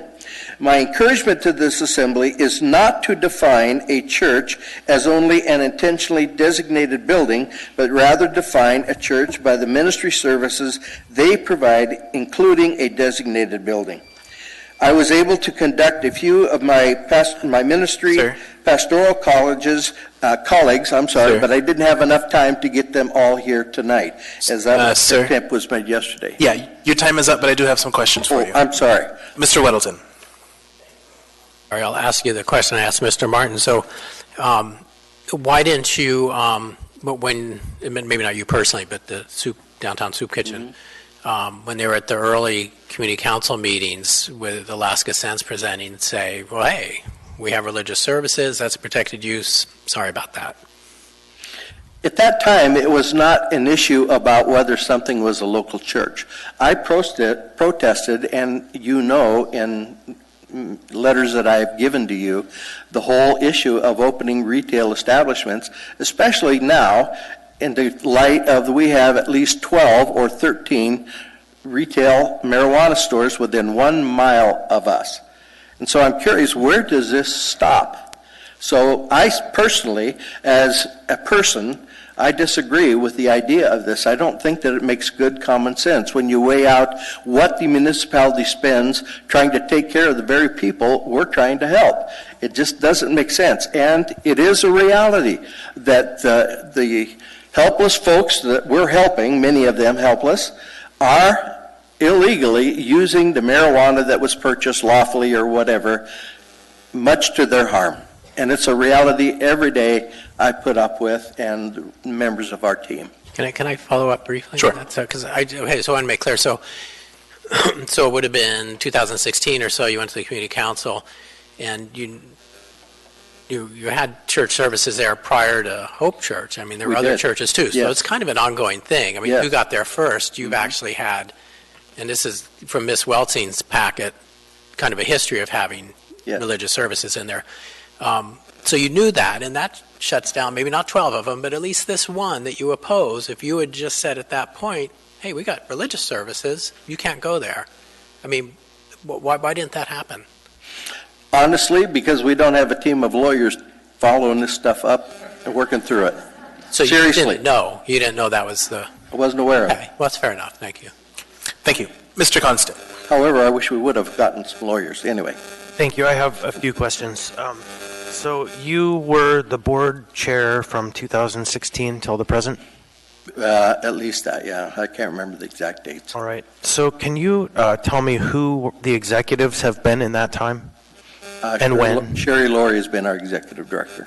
So in the packet and this lease document that came to us, it's listed that Dean Williams is the executive director. Dean Williams was our executive director. When was he your executive director? Must have been 2015, 16, somewhere in there. Okay, thank you. Now, excuse me, Mr. Constant, I can answer those more directly if you want me to find out the dates. That's fine, and maybe in an email later would be acceptable. So Mr. Weddleton mentioned that there were some previous tenants offering religious services on Sundays in the building. And in fact, Ms. Weltzine provided in her packet the user agreements that you had. Now, I just want to have a little philosophical thought with you here. So one of the previous operator had operated in a number of locations, right? That operation, I forget their name, I don't want to dig through here. But in their application to the Hope Center, it listed that they offered services at the Fairview Rec Center and the Boys and Girls Club. Are you aware of that? I'm not sure who you're referring to, sir. Just 1 minute. So just assume that that's factual and it's with your application. Do you think that because you had a user agreement with the Fairview Rec Center, not you, them, that they had an agreement with the Fairview Rec Center to provide services on a Sunday, that then all of the rights and benefits of being a church would accrue 7 days a week at the Fairview Rec Center? Meaning, could that church control everything around? With all due respect, Mr. Constant, I really don't have any idea what you're talking about Okay, related I'll find to it. I'm Bernard sorry. Rec Center. I'm sorry. It's in the packet here. I hate to delay the game here, but I want to make sure. So you have an agreement with Pastor Daniel Song. And Pastor Daniel Song stated in his application of rental history to have a user agreement with you that he also hosted services from in 2008 at the Fairview Rec Center and actually for several months in 2012 at the Boys and Girls Club. So do you think that him operating that service for those months and years at those locations would grant to him the right to determine at the Fairview Rec Center or the Boys and Girls Club the right to tell other operators that they couldn't do things because it was in opposition to their faith? Yes, I do. Thank you. Thank you. Ms. Donatel. Thank you, Mr. Chair. I appreciate your testimony. I have a little bit of a disconnect. Mr. Weddleton's question about why action wasn't taken by the board or the Downtown Hope Center, but didn't you testify, I want to make sure I heard you right, that churches often start in retail spaces and you work with zoning before you plant them? Yes. So when this was bubbling up, why didn't... I didn't start a church here. It was already in operation. Had been before my engagement, actually. Okay, may I ask a follow-up? Thanks. Did you make any inquiries about whether or not they'd ever checked in with zoning, because that was one of the steps you previously used to take? Okay, thank you. Thank you. Ms. Kennedy. Thank you, Mr. Chair. Mr. Irwin, thanks for all of your letters. You've been trying to be really faithful in giving as much information as possible, so I appreciate that. But wasn't one of the reasons, for getting back to this question about why didn't you earlier look to have some kind of church status declared, wasn't one of the reasons that you were actually told not to bother?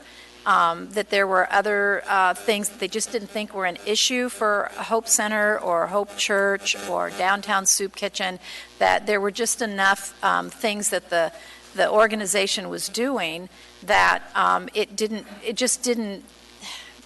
require that you pursue that specific kind of status. And it only really became more of an issue when you had to kind of defend what you were doing there. Because it had been going on for years, but now all of a sudden somebody was questioning that.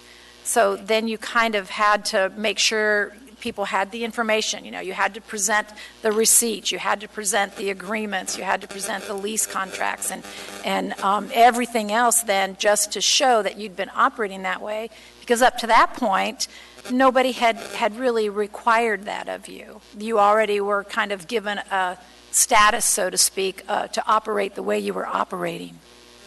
Can you comment on that? Through the chair, Ms. Kennedy,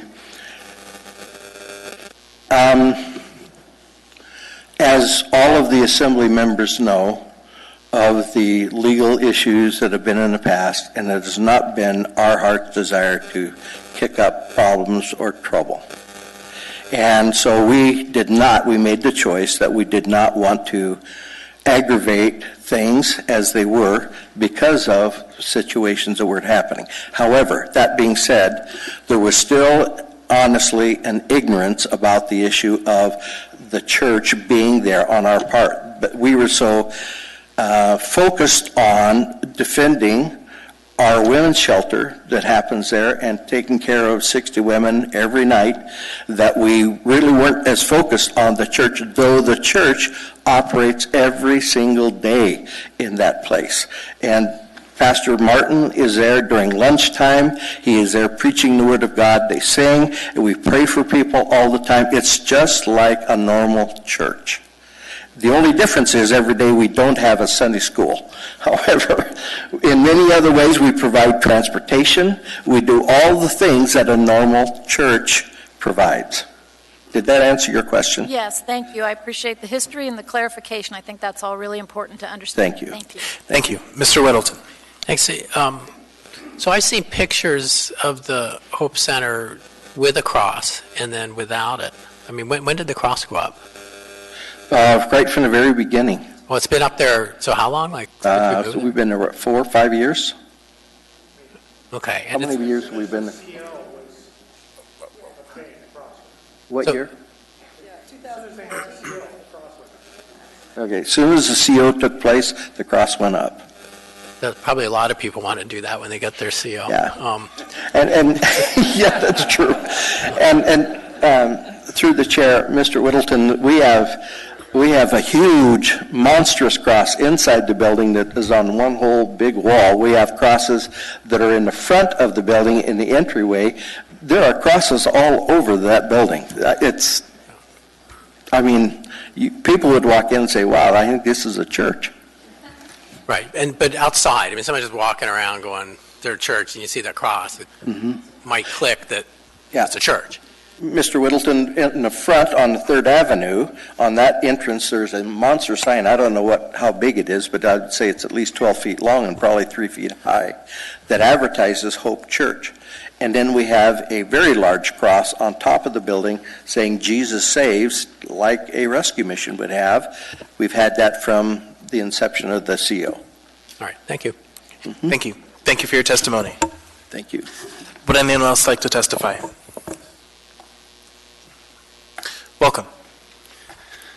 Thank you. My name is Matt Oberlander. I'm an Alaskan transplant. I'm a combat veteran, honorably discharged here out of the 140 Airborne Cav 425 Brigade here in Fort Rich. I'm a Wayland Baptist University alumni, and I am a small business owner in the city. I am the owner and operator of Top Shelf Tattoo Supply. I also work full-time for Heart of the City, which is a church in the Sunshine Plaza and part of the Downtown Partnership. I think that we need to take a historical look at this through the worldview of world civilization academically. Terminology is key, as the lawyer made it clear. Terms are not subject to definition. There are objective definitions that have been instituted, and we can look at history like we can look at case law. From 300 BC, from the days of Alexander the Great, when he was making his conquest and the Greek language was institutionalized as the mandated language spoken by the conquered people, the term ecclesia defines church. The church is simply defined in the gloss by linguistic scholars in the Bowers and the Fredrickson's lexicon as the gathering of people.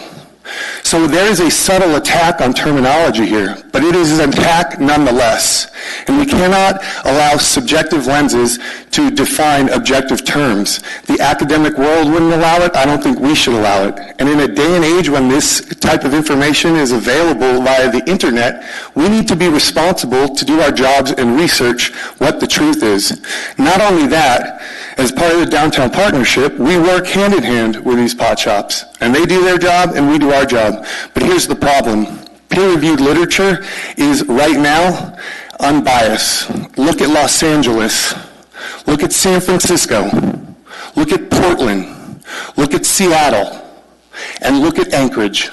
The homeless problem has the largest percentages ascribed to it as people with substance abuse issues and mental illness issues. And the ones with mental illness issues in the peer-reviewed literature will tell us over and over that they self-medicate with drugs and alcohol. Legal or not, they self-medicate. This is a problem for us.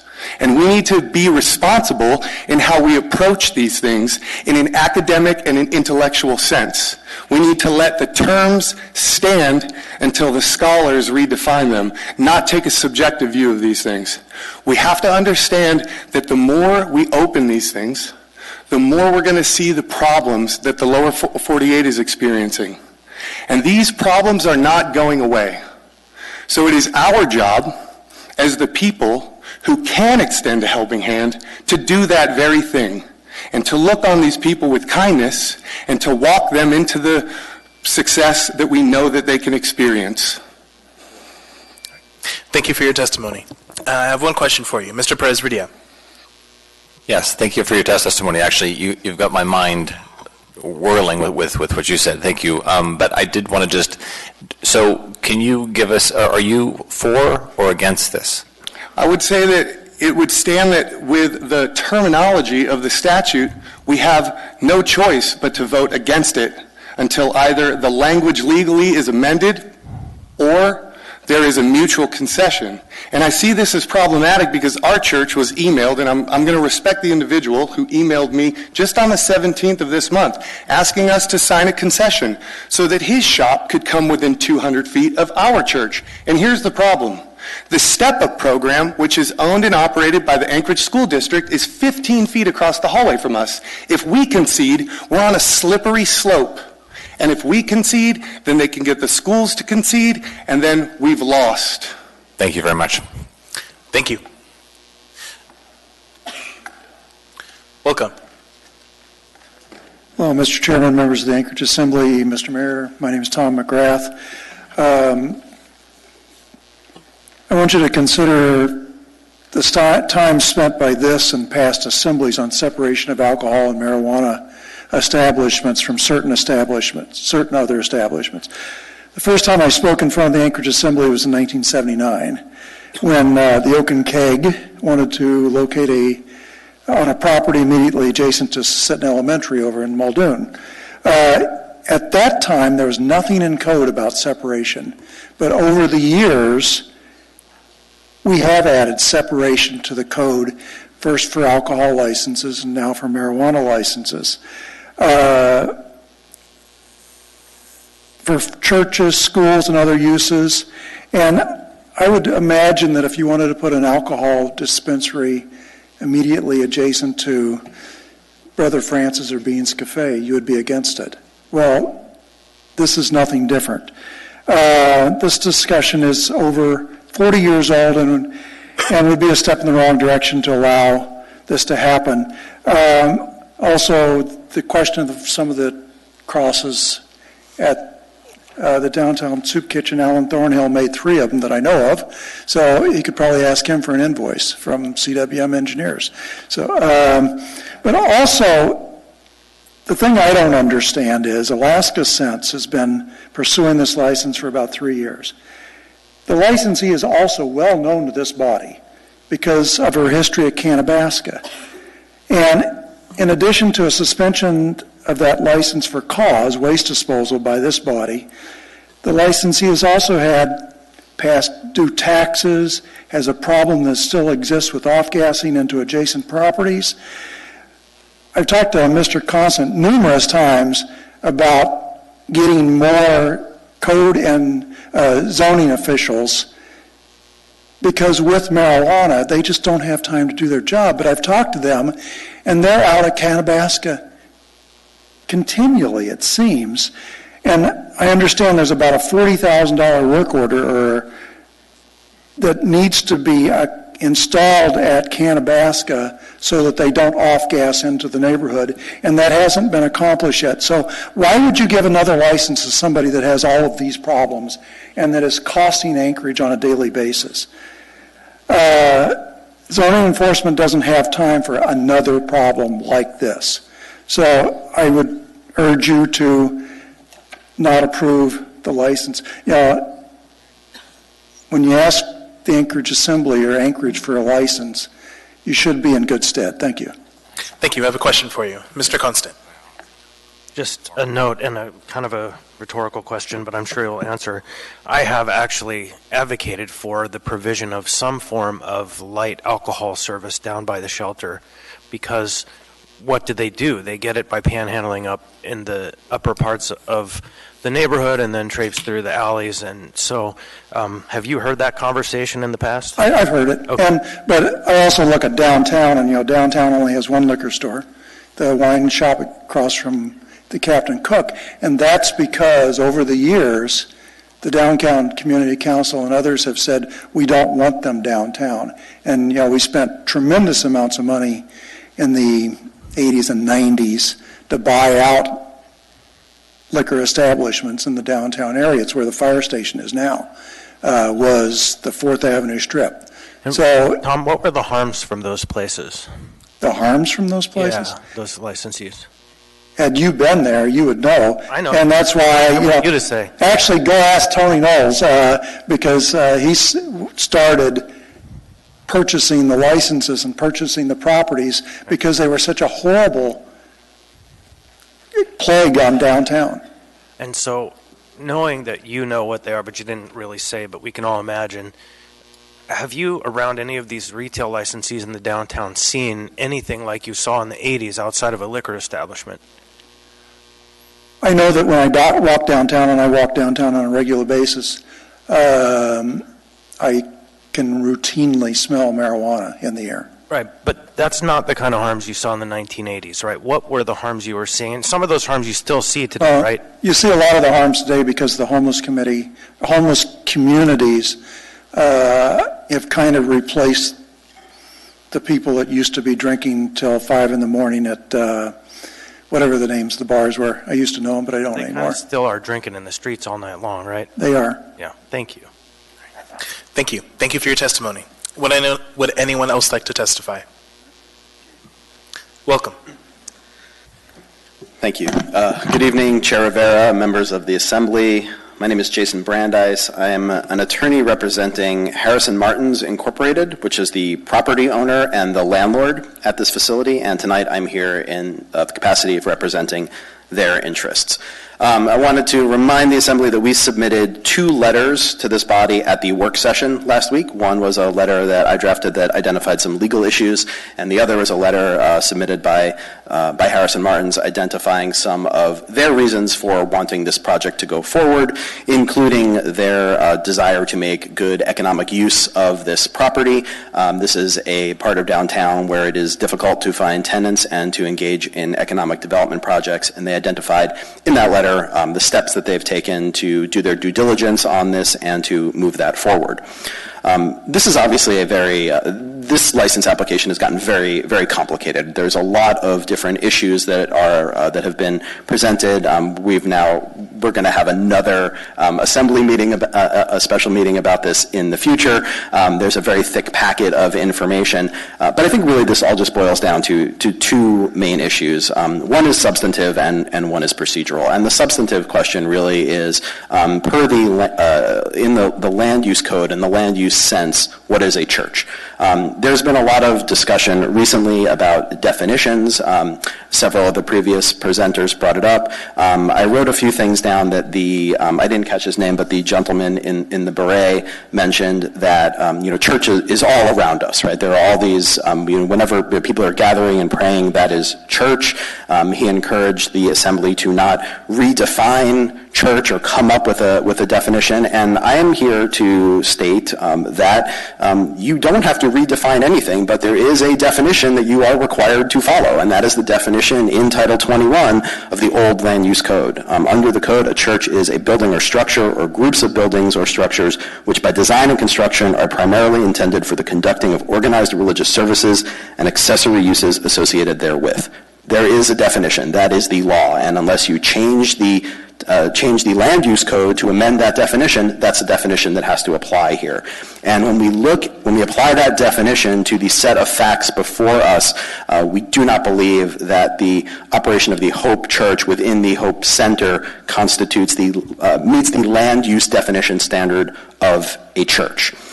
This is obviously a contentious issue, but there does not, you can't have church everywhere, essentially, right? If we're talking about any time people gather and pray and engage in religious activities, or any time there is a religious bent to an entity, organization, or event, that does not make it a church under the code. I also think it's telling, some of the testimony that we've heard tonight has helped to illustrate things, and something that Pastor Martin said was really poignant. I'll just mention that really briefly, Actually, if I may. your time is up, but I do have some questions for you. Mr. Weddleton.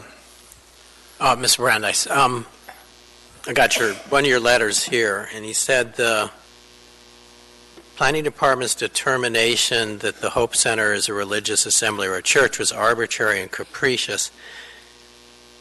And it says, you kind of quote emails from the planning director. We determined it was a church by using information provided to me by a representative of Hope Church, as well as a site visit to verify the advertisement of worship services. And then you also add, continuing, that she said, we determine use type by comparing the operational characteristics provided by us, as well as examining any public information, business license records, which we have a copy of, and conducting a site visit. What's arbitrary and capricious about I didn't hear any specific, when I read that, there are no specific facts. What were the items that were seen at the site visit? How do the factors that the planning department identified or discovered, how does that meet the statutory definition of a primary that requires construction primarily intended for conducting organized religious services? We felt that determination was sort of ad hoc, did not really comply with the strict standard that's written in the code, and seemed to be based on someone's claim that there's a church here, and okay, people are saying it's a church, therefore it's a church. We felt that given the seriousness of this nature, a more rigid and formal analysis was required. Okay, so if they told you what they saw at the site visit in detail or something, then that would work better. Well, I think that that would certainly, having details and a record of what was decided would cut against the arbitrariness of that decision. Right, good, I appreciate that. Thank you. Understand it better. Thank you. Mr. Constant. Mr. Brandeis, thank you. First, would you conclude with what your takeaway was, of what you saw here in this conversation? You were going to say your conclusion. What was my conclusion? No, around what you saw the testimony previously. Oh, yes. Well, so what Pastor Martin said something that was really important, and he referenced a conversation he had with the executive director, which I actually found on his website. That I included this quote in the letter I provided, and he was talking about how he came to decide to hold services at the Hope Center. And he said in his conversation with the executive director, she said, we don't do anything on Sunday mornings. What about having church here? And I think having church services somewhere is very different than having a church per the land use code.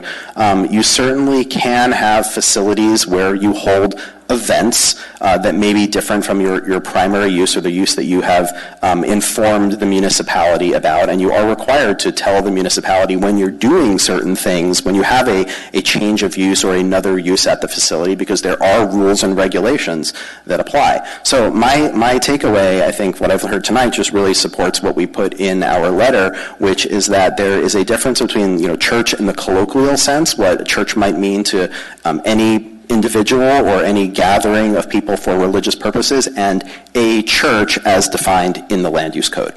Thank you. And now the substantive question. The planning department will, I believe, suggest and has suggested that the definition church doesn't count because the language of religious assembly as relates to the marijuana code is in the new code. And therefore, since there's no definition in the old code of religious assembly, which is the term used, then that's the term that we should use. What's your theory on how we should contemplate that difference between what they've told us and another set of facts? Well, I'm glad you brought that up. Actually, we addressed that in the letter as well, and they are different, but I think that what's clear from both definitions, a takeaway from both, is that the primary use of the property must be for religious purposes in order to qualify as either a church or a religious assembly for land use purposes. Okay. Thank you. Ms. Salatel. Thank you, Mr. Chair. Thank you for your testimony. Your client, as the landlord, has quite an interest here. Was there ever any discussion about making a formal request for a use determination of the Downtown Hope Center, either prior to or subsequent to engaging in a lease?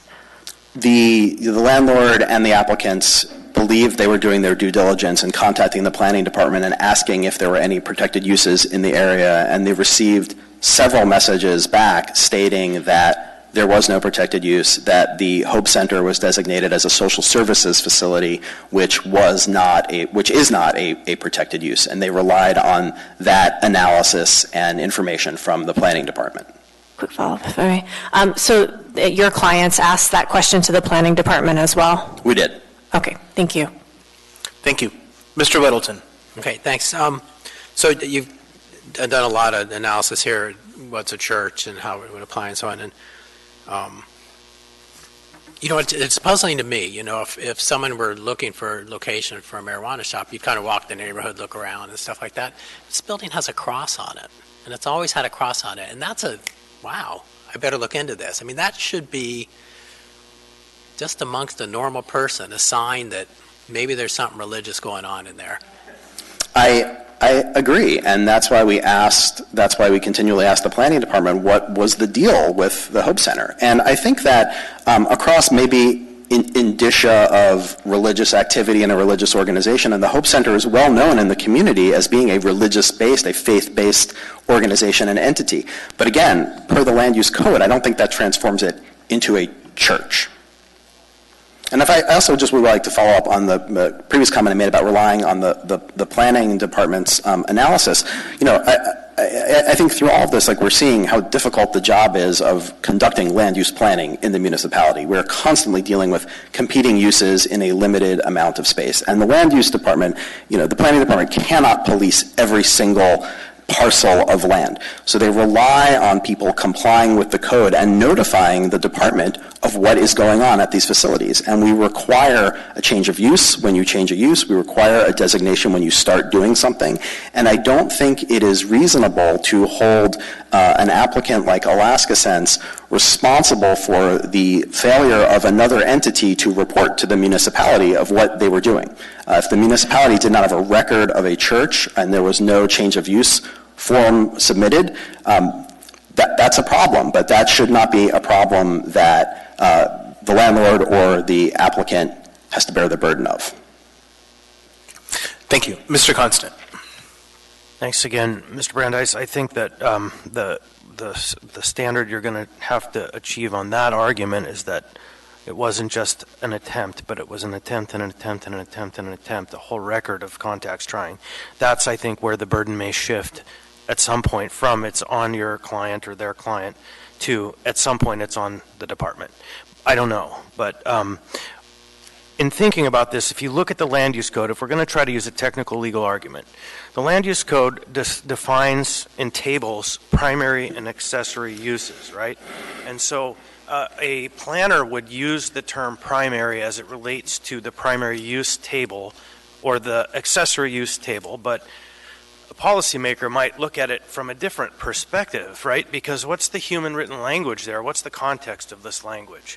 And so can you speak a little bit or be prepared at some point in the future to speak about how we should analyze primary? Should it be in the context of the use tables that the planning department specializes in, which they're amazing at, or should we look at it through the eyes of a citizen, legislature, and people and trying to understand language as it's communicated?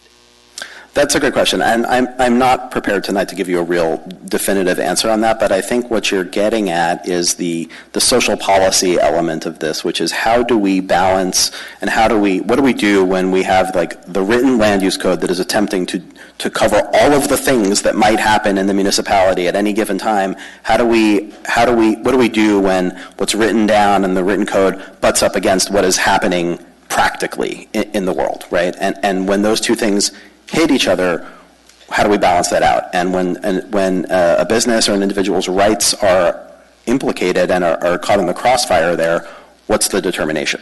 So our position on this is that we look at the code, and we reviewed the code, we contacted the regulatory agency, we contacted the governing body, and we made a determination that the siting of a marijuana facility at that location was permissible based on a reasonable, I think, interpretation of the code. Thank you. Thank you for your testimony. Thank you. Would anyone else like to testify? Welcome. Thank you. Hello, my name is Keith McCormick. I find myself here to speak on this topic today. The first time I've spoken to this assembly, even though I've been a lifelong resident here in Anchorage, and it's because I find myself uniquely qualified to do so. I've been a practitioner of combat medicine and emergency medicine for over 6 years. I'll be graduating in December from UAA with a Bachelor's in Science and Health Science, a degree emphasized as social determinants of health and public health. But on the other side, I'm also a businessman and entrepreneur. I was recognized by Governor Walker as Alaska's Entrepreneur of the Year in 2018. And that's just to say that I can deeply understand both sides of the issue that's facing you here today. As an entrepreneur myself, I would never want to stifle the creativity, ingenuity, or resiliency that is the Alaskan business person. But I think it brings up the responsibilities that we as business owners have to the community and to try and support the community that we're trying to build a business in. We have a duty to abide by the law, be good neighbors, and be the positive influence in the community. In this respect, I do not see the responsibilities are being fulfilled. Alaska Sense is looking for a land use variance in order to allow them to open the marijuana shop directly adjacent to the Hope Center. The soup kitchen that's for those who are in need, a shelter for abused women. We're the most disadvantaged in our community and the most vulnerable population we have in this state go to receive life-sustaining resources. They're able to get warm food in an otherwise empty stomach, perhaps a shower, clean clothes, and hear the Word of God. And this establishment is dealing with some of the hardest factors that this community is facing, one that many people want to shun away, ignore, and disregard. But the Hope Center takes this head on with no funding from the government through the work of volunteers who are called to do this by God. The Hope Center and the land thereon has been recognized as protected land use. There's been plenty of litigation and deliberation that went into the development of terms of land use restrictions. Research was compiled and proper limits were set into place. And they were put into place for a reason. They were put into place to protect the vulnerable populations. Homelessness is one of the main social determinants for poor health and substance abuse. And do we not remember the spice crisis that plagued this community, plagued the emergency response system in our community just a few years ago? And how large of a task that was to overcome. And now, after sitting through council meetings the last few times and hearing you talk about how we're going to house these homeless people during the cold weather months, how large of a task that was, I'm astounded that I'm here standing and talking about and trying to appeal to you on a land use variance and how this will only make that problem worse. To issue this land use variance would go against the research that was done that sets why we have land use variances. It would set a precedence that would allow marijuana retail shops to open in other restricted land use areas, perhaps next time next to a school. Thank you very much for your time. Thank you for your testimony. Would anyone else like to testify? Welcome. Yes. Thank you. I'm Paul Wagoner. My wife's on the Hope Center board, and I've submitted several memorandums as part of this packet procedure. I don't really think it's that complicated, and people they don't even have to get into the definition of church because state law supersedes anything that's inconsistent with it. And state law is specific that as to where there's a protected use. This is a 500-foot rule rather than the 200-foot rule. But 3 AAC 306.010 says the board will not issue a marijuana establishment license if the licensed premises will be located within 500 feet of a school ground, a recreation or youth center, a building in which religious services are regularly conducted. That's the standard. Are religious services regularly conducted? And That provision, is incorporated into the municipal code in AMC 1080.080, titled Denial of Application. It says, after review of the application, including the applicant's proposed operating plan and all relevant information, the Assembly will deny an application for a new license or endorsement if the Assembly finds that, then subsection 2 says, the license or endorsement would violate any restriction in section 1080.10 or 1080.11 or 3 AAC 306. And 3 AAC 306 is what I just read to you. And I don't think that there's that much of a conflict here. I think that that these definitions of church and religious assembly were never intended to be narrowly construed. Would you just narrowly construe what a school was or the other exemptions?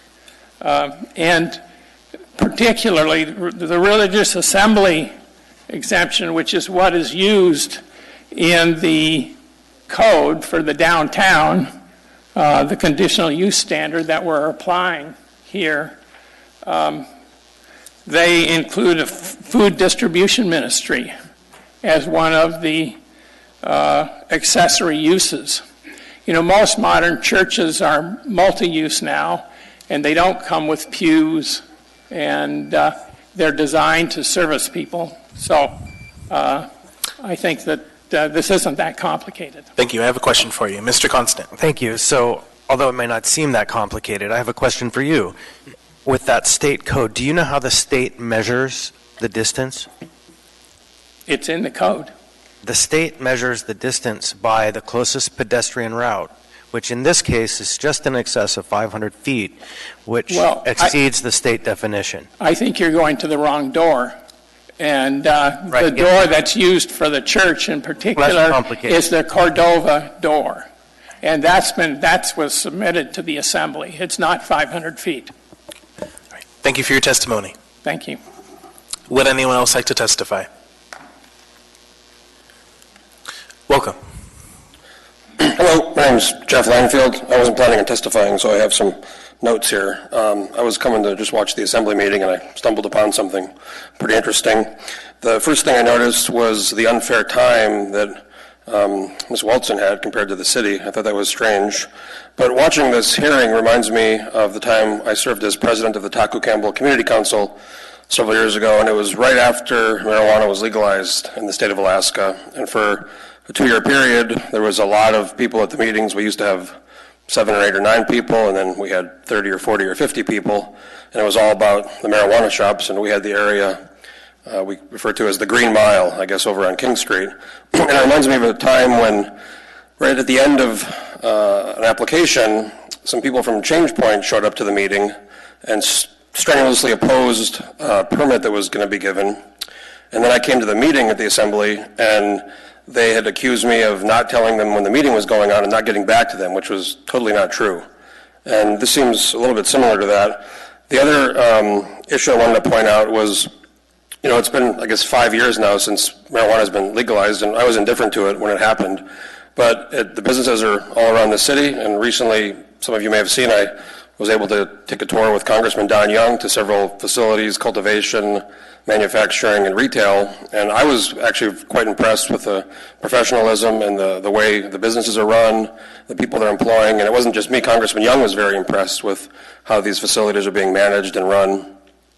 And I'm not sure about the details of all of this, but I'm definitely going to find out because it seems very interesting. But I would just make a note that all of these businesses, and there are a lot of them popping up around the city, are all paying city taxes, property taxes, and state taxes. And I'm not sure, but I would take a venture to guess that Hope Church is probably not paying any property taxes, as well as many of the other churches. There's a lot of churches in this community as well who pay no property tax, and there's a lot of businesses who are employing people and paying considerable property tax.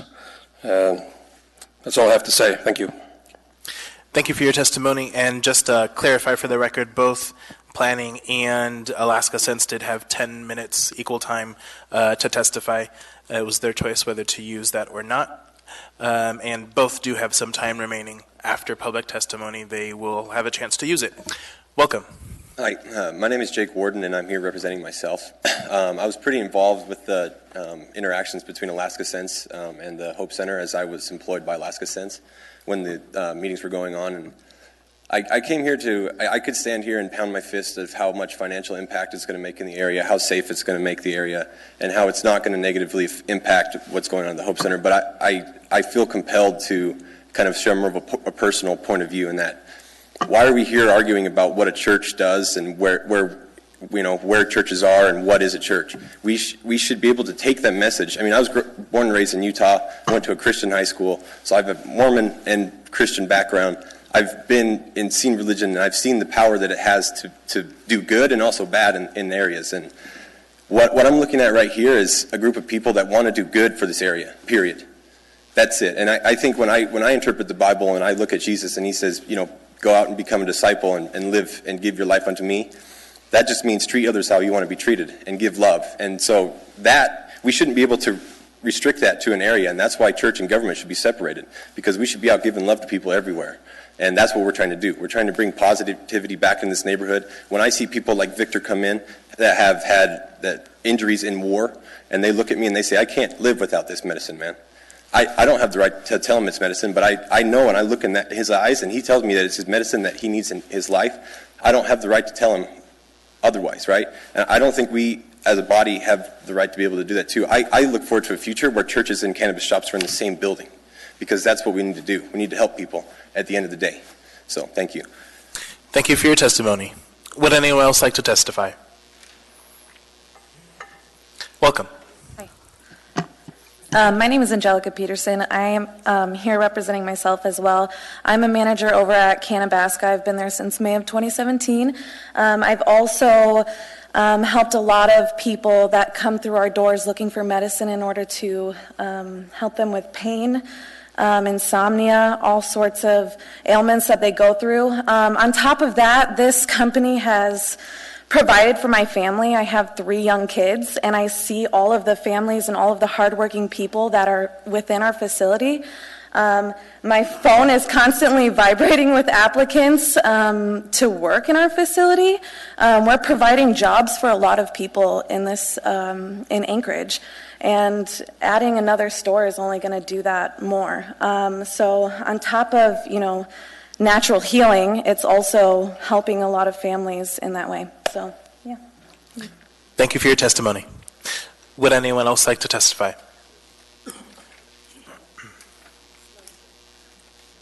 Ladies first. Welcome. Hi. I'm a little slow. My name is Stephanie Underwood. I'm here representing myself. I am also a manager at Canabaska and Alaska Sense.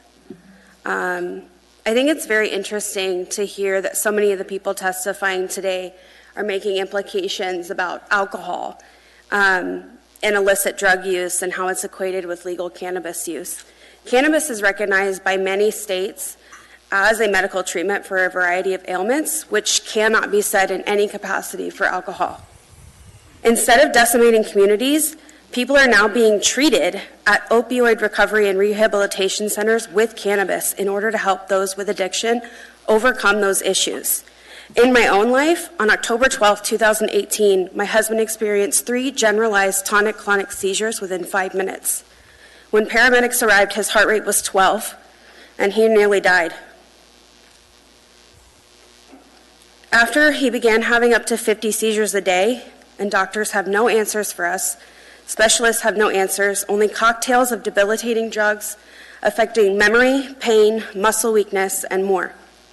After trying many pharmaceutical treatments to no avail, after watching the love of my life, 6'4", 240 pounds, crumble to the floor regularly on a daily basis, many times a day, the only treatment that has provided him any relief from these constant seizures and pain has been cannabis. It has allowed him to operate in a way that pharmaceuticals fell short. It has allowed him to stay as a productive member of our family, raising my 2 children at home. Cannabis was not a part of my life until it improved my life. The goal of Alaska Sense is not to inhibit religious freedom or services or to stop anyone from doing what they believe is right, but it is to improve the lives of the people in our community through the services that we offer. And I would ask that you look at both sides of this issue and take it very seriously, because I understand that there are people who believe that this is not medicine and that this is not helpful to people and it only, hurts their lives. But it's affected my life, and it's affected many of the lives of our customers that we talk to day in and day out. Thank you. Thank you for your testimony. Ms. LaFrance? Move to extend to midnight.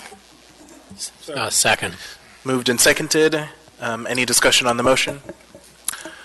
Members may proceed to vote on the motion to extend the meeting to midnight. Mr. Dunbar, how do you vote? Yes.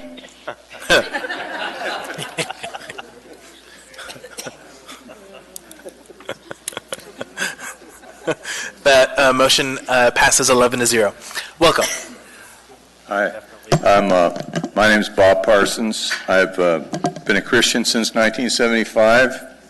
Studied my Bible consistently since then. I just want to say a couple things. It looks like I came here because the director of Hope spoke at our church Sunday, and I thought there was going to be a big problem about one thing. It turns out that's not happening, so I'm just listening to what's going on. But defining the church, I think, the church doesn't want to have that happen by a secular body, and the secular body doesn't want to define a church. But I will say this about the church, that there's a command by God to worship Him, and corporally to do so. But when that corporate body goes to the state to get a 501c3 slip of paper, they have traded the command for a privilege, and under that privilege, they got to do what the privilege says to do.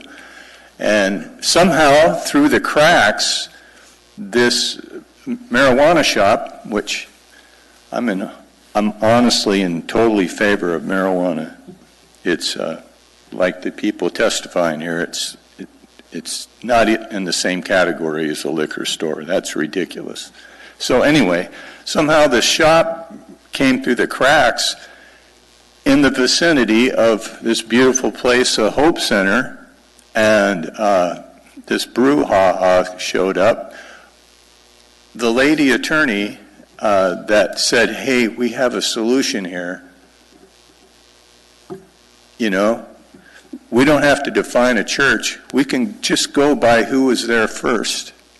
Now, people want to say the church has been there for a long time, but I'm sorry, church, but you're getting things mixed up between the organic thing you're supposed to do and the civil thing that nobody strong-armed you to get this 501c3 slip of paper saying you're a such and such organization. But once you do that, then you need to publish where you're at. And somehow or another, the marijuana store doing what they thought they were supposed to do ended up in a place where they thought they could now invest a lot of money because they were free and clear. And I think the assembly and our city owes them something for falling through the cracks like that. They didn't try to sneak up on anybody. I think the lady attorney here said it best. And that's my takeaway as a guy on the street coming here for the other side, if you want to call it. I have one question for you. Mr. Weddleton. Thank you. Mr. Parsons and I are neighbors. Yeah, he's a good guy, by the way. He lives what he talks. It's an interesting viewpoint. I appreciate that. But, as far as sneaking up, I just keep coming back to, there's a big cross on that building. It's like, what were they thinking? I know. I don't understand that part. It's almost so misunderstandable. It's like there's the hand of God on this thing. It's actually quite comical. But how everything fell through the cracks, I don't know. Right, now, the question. But I sure wouldn't want my church to feel like I needed the state to come in and protect me from the bad guys in this situation, and I don't think the church wants that to happen. I think the people close to ground zero here that spoke are saying we can get along here. The assembly not going to establish a precedent by making a decision. They just, somebody got there first. It looks to me like on paper it was the marijuana shop. Thank you for your testimony. Yeah. Would anyone else like to testify? Anyone at all?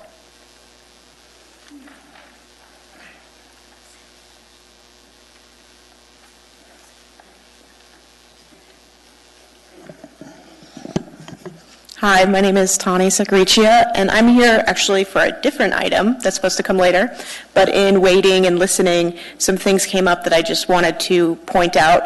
The first is very recent from the managers of Kanabasca and Alaska Sense, who said that medical or marijuana is a medicine and that it helps people with addictions. I'd also like to share a counterpoint that for some people with addictions, it is a trigger for them. And I actually have a letter from someone who's a recovering alcoholic for the other issue, who talks about why the marijuana stores and marijuana is an issue for her in maintaining her sobriety. So just taking that into consideration. Also, it is, the last gentleman just said that he felt like you guys should give the licensee a benefit because they've spent a lot of money in this process, and that you guys should cut them some slack because of the confusion. But from my reading of the titles and the codes, it says that you're not supposed to take into account the amount of money spent in the process to apply for a license.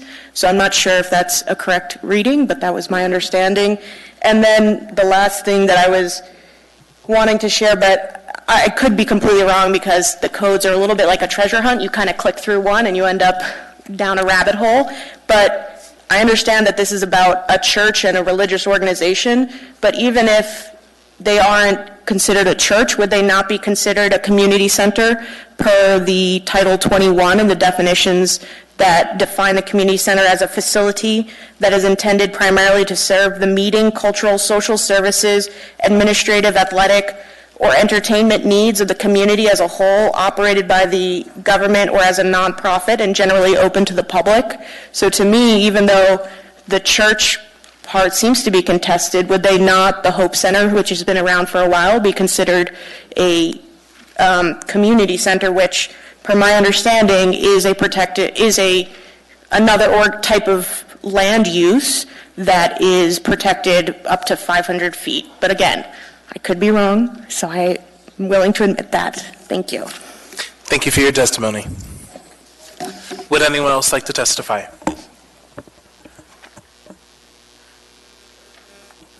Welcome. Hi. My name is Vanessa Platter, and I was actually here for the bag ordinance issue. But like the bag ordinance, the government's overreach, I hope you guys will stick around and help me out with the bag ordinance. But I'm here for the bag ordinance, but also as a Christian, and I just can't sit by and not say how disgusted I am. As a recovering alcoholic, sober for 10 years, now that those that are not addicted, those that have not been addicted before, to minimize the life and death disease. I was suicidal and was pulled out with God in AA. Thank goodness 8 of you are up for re-election next year. Thank you for your testimony. Would anyone else like to testify?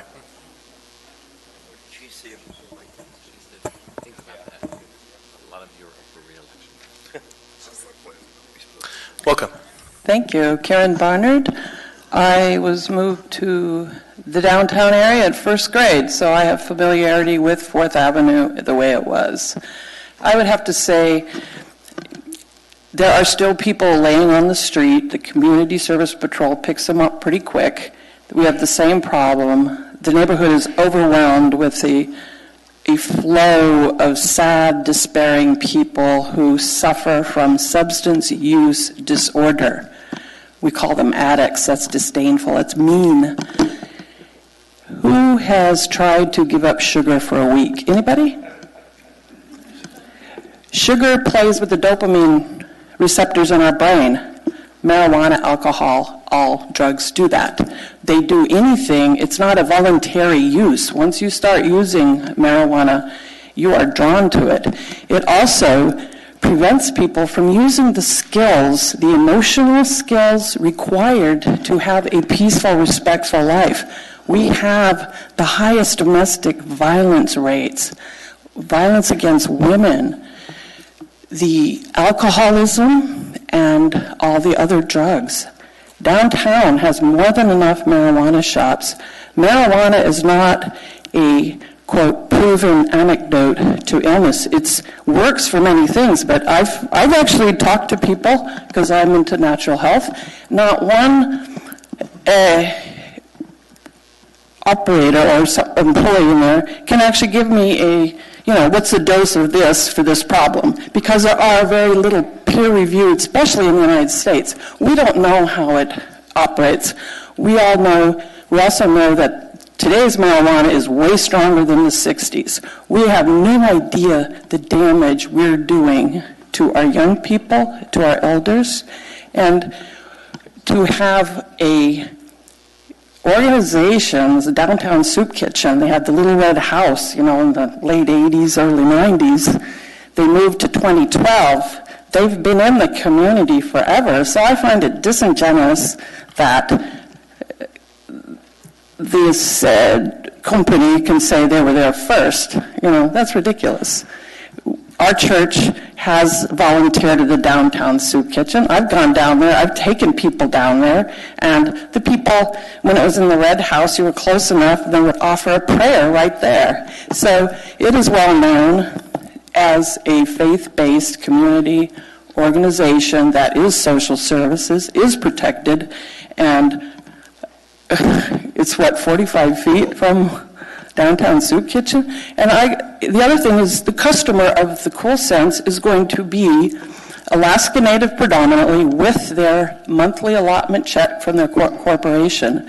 So their primary customer is a person who is addicted. Thank you very much. Thank you for your testimony. I hope you deny the license. Would anyone else like to testify?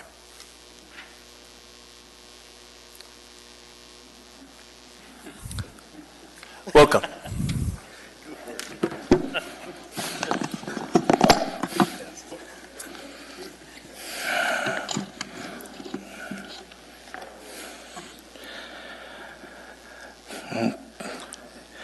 My name is Eugene Carl Haberman. I live in the Valley. I follow the public process. With the public process done, an appropriate decision made by the governing body is more like the public interest. First, I would like to compliment. I listened attentively to what was stated in these proceedings. There was respect from both sides. People were listening to each other. That's the way to conduct a meeting.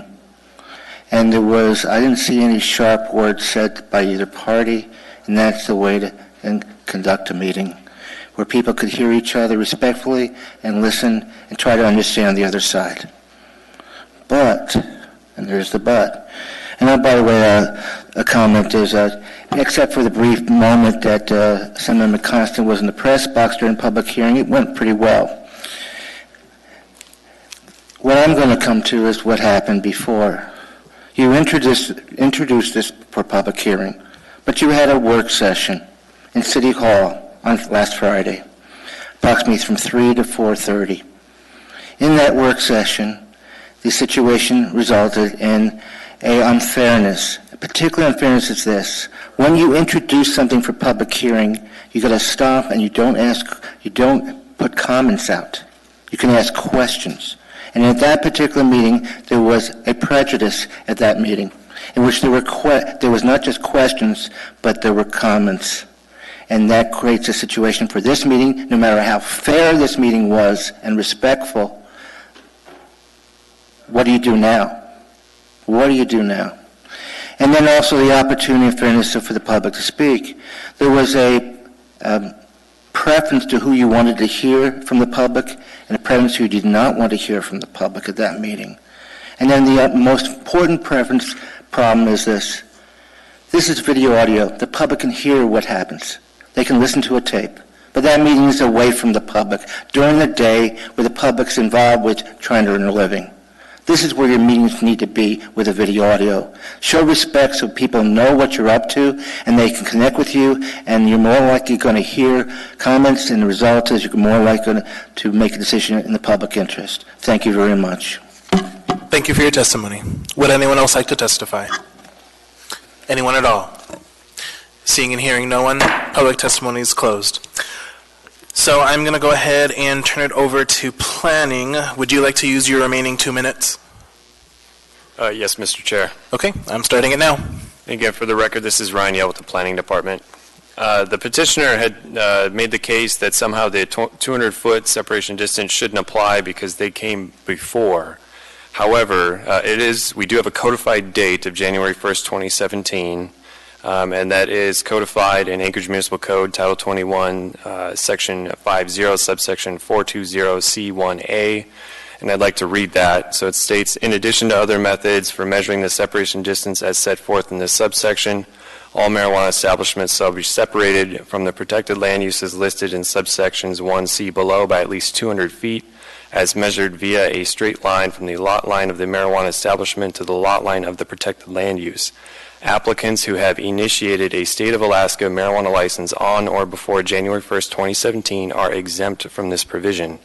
The applicants initiated their state application on February 7th, 2017, and the Planning Department became aware of it February 8th, 2017. So this 200-foot separation distance does apply. And second, I'd like to hopefully clarify the multiple principal uses on one site. And I have one example for you. That would be a single-family home that is also serves as a child care facility, child care home, which is a defined use in code, which serves up to 8 children. During the day, that house may serve as a child care facility, but for the remainder of the time when there's no longer children under the care of a licensed caregiver, that is just a single-family home. So it has 2 principal uses. And that's one very simple example for you. And with that, I don't have anything further to add. Thank you. Okay, thank you. Would Alaska Sense like to use their remaining 1 minute? Okay, I'm going to go ahead and start it now. Jana Weltzine, if you look at Exhibit H and J of your packet, and I have pictures printed too for you, you'll see we did look for pictures for the cross, and even from their own website and the Facebook, it didn't show the cross. The cross isn't shown on the building. So I'll bring this up so it's in color, so it might be a little bit easier.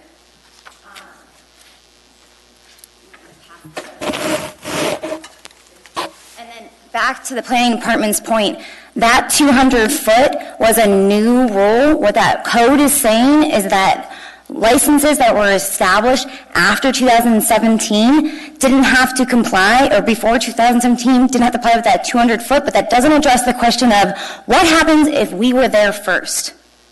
That does not address that question. That is a different question. What happens if they leased it first, if they got community council approval first, and they noticed their intent to be there with the community and invested money into this facility and engaged the right to possess before the church did? Okay, thank you. With that, Ms. LaFrance. Move to postpone this item to a special meeting of November 12th. Second. Yeah, okay. There were multiple seconds there. I'll go ahead, start from the top on the motion to postpone to a special meeting of November 12th. Mr. Dyson. I'm sorry, I withdrew. Thank you. Mr. Constant. Yeah, I had a question for the previous speaker. Ms. Salatel. Thank you, Mr. Chair. I don't oppose the motion to postpone, but I want to toss out a way forward as we consider how we may postpone. or what we may be postponing to. And actually, I'm going to have either Ms. Wint-Pearson or Mr. Gates explain a little, because it'll be much more clear if they explain. Sure.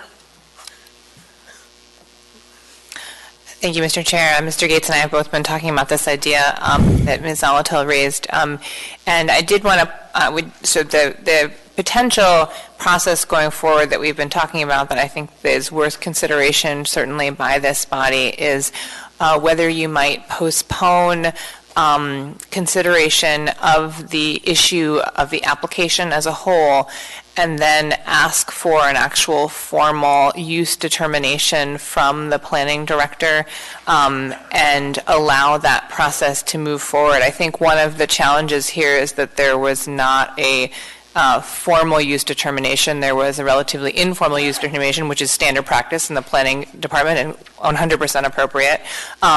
But because there is significant contention around whether or not that use determination was the right determination, I think it would be wise to potentially look to the process in code where there could be a request from this body to the planning director to issue a formal use determination. The code allows for an appeal process for that. That process would allow the planning director to set out her rationale in its entirety in writing.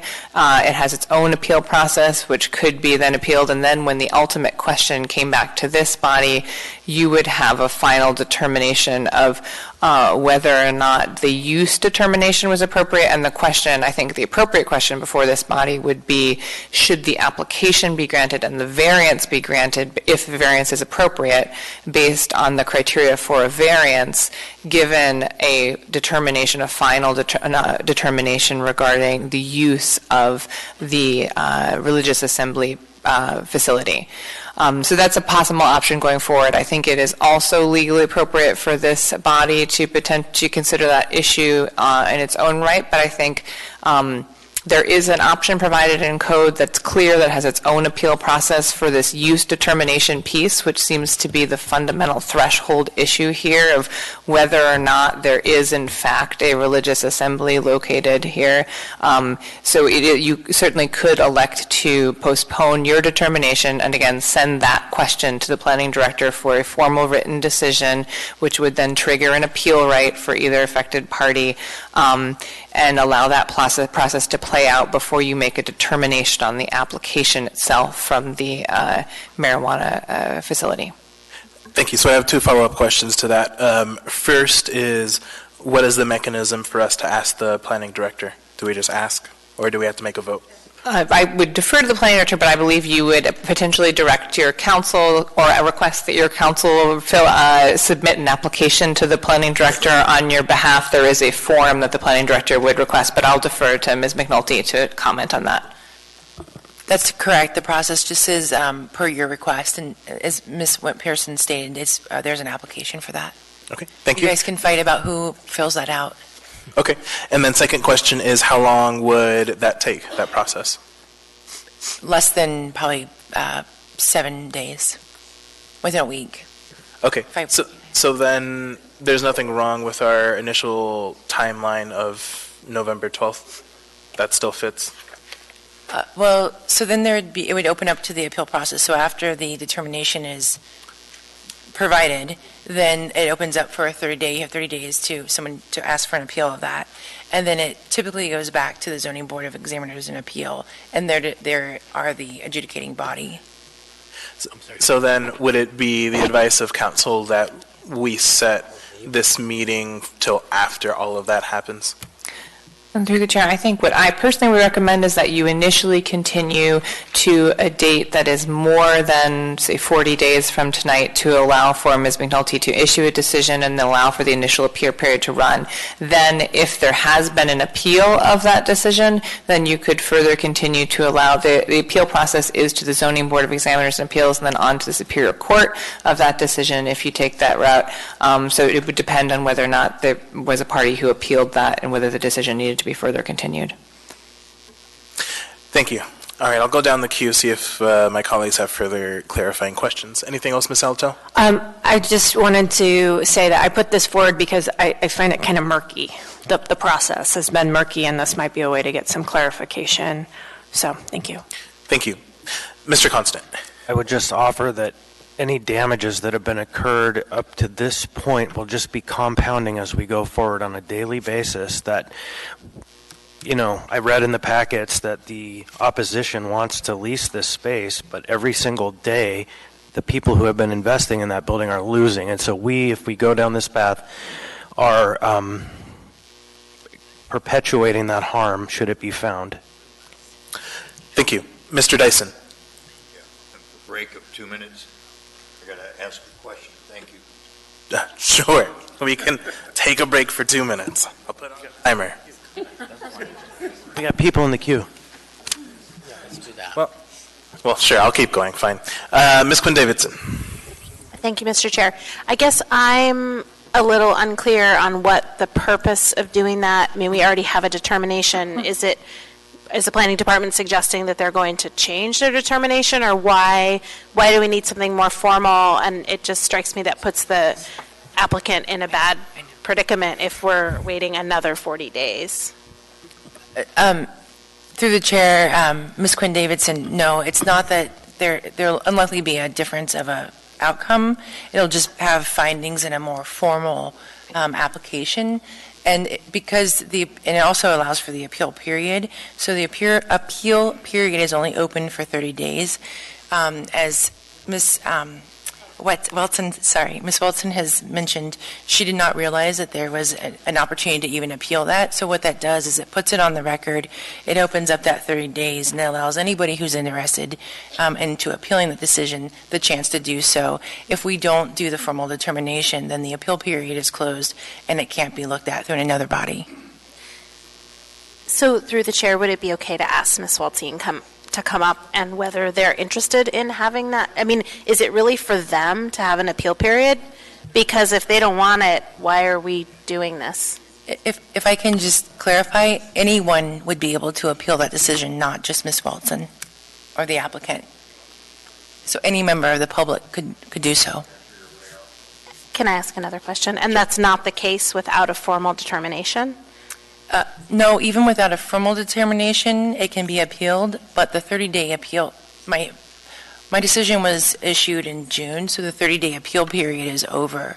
So there's not the opportunity to appeal it. So it's just a way of formalizing the informal request and then putting forth a motion that can now be appealed.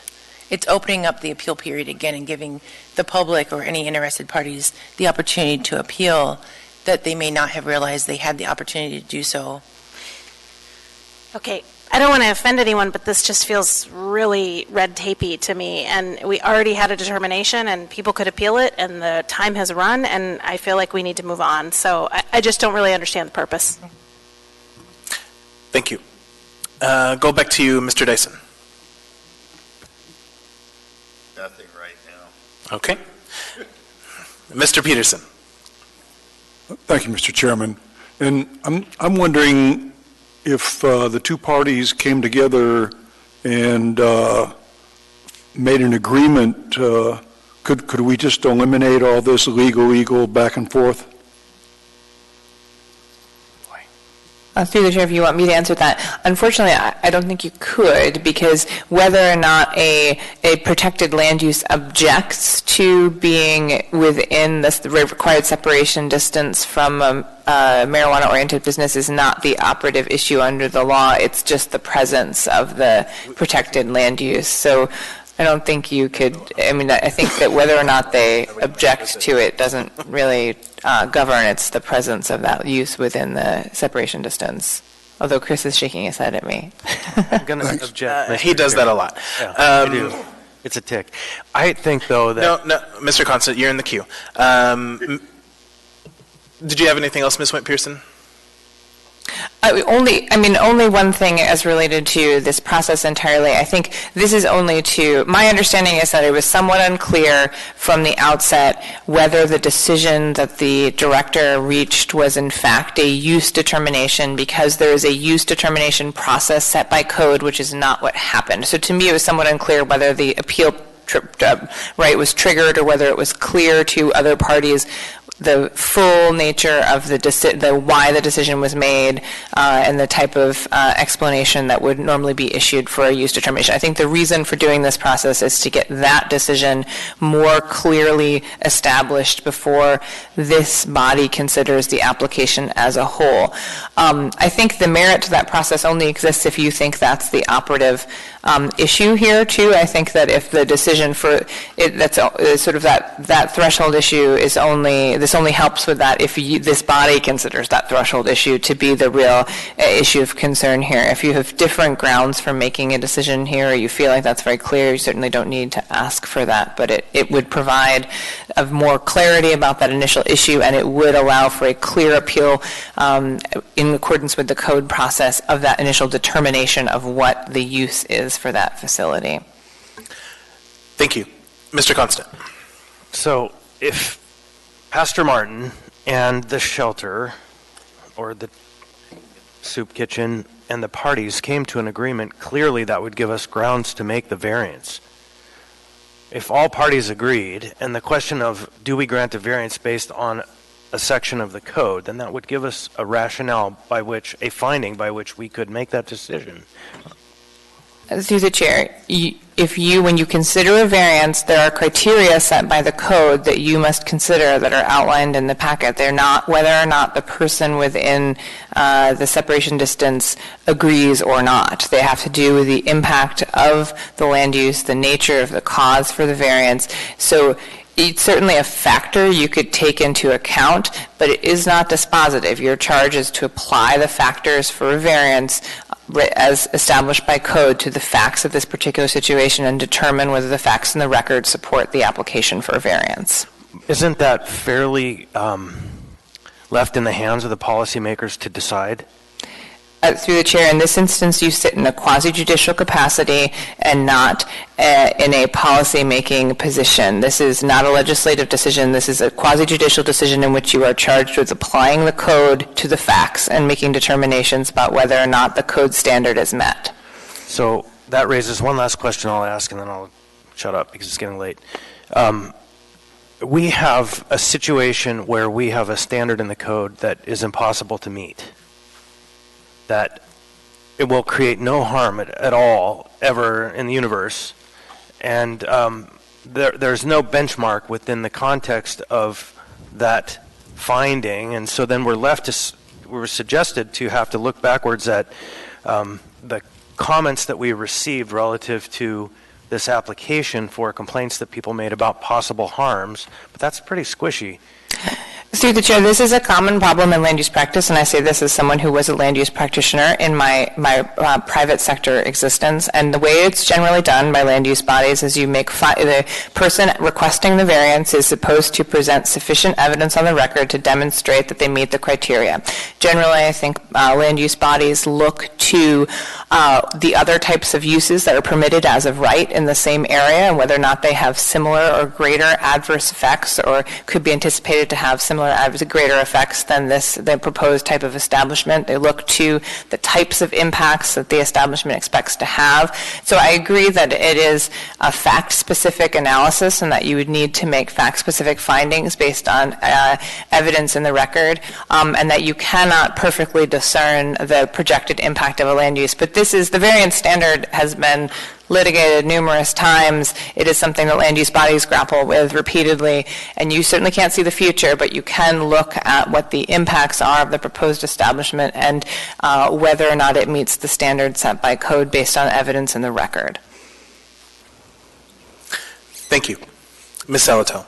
Thank you, Mr. Chair. I just want to be clear that my suggestion for this route forward wasn't to create more tape or more hoops. It was because I think there's a procedural flaw in in what's happened, which happened at the land use determination because the parties didn't get notice of their ability to appeal, and it's really complicated this issue in a way that's maybe unnecessary.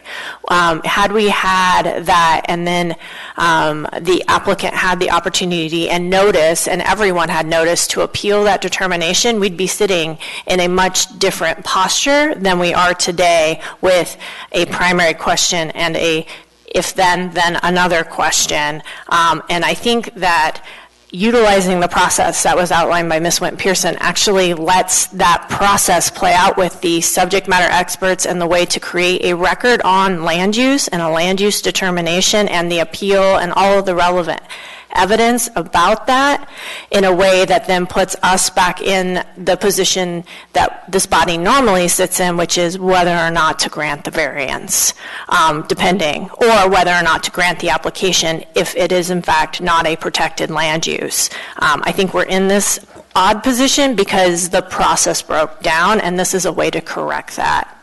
Thank you. Thank you. Mr. Gates. Thank you. I wanted to add to Ms. Wint-Pearson that variances are generally disfavored in the eyes of the law. That's why it's a high standard. It's very difficult to meet. They're a disfavored option, only designed for relief from strict compliance with code requirements. And in reading some case law on this issue, the separation distances I think are even a very difficult standard to get variance from, as opposed to some other dimensional standards, for example, the number of parking spaces and so forth. So I thought I would mention that. And one other point that you might want to consider is the standard of review that a court would use. In standard of review from an assembly decision, I think that the court would use de novo review. They would apply their independent judgment to what you decide in terms of the use and so forth. But if it goes to a use classification determination by the planning director, and if that's appealed to the zoning board of examiners and appeals and to a court, I think that they would apply a different standard of review that's more deferential to the planning director and the zoning board, because they have specialized expertise and they're charged with applying technical requirements of the zoning code to specific facts. So 2 different standards of review might apply depending on if you make this determination on the use yourselves or if you send it to the planning director within a possible appeal to court that way. Thank you. And I just want to be mindful of time. We still have to go through the budget hearing, so if folks can please make their comments brief. Mr. Dyson. Yeah, thank you. So I've been trying to figure out how to untie this Gordian knot.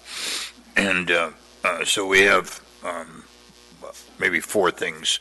I think that the 2 parties here have met and talked many times, and I think them coming to something that's mutually agreeable is not going to happen. The Hope Center has said that they've withdrawn their official protest, but they don't want the pot shop for a neighbor, and the church is of the same posture. I was amazed at what the attorney from the appellant here said about what they were willing to do.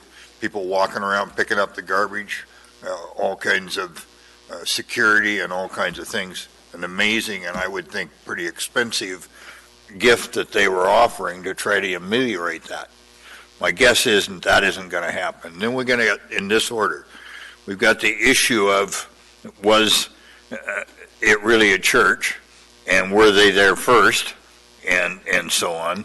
And secondly, even if the application was allowed to go forward because all those impediments were dismissed, there's still the planning department is there a valid reason to grant the variance, or conversely, is there a reason to deny it? And that's another problem. And then we get through all of that, and the 11 people sitting at this table say, okay, but this operator has such a flawed record, and so on and so forth, that we're not going to grant them another site until they've have another year or 2 of far better performance.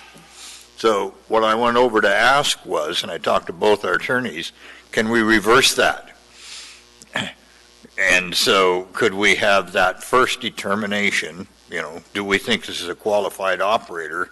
And if the answer is we say no, then everybody knows where they stand and they, and the process can go forward and so on, and maybe it'll go to court, that's a potential, but that's a decision I think that I understand that's within our purview. Okay, but as I understand it from our two attorneys, if we chose to sue that, then we have got to sweep off the table all the issues about the variance and everything else. We have jumped over the planning department's process and all these other things if we're going to go right to the end and say, is this a qualified operator for a marijuana shop there? So that's an intriguing one. I think I got it right, and if not, I want them to tell me I got it wrong. But you can see where I'm going. We can jump through the 3 legal hoops, take 40, 50 days, or have the other vote. So put those in those big brains and figure out a way forward. I haven't. Excuse me, Mr. Peterson. Thank you, Mr. Chairman. I just have a question for our city attorney. What if Alaska Sense canceled their application for a variance? What if Alaska Sense canceled their application for a variance? I apologize, through the chair. So they canceled their request for a variance, but retained their request for a special land use permit and for license, or if they withdrew the application entirely? No, just the variance. I think that you'd still have, the chair, I think you would still have the same issue at this point because you have then they would simply be, they would not meet the criteria for the application unless you determine that that the use of the Downtown Hope property is not a religious assembly, and thus they do meet the required setback, because right now they've requested a variance based on the determination that the Downtown Hope property is a religious assembly, and thus they don't meet the 200-foot setback requirement. So this is where we get back to go round and round to this threshold determination of, I think the challenge that this body is dealing with is that the question before you is approve or deny application, but you're getting into, well, have they applied for the right thing? Maybe they didn't need a variance, but that's based on this threshold determination, and we go round and round again. So I think that this path forward would allow for a more clear determination of that issue and appeal process, and then the question coming back to this body without that related question of, are you even getting the right type of application? To Mr. Dyson's question, it's certainly possible for this body, if you do not think that the dispositive issue here is whether or not the land use separation distance is met, but rather whether the licensee or the applicant for the license meets all of the standards for grant of a license under Title 10. You certainly don't need to gather that additional information. You could simply tonight elect to make findings that those criteria are not met, if that's the route you'd like to take, and then deny the application on those grounds without further information about the separation distance. There are, again, other routes you can take if the separation distance is not the major issue. Okay, thank you. All right, so from my understanding, we have 3 choices before us. Right now on the floor, we have postponed to a special meeting of November 12th, which I think is probably the shortest of the routes. Then we have wait until after all the appeals for determination. I would assume December 10th, maybe after that, just ballparking it. And then the Dysonian route, which I have no clue how that would work. So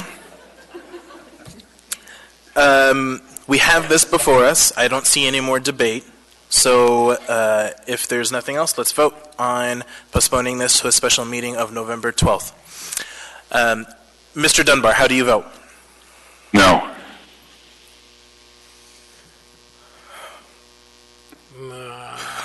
got a question. Mr. Chair, I don't understand how the options work together or not together. Could you explain what the outcome of the different vote would be? Would it preclude one of the other options? I believe that November 12th would preclude having the determination and appeal. I apologize, might I comment to that? I don't have an option to request to speak at this point. Through the chair, I think it would not necessarily preclude it. You could further continue it. You could certainly continue to November 12th, request an opinion, and then reconvene to decide whether or not to continue it. But it is complex. You could also entertain a motion at this point to amend the motion to continue to a different date if you'd like to do that. Well, here's how I will read it. That if we vote for November 12th, then I'm going to read that as the intent of this body that we are not going to ask our Assembly Council to ask for a determination. And Mr. Chair? Yep. Yeah, so the solution I put out is we could say, we're not going to deal with the planning issues. We're going to vote them up or down on whether this is a qualified operator. And we could do that tonight. And if it's yes, the way they go. If it's no, then they're dead. The whole thing is dead in the water. We say, but we, as I understand it, we will have precluded dealing with the planning issues. So there is a way forward, and I'm sure you won't take it. So, Mr. Dyson, I think right now we are voting on this motion. If this motion fails, then your path forward is an option. But I think right now we're just voting on the motion to postpone this to a special meeting of November 12th. Hopefully everyone understands that. Mr. Chair, I'm sorry to continue this. I still don't understand why voting to put this into a special meeting precludes the step of having the planning department review it. I don't understand why this vote immediately disallows that. I don't think it does, but so the body could tell me or tell Mr. Gates, okay, we are going to move forward with that determination, but if we're going to move forward with that determination, then we might as well have enough time to actually have the determination and the appeal. I see, and because the special meeting doesn't give us enough time. Not for the appeal, no. I see. Thank you. Yep. Okay. Does everyone understand what we're voting on? Yeah. I apologize. One more thing. I think that there is another route forward if you are interested in, I think, Mr. Dyson's option. I think what that would look like is you make a threshold decision on the license, because you could, this resolution as drafted covers both the license and the special land use permit application. They're different criteria. The proximity, so you could make a threshold determination on the license. And then you could, and if you say, yes, we're going to grant the license, then I think you could or you say, no, we're not going to grant the license, then you don't need to know anything about the land use issues because you're not getting on to the special land use permit. So I think there is potentially some kind of way to do some gymnastics and do what Mr. Dyson is suggesting procedurally, if you want to. Okay, we are running out of time, so we have this motion before us. Mr. Dunbar has already voted, thank you. So the rest of us are just going to vote. So let's vote on this motion.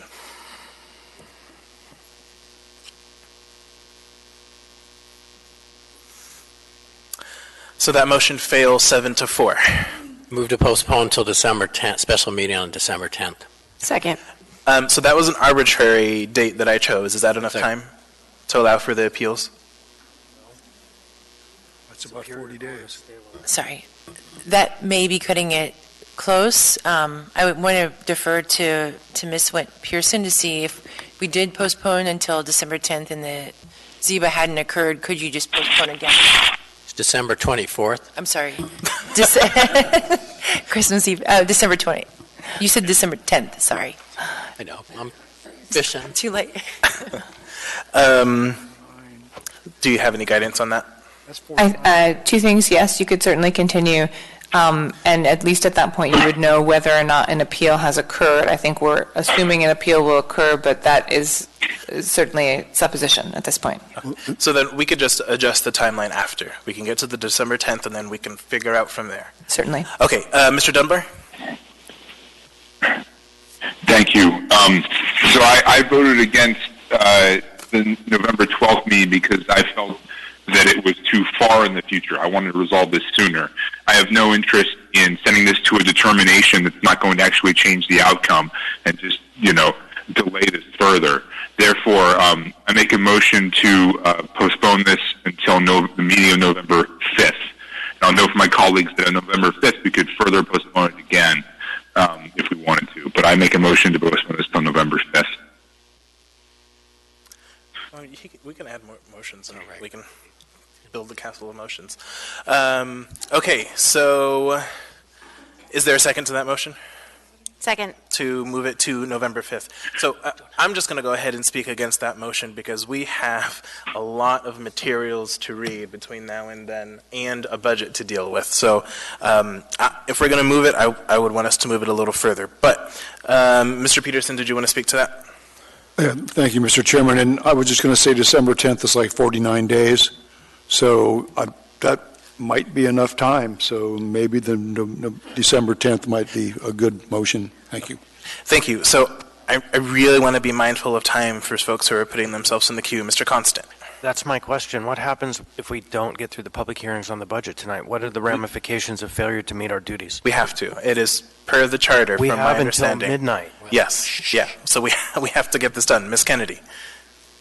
Just a question about whether or not that's considered a special meeting then, because that's not actually on our calendar. It will be a special meeting.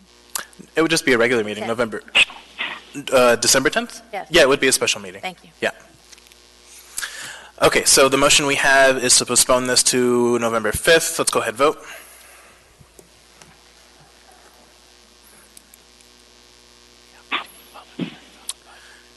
Mr. Dunbar, how do you vote? Yes. That fails 7-4. We now have the motion of December 10th. I don't see anyone in the queue. I make a motion to reconsider the movement to November 12th. I was on the victorious side on that one. Okay, is there a second to reconsider November 12th? And a third. Did he vote against it? Oh, yes. Apologies, Mr. Dunbar, but you did vote against it, so you can't make that motion. Right, I voted against it, and then it failed. So can I reconsider because I was on the prevailing side? Yes, so you may reconsider it. Thank you. So is there a second? And so the motion is to reconsider moving this to November 12th. And so if there's a second, then we can reconsider that motion. I don't see a second, so that motion dies. So now we have before us postponed to December 10th. I don't see any discussion, so let's vote.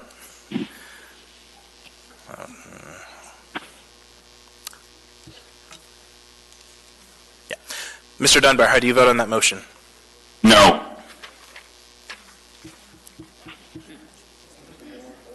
Well. We're on 10th, yeah, 12:10. Yeah, he said no. Okay, that motion passes 9-2. All right, Ms. LaFrance. Move to change the order of the day to take up items 14I through 14O per the charter requirements for public hearings on the budget. Second. Any opposition? Mr. Dunbar, do you have any opposition? No. Okay, so we're going to go ahead and open up public. Yes, yeah, thank you. Move to combine all these items. Is there a second? Second. Okay, seconded. Any opposition to combining the public hearing on these items? Mr. Dunbar, do you have any opposition? No. Thank you. Okay, so I'm going to go ahead and open up the public hearings for items.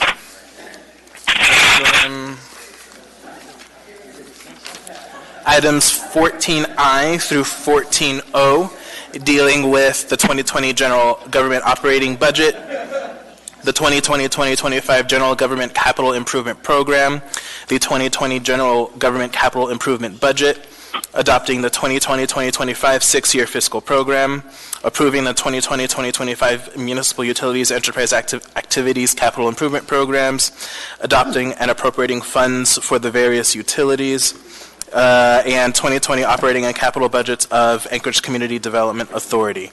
Public testimony is now open on these items. For the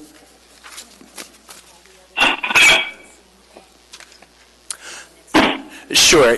Yes, Ms. Kennedy reminds me that the other items, we will likely not get to them today, so they will be pushed forward to November 5th.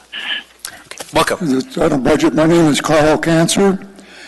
I'm here to talk about the paper mover bus system, or the lack of it. God knew I was going to be in this position. I wish he had made me more eloquent, but I have to go with what I have. I've had a lot of long discussions with several of you on the Assembly about this, mostly with Mr. Peterson, and I'm going to try to wake you up a little bit. I know the hour is late. I beg your indulgence and stamina. Mr. Peterson said I should be polite, but when I have to walk over 1.5 miles to my business, in addition to the 1.5 miles I already have to walk downhill, uphill, I found it very difficult to be polite. But I thought about it and I said, okay, I'll be insistent. Then on second thought, I said, okay, I'm going to try to be persuasive. So my thing is, the way the people mover system is now and the way it was changed some 2.5 years or so ago is a fiasco. It's disjointed, it's fragmented, and all they're doing is putting Band-Aids on it to fix from going from point A to point B and back. Several of you, and Mrs. Kennedy, I think yours came back to me, I sent an email to, about the people mover bus system. And I'll try not to regurgitate all of that, although I may emphasize some points. Where my office is to Tudor Road, where the nearest bus is 14 blocks one way. I'm 81 years old. I'm a massage therapist. If I want to do my massage laundry, I have to push my cart walking all the way to the laundromat that's at the gas station on the corner of Tudor and the Old Seward Highway. That's crossing 3 major highways, multiple lane highways. Okay? I'm not the only one. There's women with small children. The guy works there. He has to walk 2 miles. Other people have to walk 1 mile. The other thing I want to get to, and this is in no particular order, but I talked with Mr. Peterson about this and Jamie Acton at the last PTAB meeting, is I see people get on the bus that don't pay. And Jamie and Mr. Peterson said, well, there aren't that many. So I put my creative little mind to work. I got the route schedule map with all the routes on, how many runs there are a day, how many runs every 15 minutes, every half an hour. Mountain View has 3 buses. They eliminated 8 routes to give Mountain View 3 buses. I come up with a figure. Sir. Grab a hold of your chairs. Sir. I come up with a figure of $5,323,000. Sir. Unfortunately, your time is up. So thank you for your testimony. I've got a lot more to say. You can feel free to email us, sir, or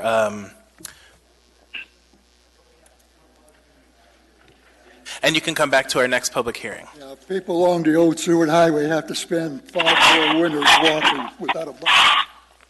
Would anyone else like to testify? Yeah.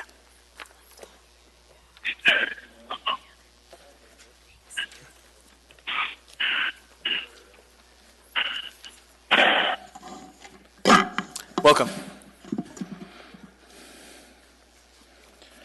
My name is Eugene Carl Haberman. I live in the Matsuo Valley. I follow the public process. When the public process is done appropriately, decision made by the governing body is more likely public interest. Let me first point out on this public hearing that it's really public hearings, 7 of them. Each person have a right to speak for 3 minutes apiece, 21 minutes.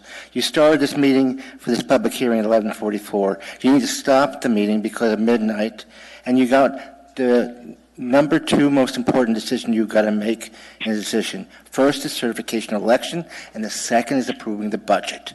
And what have you done? You set up a situation where the public cannot connect with you on the budget.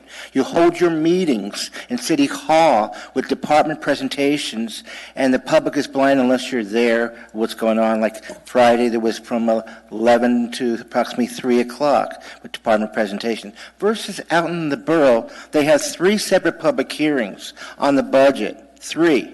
And there's nothing on the agenda but the budget. But the budget. Is this fair? Does the public have a chance to know what you're doing? Far from it. I'm very critical of the Mat-Su Borough, okay? And I'm very critical of what you do. But compare on the issue of the budget, for the opportunity of the public to be heard, and state law requires a reasonable opportunity of the public to be heard, you're far from being any reasonable opportunity here. That's what you've done here. And you stopped that party to speak. He had 3 minutes, that's all he had. He should have had 21 minutes. And what do we have? The public doesn't know what you're up to on the budget. There were extensive presentations that I witnessed on Friday, and I credit the administration in the limited time that they had to have to present and your questions.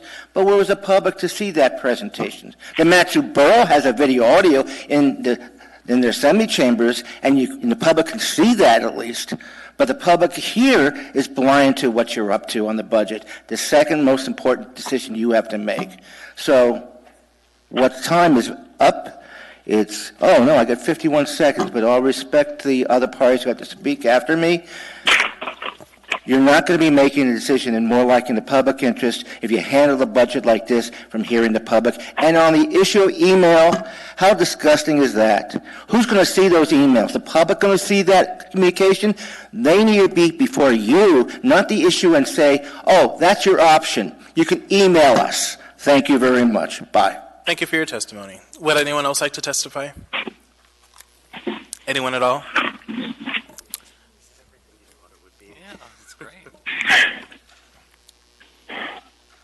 Welcome. Thank you. Good evening. I could almost say morning, actually. My name is Elizabeth Kittle. This is the first time I've been here, and I apologize for that, actually. I am a lifelong Alaskan, and I should have been here many years ago. But I stayed for a good 3 or 4 hours because for me the budget really is important. For me, I feel like I have 3 young children that have kept me from being here a little bit, and it's my due diligence to stand here and say that I hope we can be fiscally responsible. You have my tax dollars, you have money that I could be using for my children, on educating them, spending time with them, anything, right? The money that I could be giving to my church, to nonprofits, all this money. And so I guess briefly, I'm just saying, please be wise. Thank you. Thank you for your testimony. Would anyone else like to testify on the budget item? Anyone at all? Seeing and hearing no one, then we will, that ends the first public hearing. We will have a second public hearing on November 5th. With that, I'll go ahead and just move on to public. Change order day to do 14H. 14. That's Great Northern. Sure, we can try. So we'll go ahead and, is there a second on that? Second. Any opposition?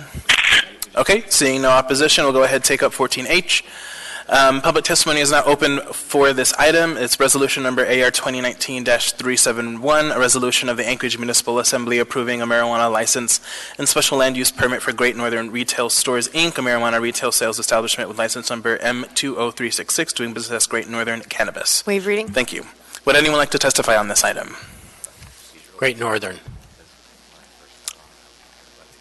This one's Great Northern, and we have moments. Oh, no, I know. Okay. My name's Tani Sagariccia, and I just wanted to let you know that there were people here to testify, but they left because they thought that it was in the grouping of letters. I was sitting next to a gentleman who'd waited all night and only just left right before you guys made that decision. So I just wanted to let you guys know that there were people here, but they were assuming that it was next week in the confusion. All right, I'd move to continue the public hearing then if we, Okay. thank you, good point. All right, so, do we just do that? Move to continue the public hearing? Too late. Yeah, I guess. Okay, all right, is there a second to that motion? Whatever happened to the other public comment? We'll get there. We're going to continue it, and we'll do public comments later. You just cut off and you had time for another public comment. Thank you. Out of order. Is there any opposition to the motion? I just would only speak, I don't oppose it, but nobody told them we're done with business tonight. And so we followed our procedure, and it's not like there was any bad faith ever. So, on behalf of Ms. Kennedy, I did let the audience know that we will likely not get to these other items, and other members left because of that. Is there any opposition to that motion? Okay, seeing none, then we'll go with my original plan, which I think was the best one, which is to move to audience participation. Would anyone like to participate? Welcome.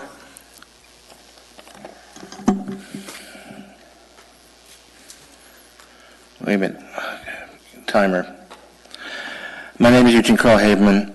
I didn't know there would be time for this, but it does pertain to Anchorage as well as the Valley.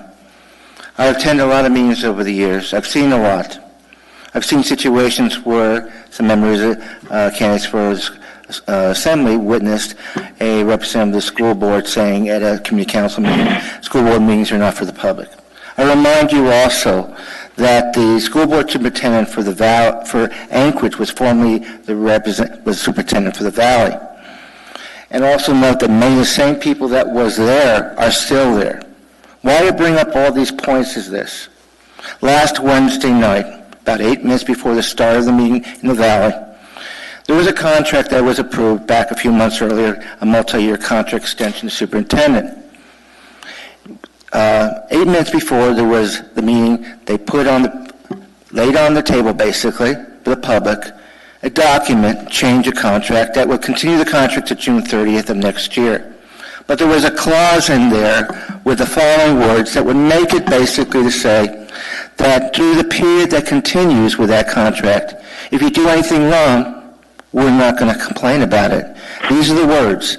The district releases Dr. Goyette from all actions, causes of actions, claims, damages, and demands of every kind, nature, mature or to mature in the future, arising out of or relating to her superintendent employment with the district as of the date of this agreement. I've seen a lot, but employment contracts like this, and I remind you, many of the same people that were with your current superintendent out there are still there. And what we have here is, where else are these contracts around that allow for a situation of employment, government employment, in a situation where they can get away scot-free for doing wrong? And remind you also, this is a superintendent of schools. The same position held by the Anchorage superintendent before they came over here as superintendent of schools in Anchorage. And that closes my comment except for one thing. For the order, many people were confused here. It was clear that you were ending it and only going to deal with the budget, and they left. And then when you went to a motion to end discussion for the public to speak, that was out of order. And you voted to continue without a chance when I was at the microphone to speak. Thank you. Thank you for participating. Would anyone else like to speak before us? Welcome. Hello, this is why I came tonight. I know it's late. I would just like to encourage the Assembly and the administration. I recently, about a month ago, wrote an article about Campbell Lake access, and I've been receiving countless emails from members of the public about the access, and I keep referring them to the permitting department, but I've received several emails, calls, messages, and I would have spoken to many of you about it privately, but if you guys could consider making a statement or a comment, because I'm kind of tired of dealing with these people. I don't have an answer to give them. Thank you. Thank you. Would anyone else like to participate? Welcome. Yeah, I hope you're not going to cut me off again. Continuing with the people mover bus system. So, sir, sorry, my apologies, but you can participate on anything else that's we haven't covered in the agenda, and you do have approximately 2 minutes. Point of order, Mr. Chair. The code says that he can talk on whatever he wants. Okay. Go ahead, sir. Thank you. As I was saying on a bus system, I did the math on people that don't pay when they ride the bus, because what they do is they'll get on the bus. I've got about 40 pockets in the clothes that I'm wearing. They dig through all their pockets looking for money, and the bus driver to stay on schedule says, go ahead, sit down. They get the ride for free. So I took the liberty of figuring out there's $10 for each run. That comes out to that $5,323,000 a year. Do the math. Don't take my word for it. Grab the schedule like I did, go through it, see how many runs they are, and figure $10 a run.